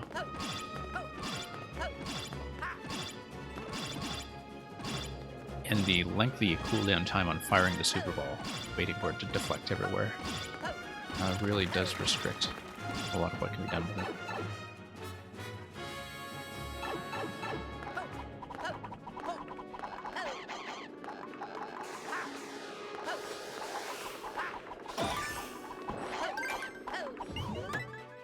Okay, let's try to get through this cleanly.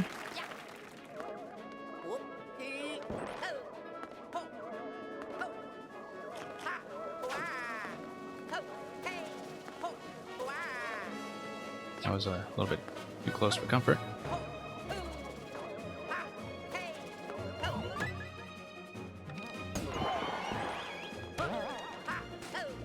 No, let's wait it out. I have to go faster than that if I want to beat the first cycle, and I'm not really that constrained for time. So I'm gonna get through here, and then the hitboxes on the piranha creepers are the next big thing. It's always a little bit weird. But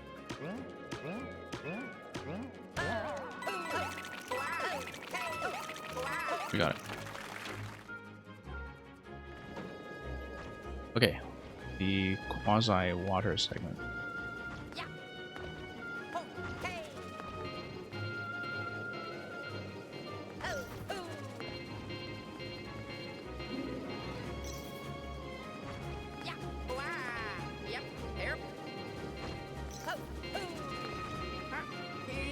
You don't actually need to duck there.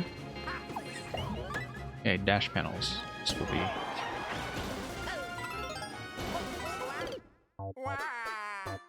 Yeah, we swung backwards by mistake. There. So we've gotten the dash panels for the second time. That's, we had previously gotten all but one of the coins on our best attempt. We're getting close to getting that down fairly consistently in terms of everything that has been built up at that point. And that should be, as a remake of Champions Road, one of the last things we do. But controlling whether you're going left or right on the dash panels while all the fire is spawning around you, that is going to take a little bit of improvisation.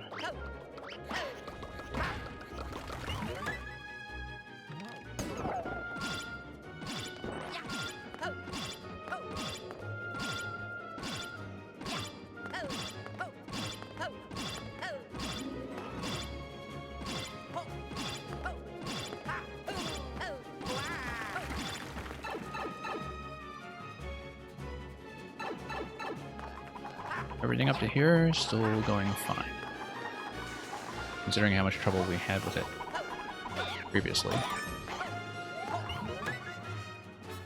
A lot of room to make mistakes, though. We have to be a bit cautious.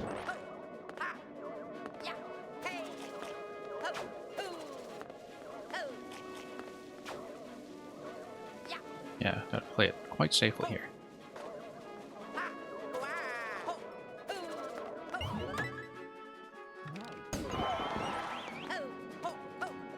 Nope, missed it.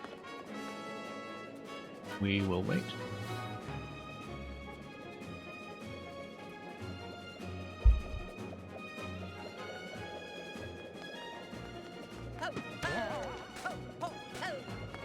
And then we will go. Okay.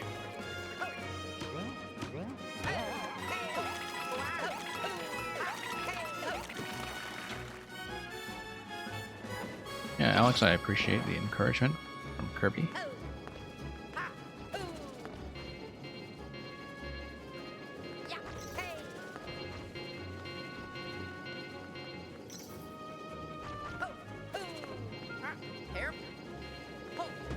Whoa, that was close. Okay, back to the dash panels. Just follow the arrows. Whoa, bad jump, bad jump. A little bit late on that. We need to go a little bit earlier in order to get to height. I mean, you know, controlling the dash panels around the fiery rings in the original 3D version definitely a bit of an issue as well. So having to retry that part quite a bit is not a strange experience.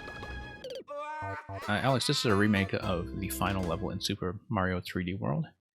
And so there are no checkpoints, because there were also no checkpoints in the original. And so it is completely expected that there is no checkpoint.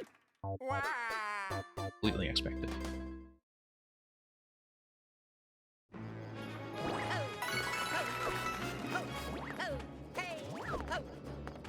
And the original is certainly one of the best official level set is in the Nintendo catalog, I think.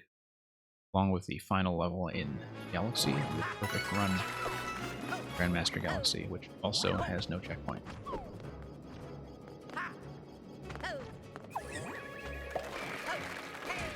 Very much about consistency, but that fireball is causing issues for us. We need to get around.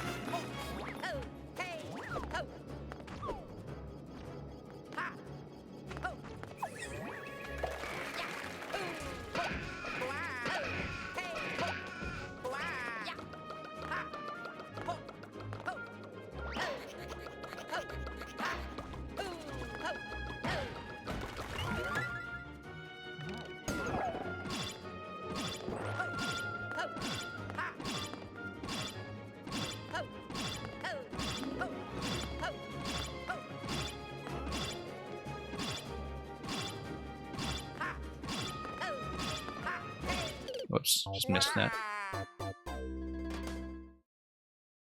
We usually don't miss.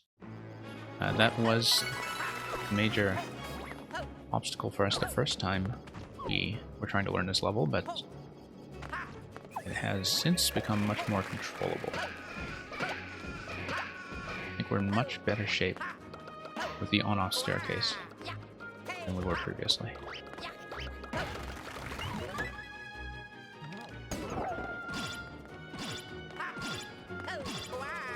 Okay, timing was totally off there. We really do need to take the central blocks one by one.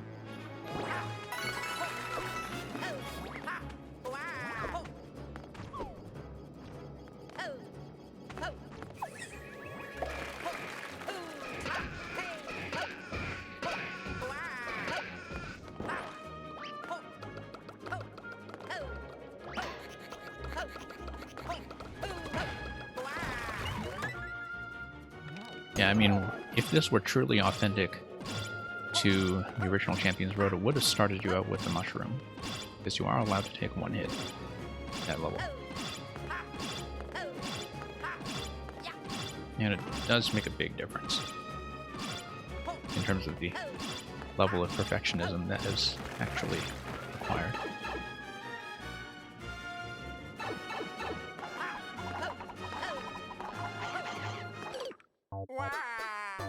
This will definitely be the last hard thing I do tonight. I hope to finish it, but we have had to abandon it twice already, so... And as you can see, the clear rate was down around 0.17% when we checked. And is now even lower.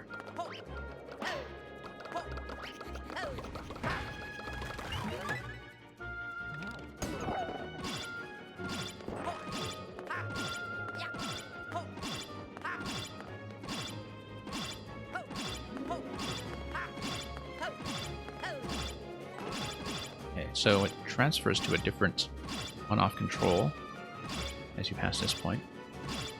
I think the creator didn't know that you could have a single switch on global ground in 3D World if you just use the cloud blocks as the entire surface. You can just do it with one switch that is consistent throughout. Not a big deal.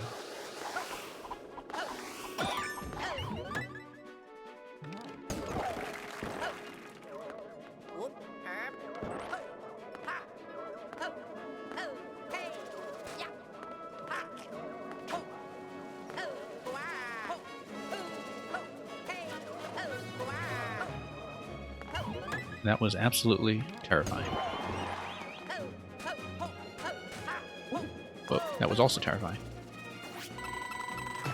We're only allowed to get away with so many things like that in a single run. I don't imagine we'll get away with much more.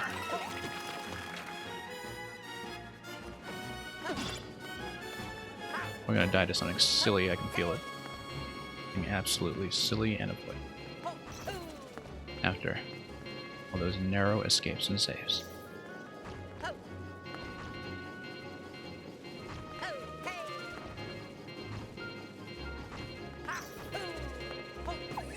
Okay, dash panels, here we go.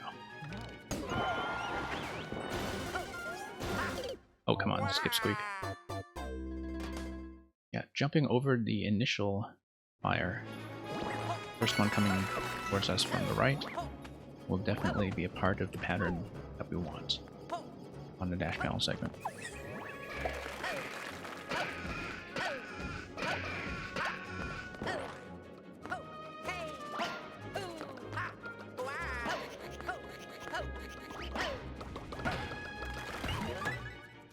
Okay, well, thank you for the good luck, Alex. You have a good day as well.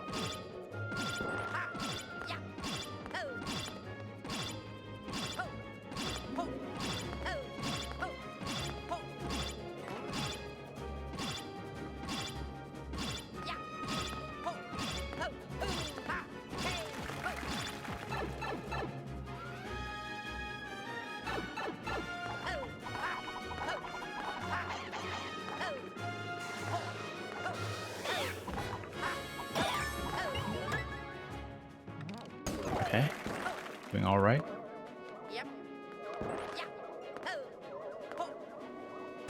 No, that was not all right.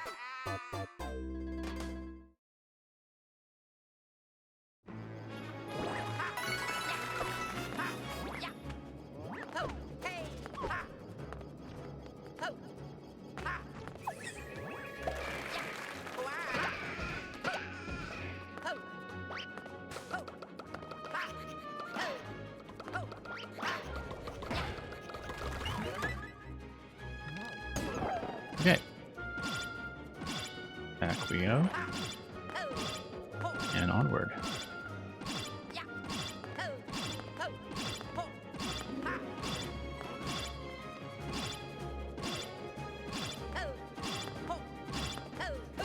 Nope, missed. Yeah, I don't want to spend too many attempts on stuff like that. I feel pretty comfortable with this level all the way up to the dash panel segment. I think we just need to grind it out at this point until we have a nice accurate run down there. We'll look out for things like the skip squeaks, but that can just be done by, you know, accurately reading the fact that they are there.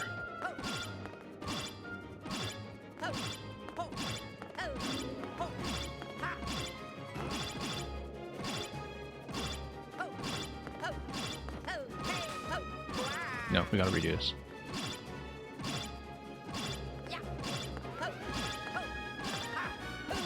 There we go.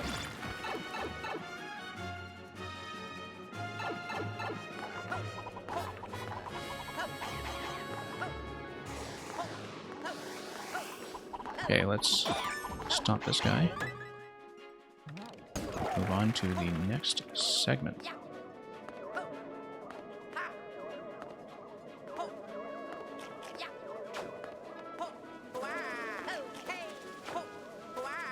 Nope, that was not going to work.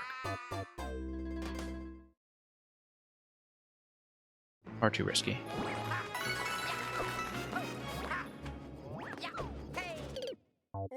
That was also not going to work. Oh, we could just speed through this segment. That was definitely not the case.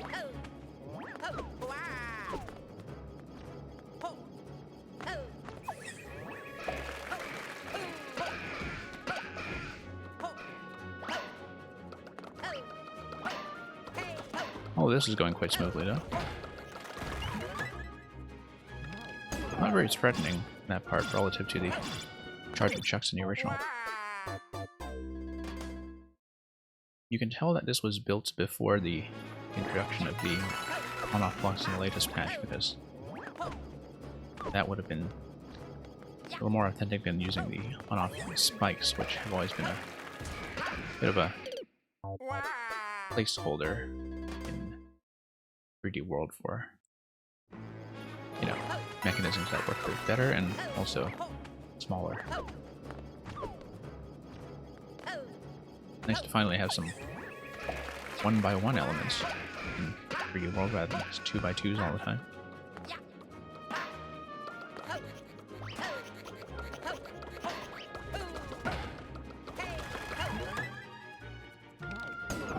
But we will make our way back here.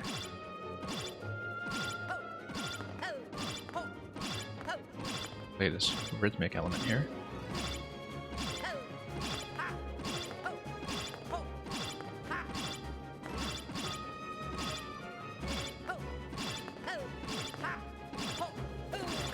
And we are through.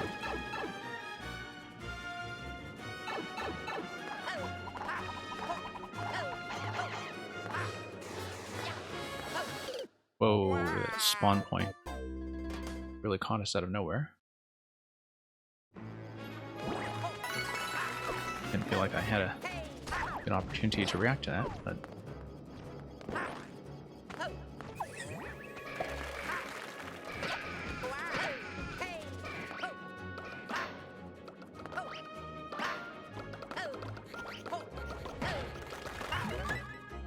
yeah, this is all going a bit smoother though.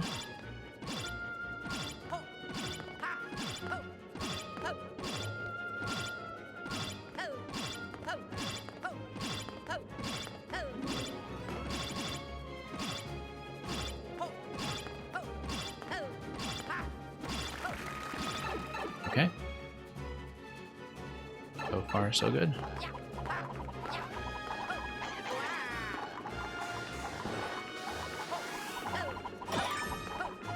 Okay, let's not get zapped by the little guy to the left.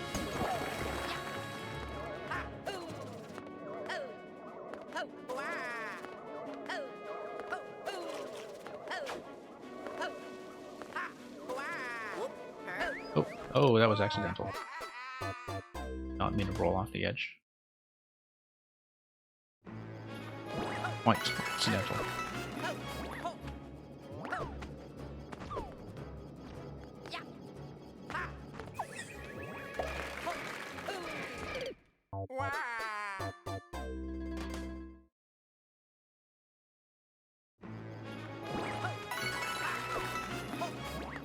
Oops.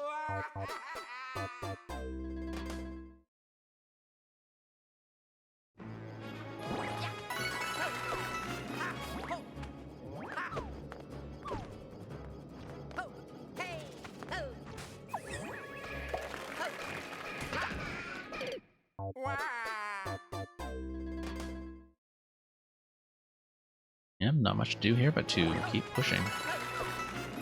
Hopefully get to the dash panel segment with some consistency so we can learn it.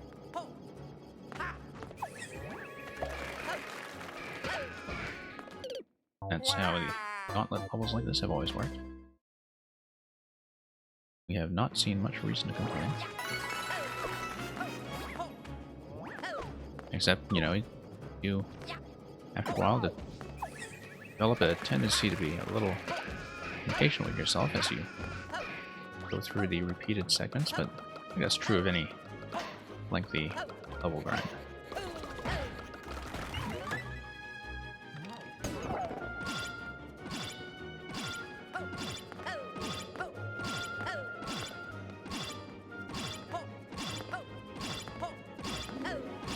Just gotta stay focused, stay collected.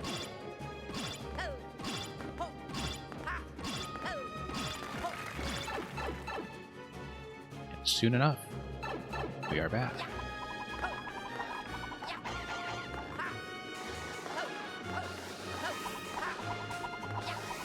Okay, we're gonna have to catch the next cycle.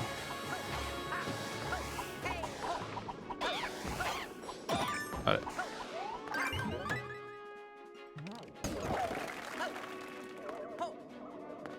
One of the only times that we've had to wait for an additional cycle on the Magic Koopa fight, but that time it didn't have to be done.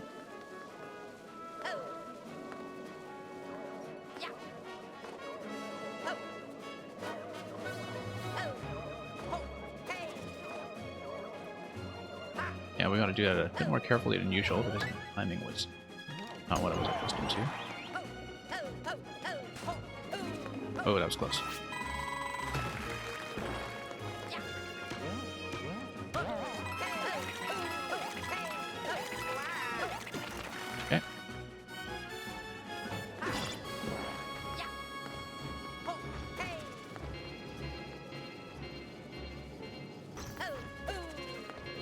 And on we go.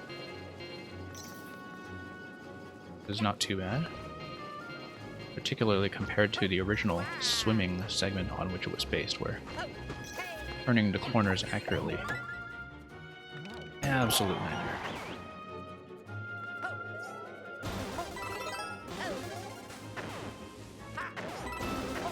We missed a coin.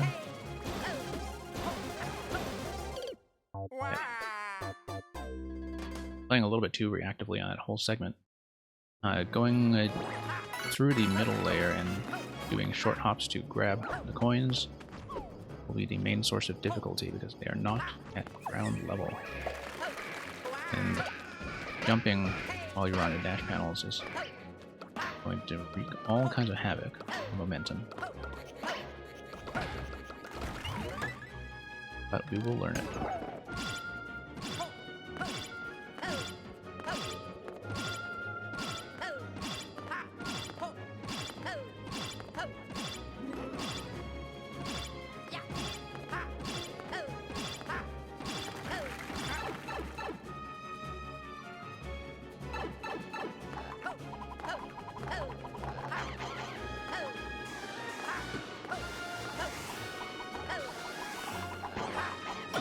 Yeah, no, we saw the projectile coming and that was clearly not happening.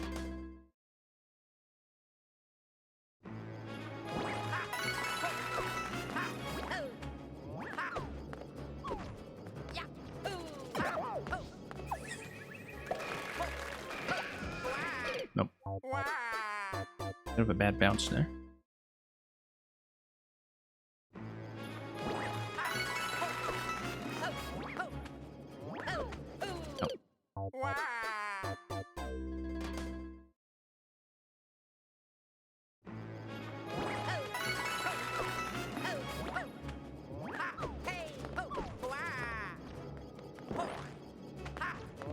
Yeah, we'll see if we can actually manage to do this on stream.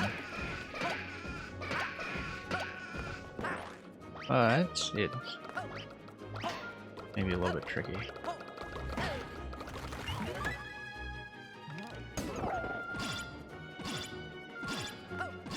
Probably should have put it while we were ahead.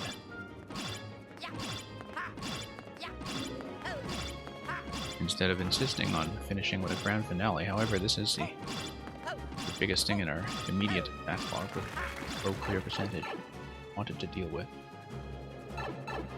So we'll deal with it.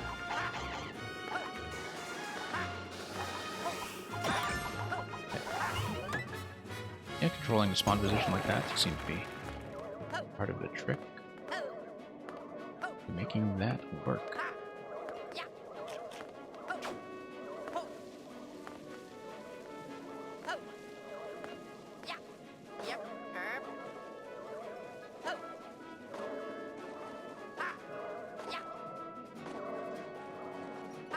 Yeah, we'll take that cautiously again.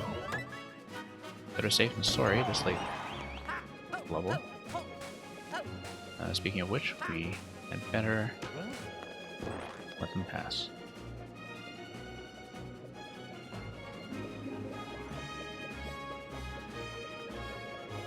Okay.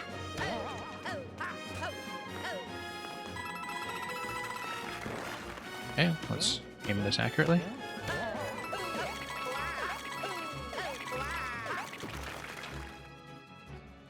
This has not given us trouble recently, but that is no reason to be complacent.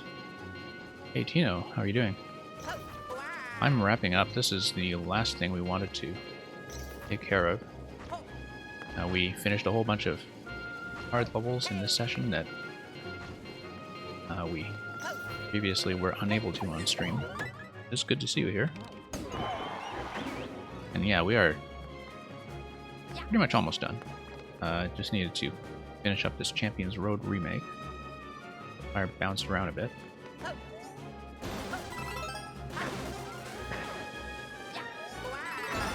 Oh, we dashed the wrong way entirely. Wanted to go left.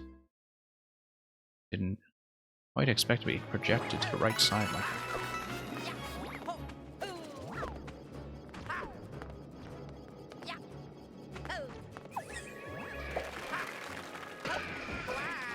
But yeah, Tino, I've got to start recording some of yours as well. I'm a little bit behind on your list as far as I know. But we've made a lot of progress this weekend in terms of getting levels played.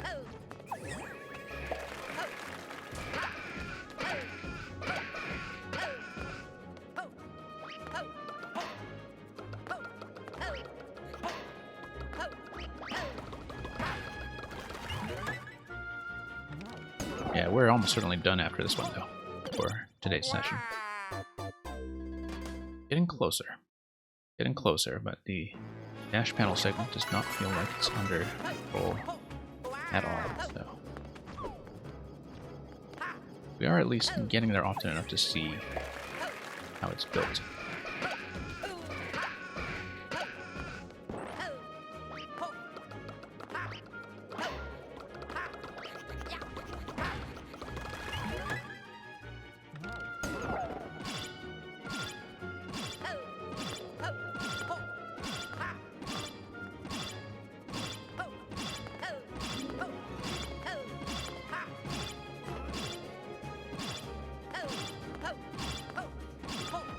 Okay, back to the magic we can find.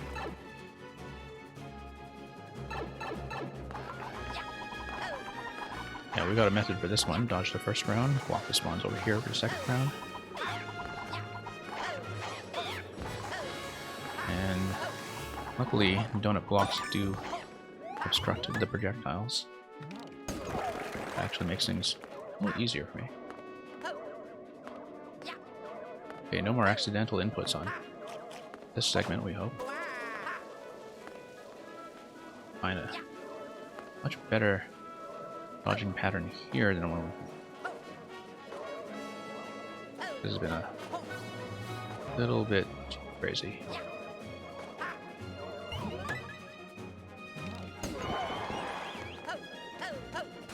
No, let him pass.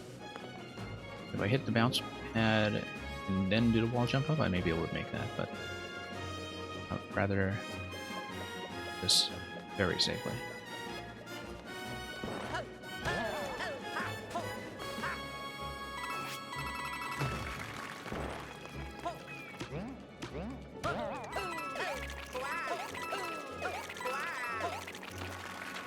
And back to the water segment, the pseudo water segment.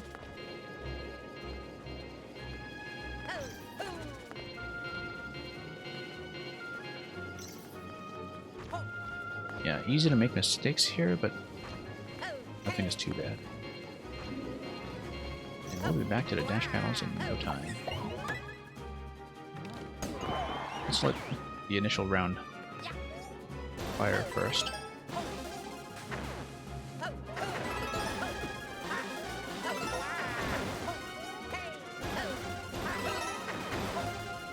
Nope. Almost. We were 1 coin short. 1 coin short. Reaction time on the dash panels is difficult.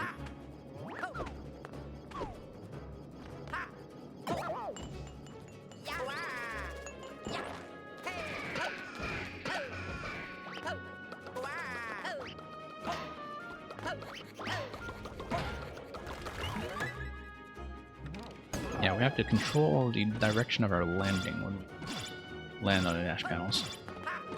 Don't have enough experience with dash panels to really master that.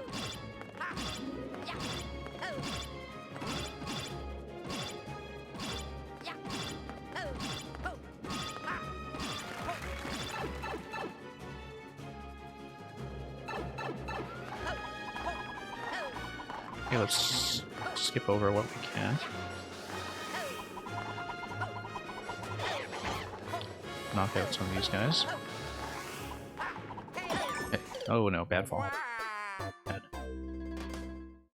Very rough.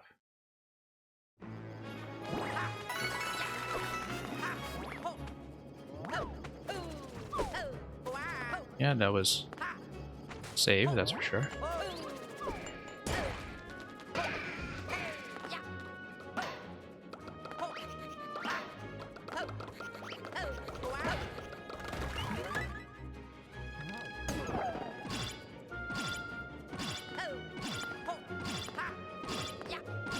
We're almost solving this. Almost.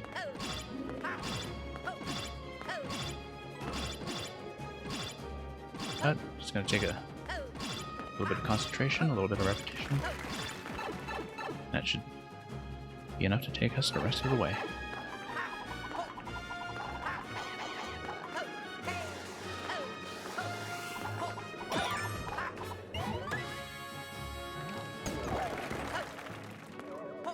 Okay. Forward.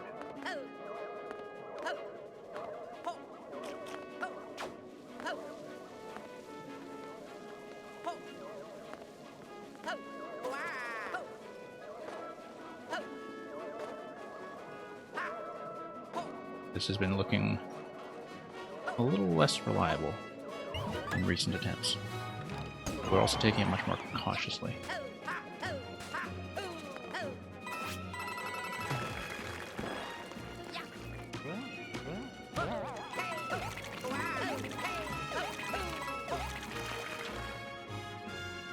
Okay, back to this segment. That seemed like a bit of a tight corner, but made it.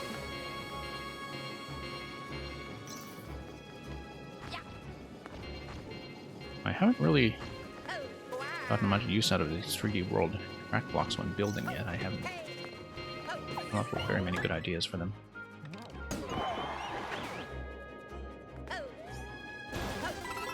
Okay. Let that fire fall in. Oh, come on. Yeah, center left is still something I want to access more accurately.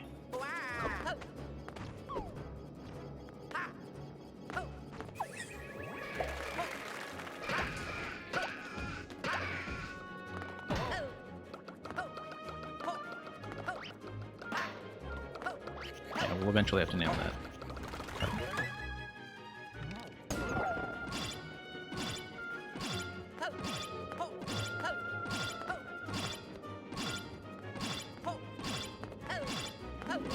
Dash panels are not easy things to work with.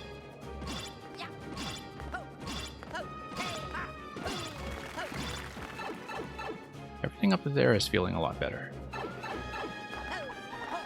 But the dash panel portion currently seems like total chaos. Whoops. Whoa. Okay, we've got to stand still if we are a little behind on the respawn timing.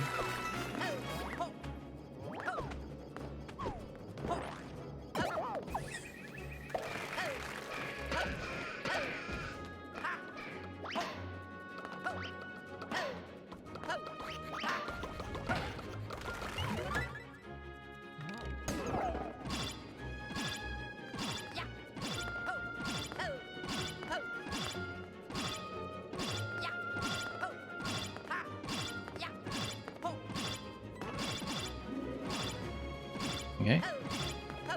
Proceed carefully. I'm glad we have a consistent method worked out for that. It just took us far too long.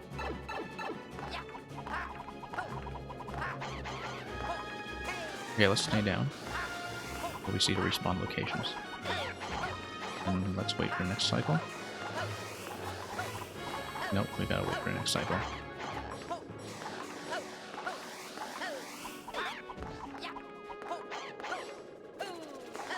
Let's wait for a good spawn location.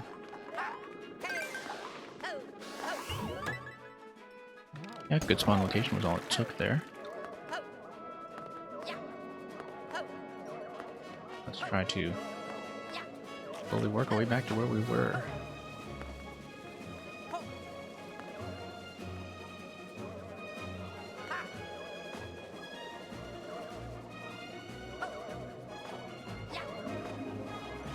Okay, that's feeling a little bit better with the dodging pattern that was established.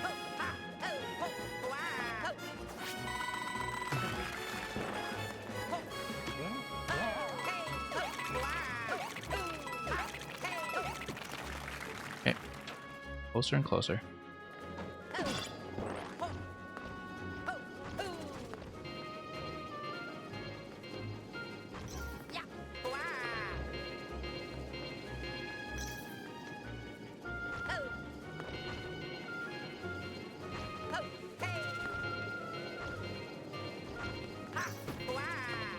And that's past the part where the creator was clearly wishing for placeable water.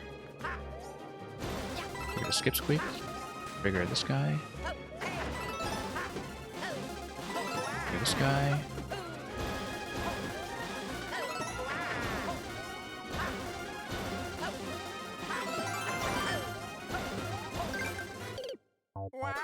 And that's the closest we have come so far. The first time we've managed to collect all 5. We have not figured out how to get back upstairs for the warp. I haven't seen a way to do it safely yet. That is a very reactive segment in general. But I believe it is the last thing we have to do. But yeah, I think it might be something to do with a wall jump, because I don't see how else we get the height back up. Gotta go back and read that a little more accurately, but you know, when you're being zoomed everywhere on dash panels, it's a little bit difficult to get a read on the situation.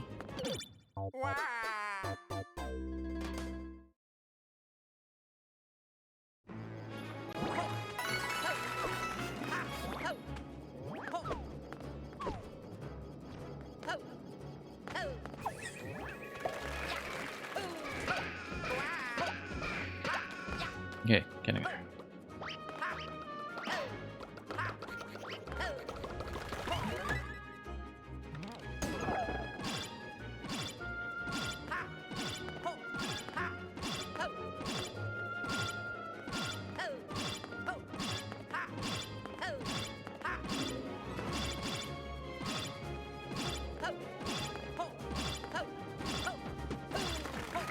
Okay, back to Magic Koopas.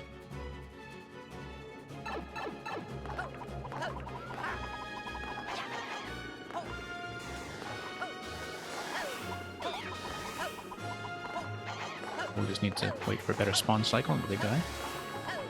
Nope, that's not going to do it. Need a safer position overall. But we are going to get trapped. Got cornered like crazy. Yeah, usually the spawn positions work out quite well on that fight. That time, not so much. Time they were a problem.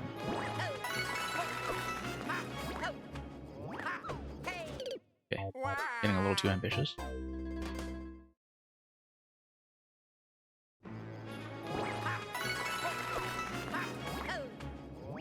Oops.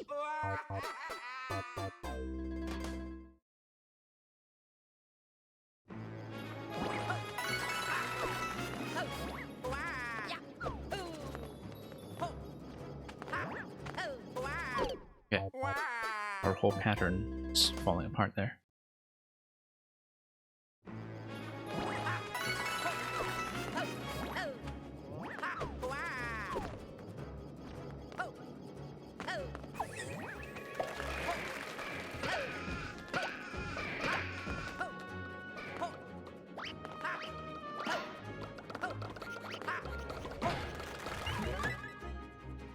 Yeah, it definitely brings back fond memories of the actual Champions Road grind. Not quite the same thing, of course, but I think the spirit is definitely there. We are not going to make too many more attempts tonight, though. I think we're making a little bit of incremental progress in reading how the dash panel room is going to work. We've actually gotten there a reasonable number of times. There is some progression, I think.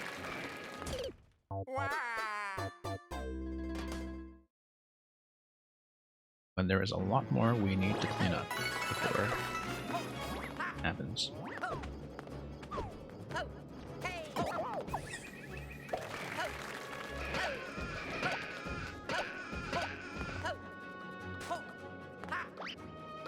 Okay, let's continue.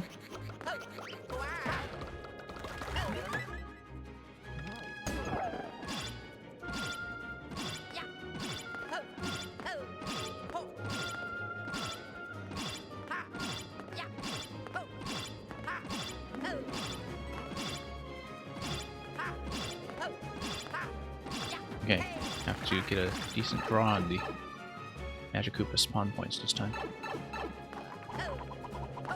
Dodge the first wave. Okay, that's a good position. Very nice one, actually. Doesn't sweat that at all.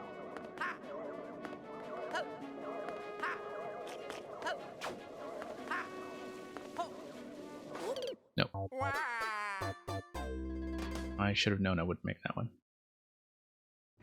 Really shouldn't be taking risks, given how much time you lose.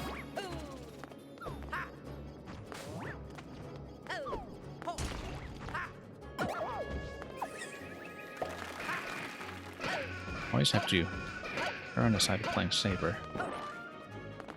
Now, of course, the issue with the panel segment is that there really is no option to play safe. It is just all speed, all risk.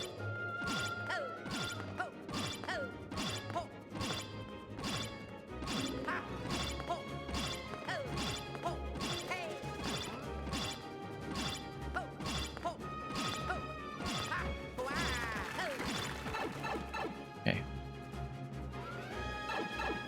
Here's this segment. Again, dodge the first wave.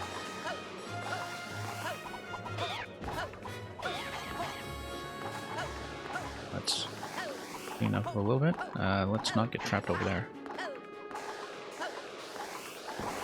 Oh, bad spawn. Yeah, once they despawn, you pretty much have to stay in one place so they don't get them drop on top of you.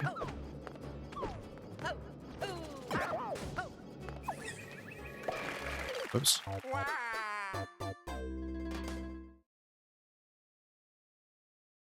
Yeah, I thought this would be maybe a relatively controlled way to finish the night. Hey, JSB Wiz. This is the last thing we're doing tonight, so we are unfortunately not making anything right now, but we'll be back to viewer levels for pretty much the rest of the week for this. Whoops. And I actually don't know if I will finish this one, because we have been working on it for quite a while, and we're very close to the end. We pretty much got to the last jump in the last warp block gate, presumably. Thank you for the follow. That'll certainly make it easier for you to find our regular viewer level schedule. We managed to do, I think, 3 or 4 sessions last week, and hopefully as many this time around. Some of them in this time slot, and some of them in a more normal time slot of midday NA and evening EU. Do that, and we also do overnight NA and morning, which usually finishes around this time, actually. So, hope you've been doing well and enjoying the patch still, which I guess has been out for about almost 3 weeks now, about 2 weeks, 3 weeks. Yeah. Seems like there's just been tons of activity in Mario Maker in that time. Playing this pretty much non-stop since it came out, with occasional Animal Crossing, but mostly it's just been one big Mario Maker fest ever since the patch. Oh no, shouldn't have gone for it. I want to make one solid attempt at touch panels, and I will probably call it for the night.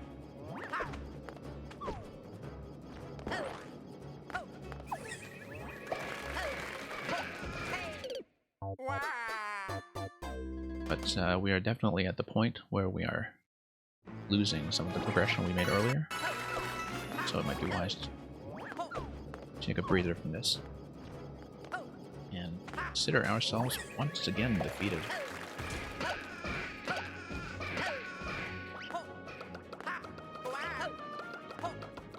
Which is too bad, because we managed to clear quite a few hard levels earlier in the stream that had previously forestalled us.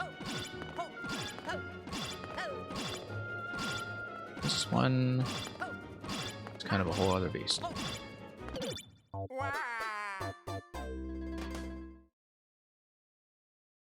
And after a while, you do tend to lose your sense of consistency.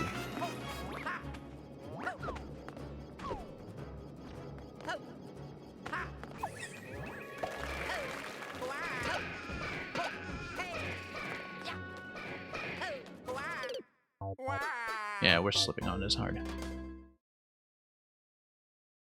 Earlier in the stream, when we were warming up on this level, we had no trouble with this segment. Now, starting to lose my grip.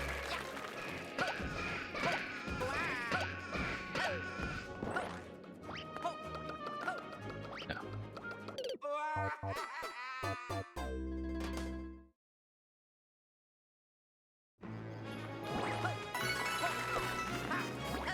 I mean, we're still not playing this quite as long as we played the real champions.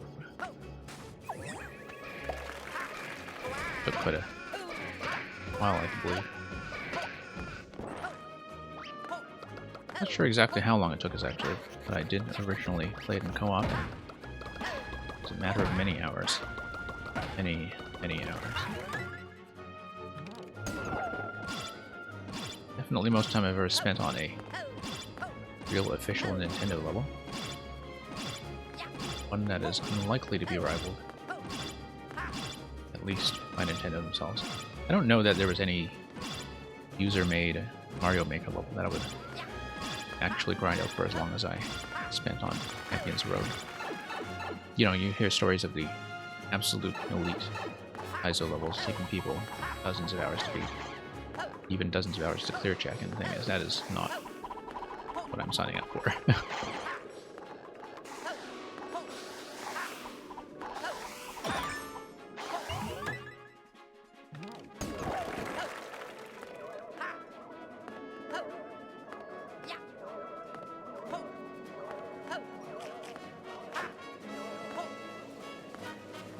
Okay, let's try to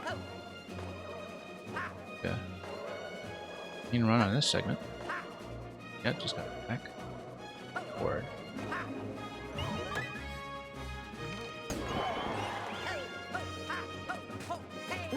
Okay, that was way too close for comfort. We usually get a little bit more height than that.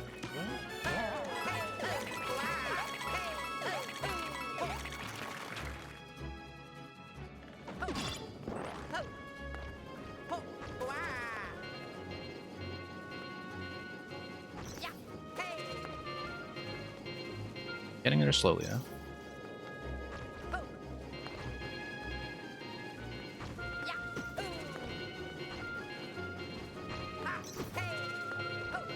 Okay, dash panels.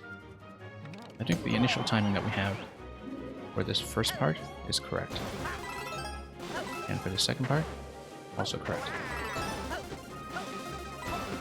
Missed.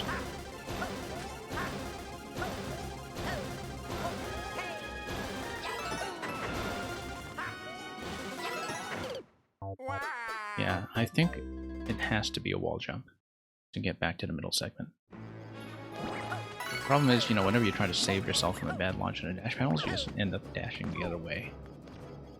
So it feels completely out of your control.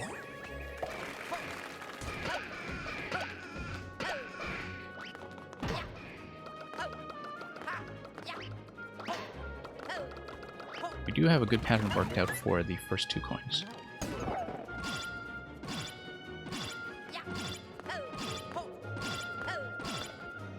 Playing reactively on a bottom segment probably require us to just kind of get to the coins and get ahead of any of the blasters launching.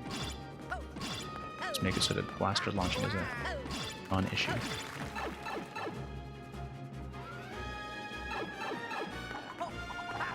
Yeah, just gotta come up with a better strategy. You're gonna trap crazy. Okay, got him.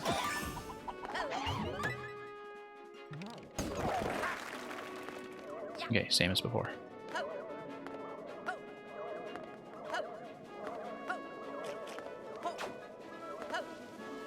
Next one. Do this one.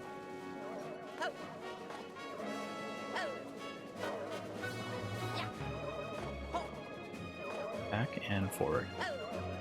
Yeah, we finally have a good slow-paced pattern for that segment. Not as good as the pattern we were using earlier on. For playing cautiously, it does seem reliable now.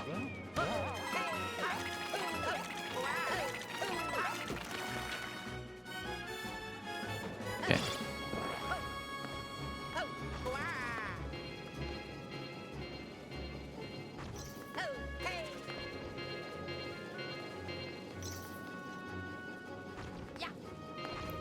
Getting a little bit tense here as we return to the limit of our progression.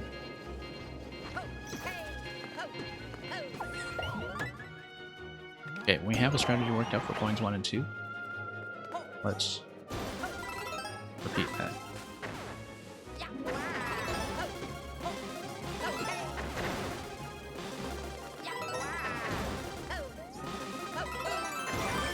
No.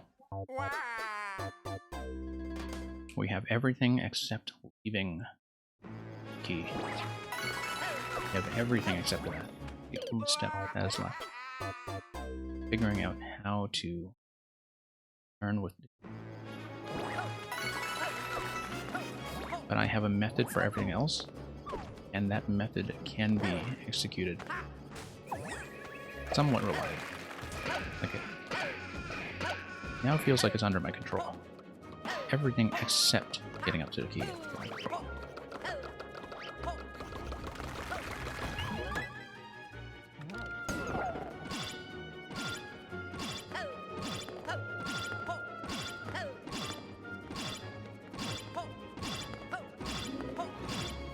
I just don't have a method worked out for it yet.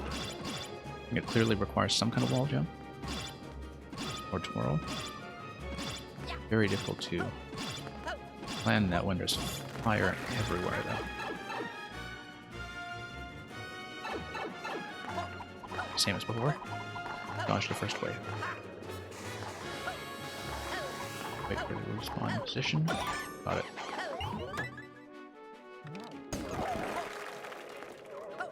Jump over each one and wait for a safe segment on the cloud platforms. It'll have to be the next one. Don't go too risky. Jump over this guy cleanly. This guy.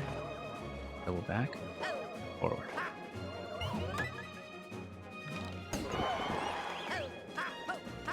Yep.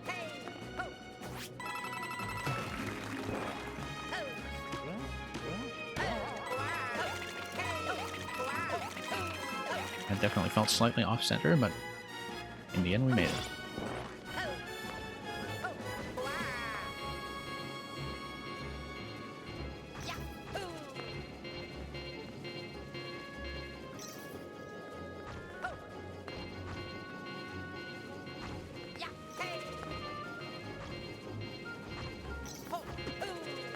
Okay, dash panels, here we go.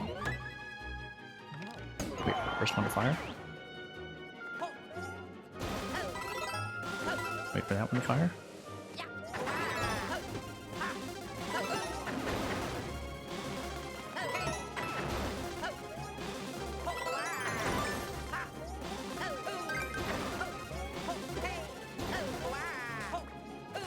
No.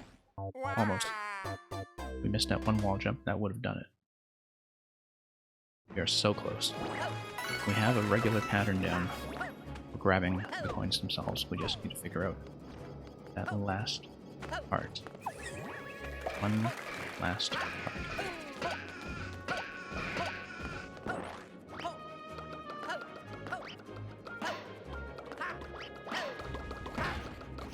This is requiring a bit of work, but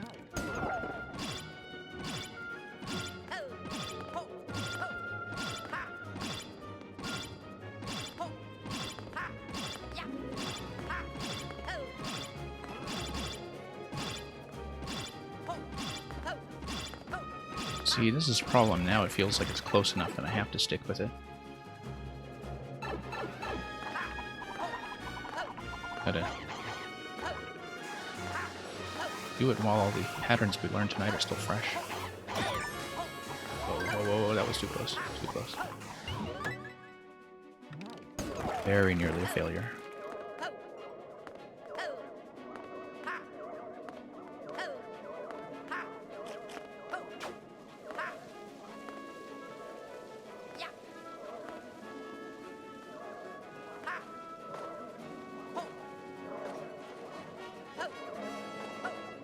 Okay, circle around. That's the way to do it.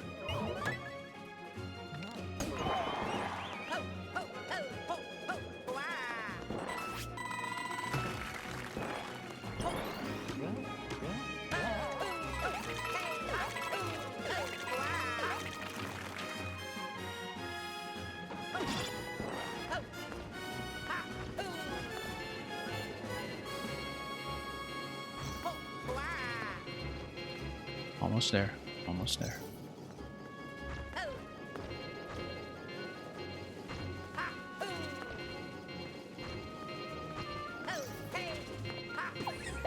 Okay. Same pattern for the coins. Over. Over. Right. Left. No. Okay, we have reached that step somewhat consistently. We have a pattern for the coins. Just need to get back up.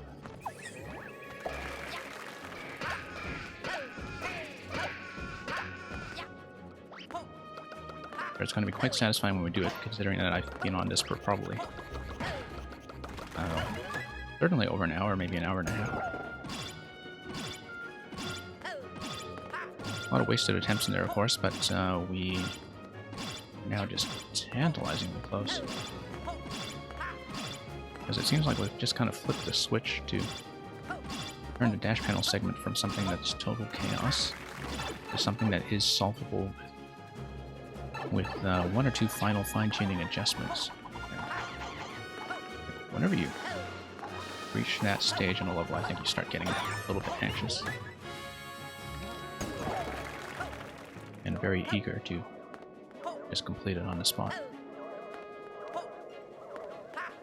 Very hard to say no to that. We're visibly so close. And consistently close.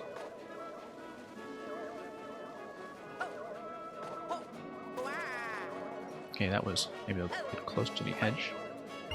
For comfort, we are through.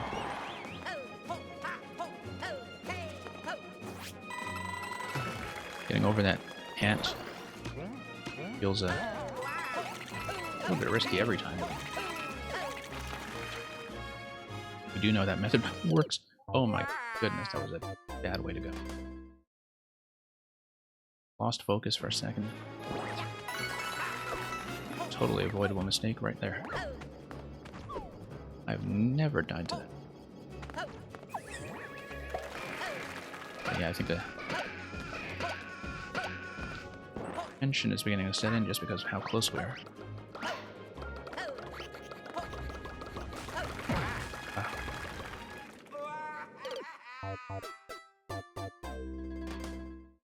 Alright, let's give myself an extension. We are so close. I have to give myself at least, say, 15 more minutes on this.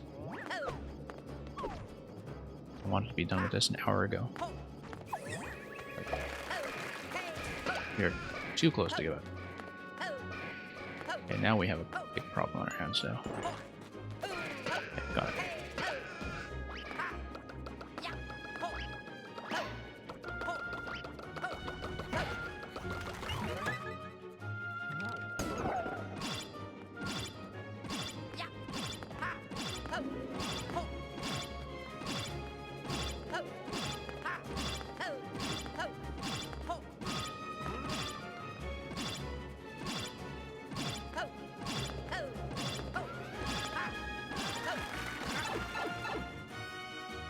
Okay. This always feels a little bit improvisational just due to the Magic Koopa spawn positions. That worked out conveniently.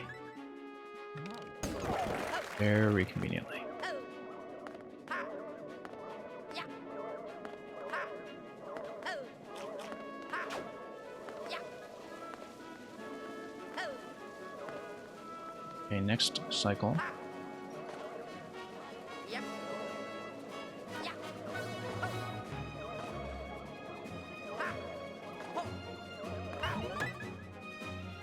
And forward. I'll do clearance there.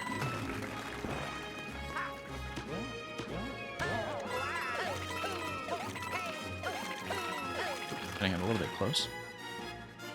Let's not die here. Oh my goodness. That is our first death in that entire segment this run.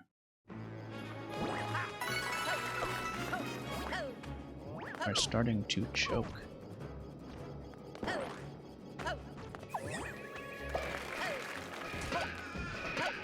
Well, it'll be good practice for when we do a really concerted no checkpoint challenge like Ukulele and the Impossible Lair, which I completed, but not completed with 0 deaths. That is something that we want to return to the stream after we cooled down a bit on the current run of Mario Maker. We kind of have to get into the habit of this level of repetition. This demand on consistency.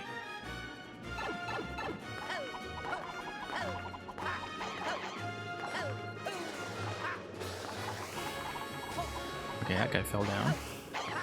That is a bit unfavorable in terms of positioning.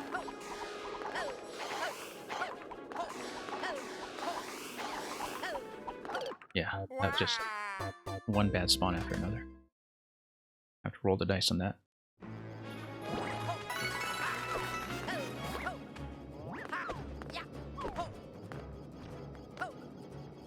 You can only survive so many of those bad spawns before just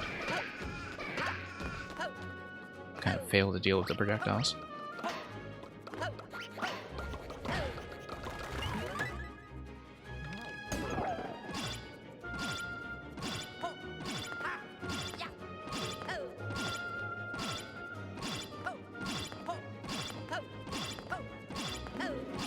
Okay.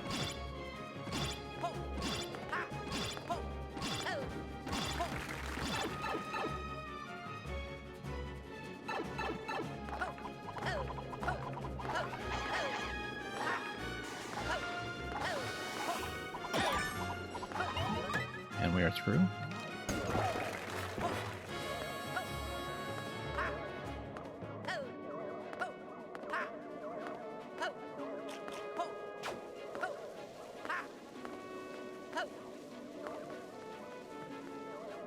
Yeah, next cycle.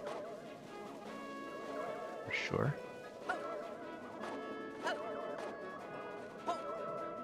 Okay, that felt pretty rough.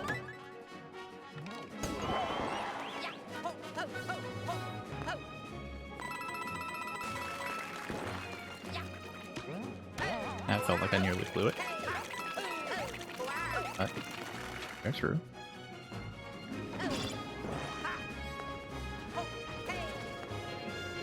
Okay, let's not get overeager as we approach the final segment.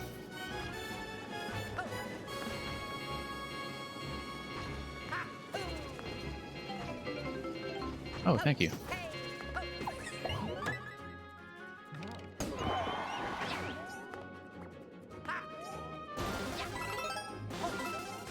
Gotten here several times now.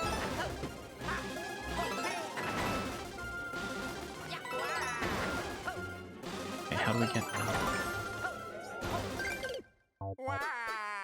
It's been failing at that one thing repeatedly, and I think the solution will be wall jump up the right side. Like, we really need to commit to a solution here. Because going back and forth in the center is just not going to do it. Fall into that warp block. Wall jump off the side is probably going to be our best bet unless we get more fire in the face. And Program, I do encourage, or rather I do appreciate the encouragement. Okay, see here? I mean, if I deal with this now, I don't have to deal with it over fewer levels, right? So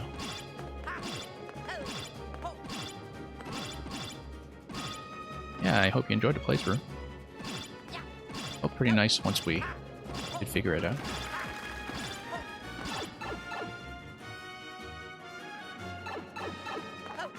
I don't know if there's anything about my method that struck you as surprising or unintended. It seemed like everything was functioning pretty much as planned. Oh, look at that collision box. Absolutely dreadful.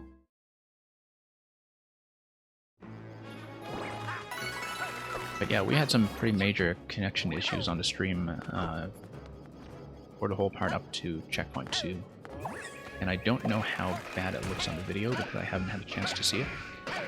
But we did have to reset the whole thing about halfway through, as you probably saw.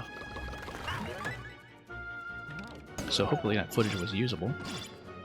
If not, you had of course previously seen me do everything up to checkpoint 2, so... and that was more or less the same.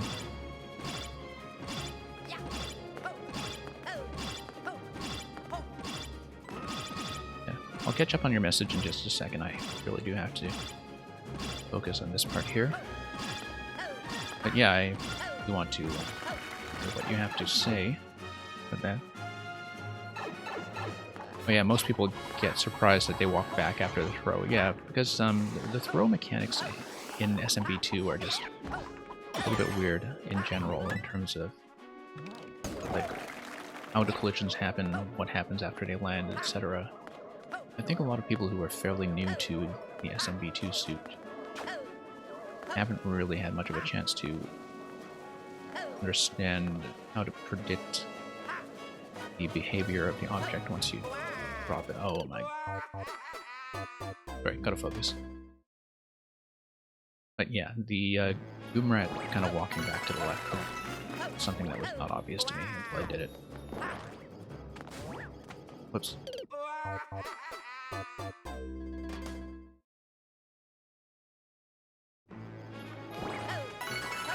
And that might be something that makes for a very interesting level mechanic in its own right. Like there's a lot of potential in that. Okay, we're slipping like crazy. We are so close to finishing the final segment. I just want to try a new method on it. They're absolutely done. I'm pretty sure I have been on this level for an hour and a half. That's why. And that's in addition to the time that we had spent on it the week before.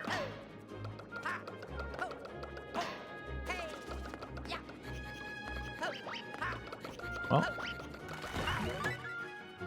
0.17 clear rate. I can't say I wasn't warned. 0.17 clear rate on a very lengthy build as well, so... Currently only 3 clears. Will I be number 4? Well, we'll see.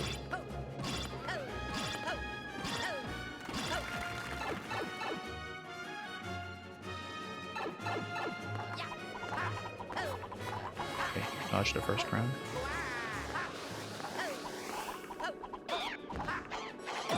Okay, got it.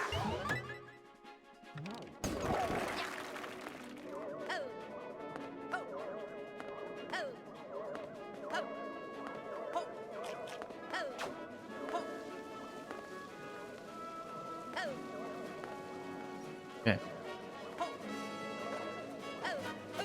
Let's not fail on the easy stuff. Circle around, circle around.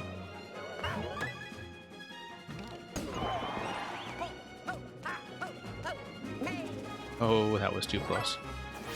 Too close for comfort.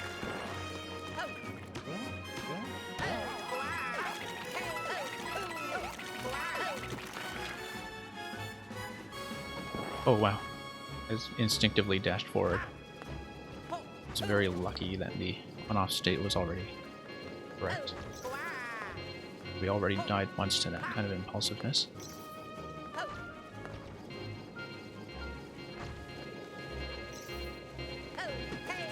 Yeah, and our whole pattern here is a little bit off. We made it. Okay, collect 5 coins.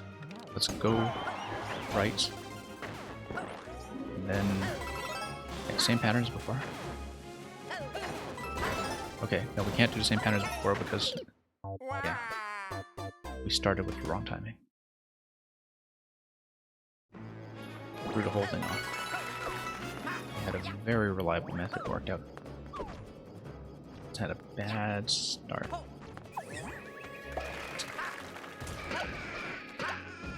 Everything was under control with the previous pattern we had chosen, and you really do have to pick a pattern and stick with it in a segment like that, because it goes too fast to plan any alternatives. You just end up dashing around like crazy.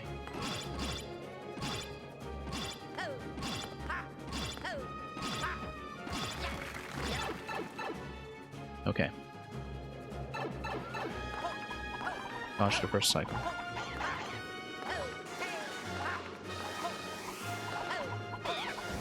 Let's not go for it yet.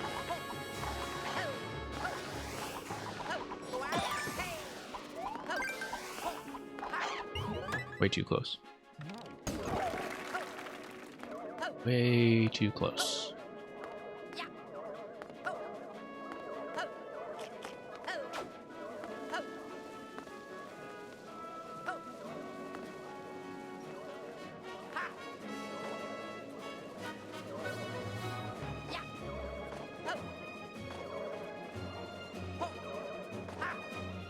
Okay, got it.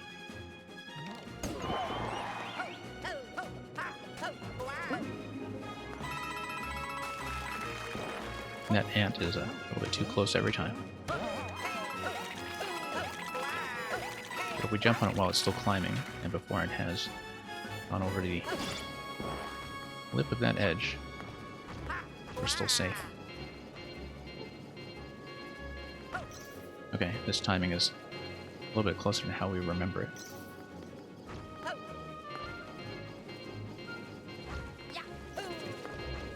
Make it up as we go. Okay, that felt smooth. Wait for the first fireball to fire. Now we go. Otherwise the timing just does not work.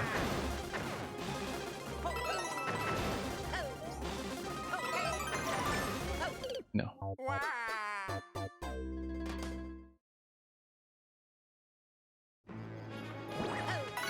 Okay, we really do need the dash panel there to start cooperating. We just don't have a way to get back up yet without running into fire.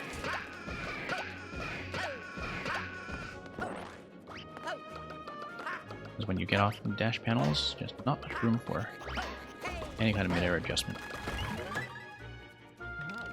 Without totally throwing you off for the rest.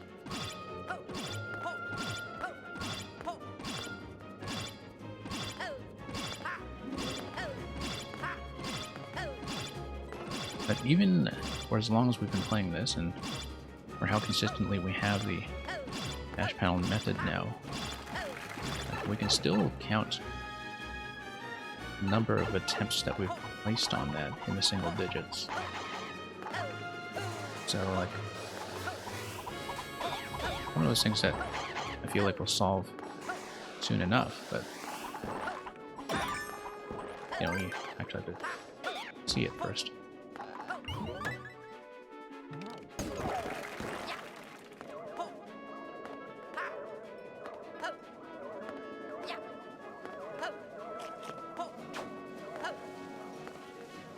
Okay, let's not get too risky here. Let's wait for the next cycle.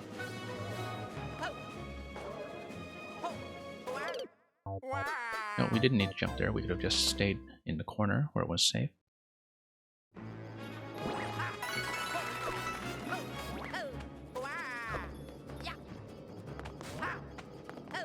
No, right in the face.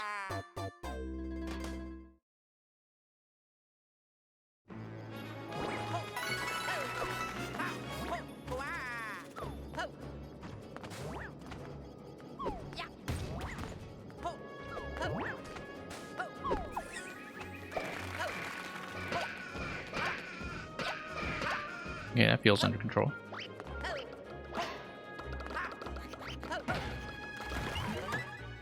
I've been saying that about certain segments for Probably the past hour or more now.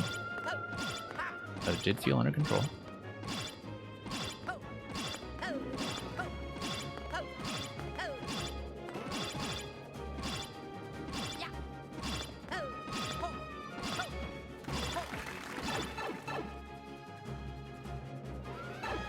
Okay.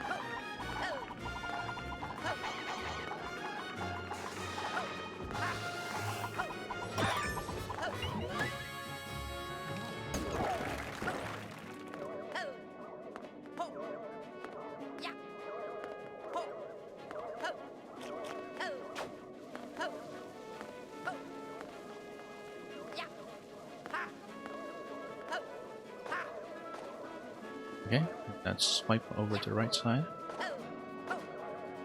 And we're good. We're doing fine.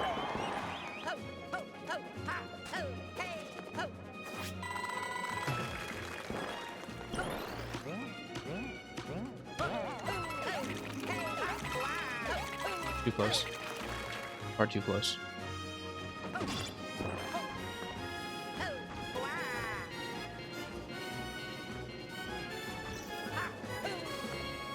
Okay, our timing is a little bit off the usual.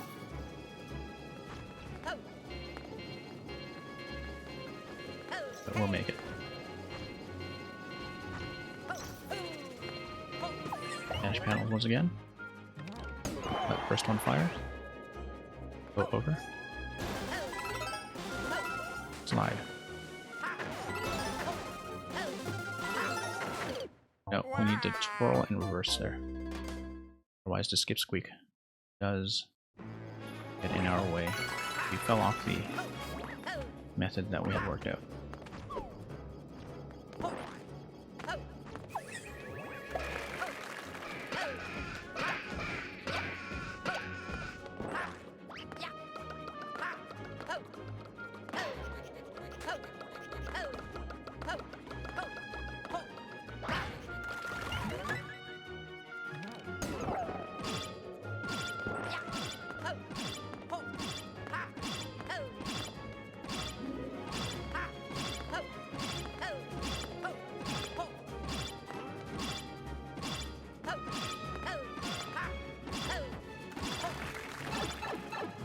Feeling pretty smooth to get back, at least. You'll have to stay on your toes just because of some chaotic segments like this one. And also because of projectiles like that one.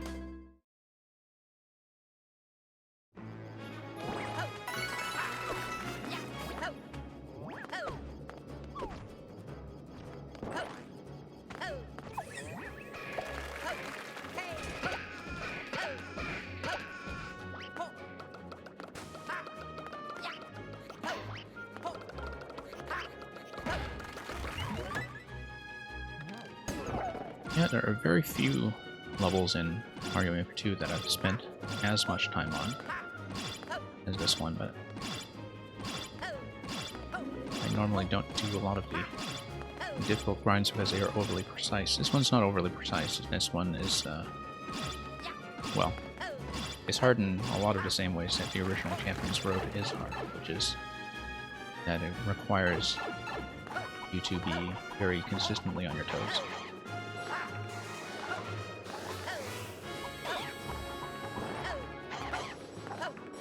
We have to wait for the next spawn.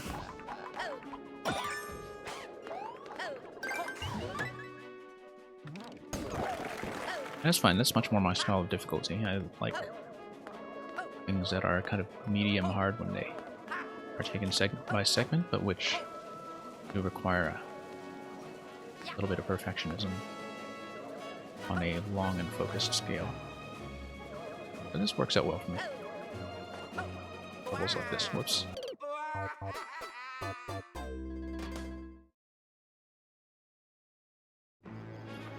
Realistically, we cannot stay on this for much longer.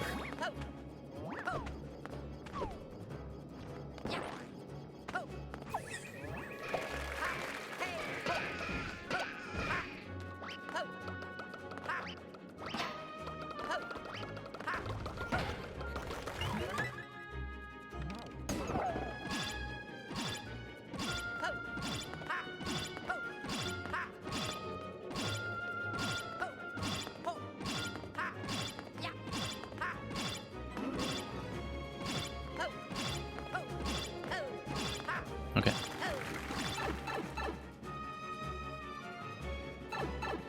And that is not giving us trouble most of the time.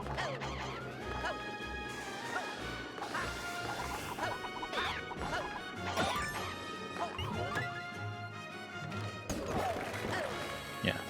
Magicuba section always makes me a little bit tense just because of the randomness.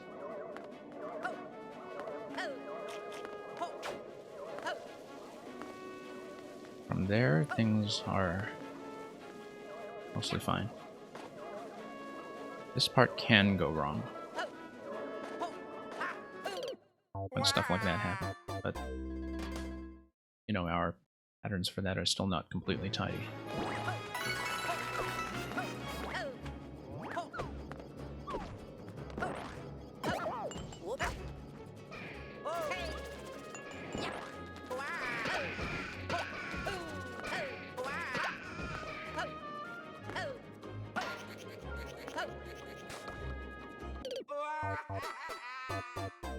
We are admittedly slightly falling apart on this. But we're so close, we just haven't had a good attempt at trying a new method for getting the key coins back to the final warp block. Getting a key, no problem. Getting back after you have the key, massive problem.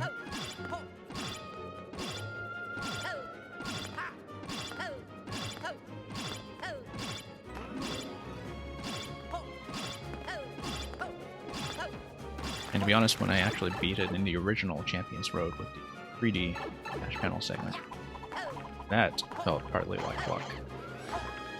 Because I don't feel like I really learned that properly either. Okay, Edward sucks. Edward sucks, we're almost done for today. We are actually way over time, and this is the last thing we are doing. But if you wanted to submit something, we do run viewer levels the rest of the week. Not every day, but we ran it 3 different days last week. And so we will be doing viewer levels as they go. Just not tonight because we are so cooked after we make another few attempts at this. Yeah, but you're always welcome to come back and submit when we are not, you know, finishing hard stuff that we've been working on for the past 2 hours or so.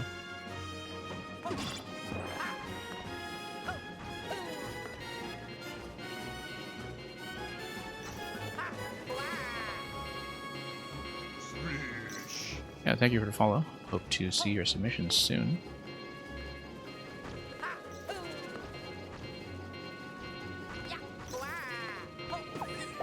Okay, let's try to do this. Let's try to do it right.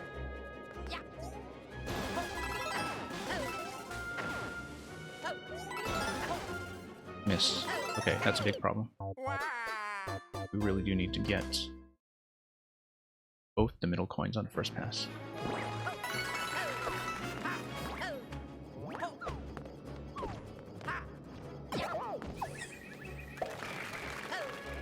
Yeah, Brogan, looking forward to more from you when we do return to your levels.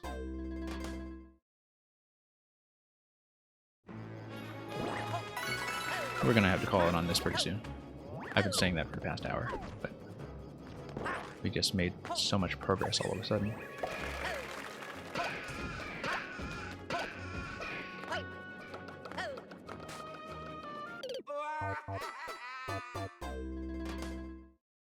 Okay, one more good attempt on the dash panels. I would like one more good attempt on the dash panels, just so we can try out a decent method for recovering the position of the key warp block. Then we will definitely call it.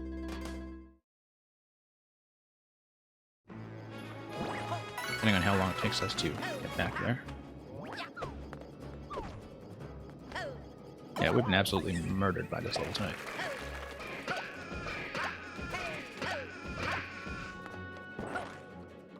We finished all the other supposedly hard ones on my list faster than expected, and I thought, okay, this would go down so easily. Little did I know I would still be working on it.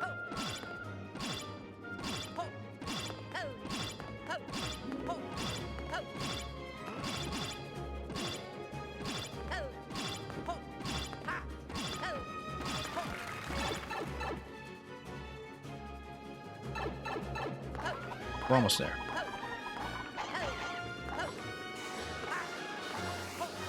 Okay, here's the big guy.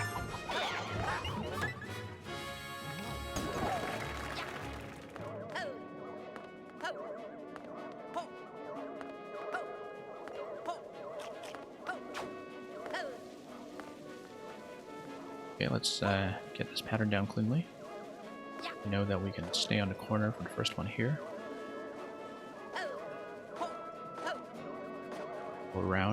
Go around, and forward.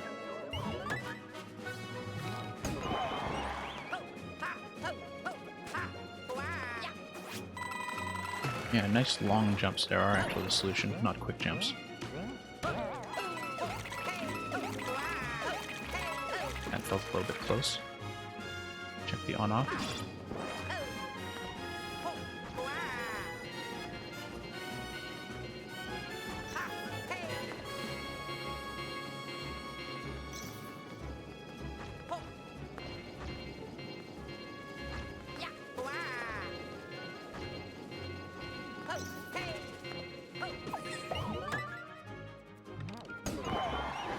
Yeah, the firing pattern, the first one that comes out of the pipe downwards, does affect a surprising amount of hit roll.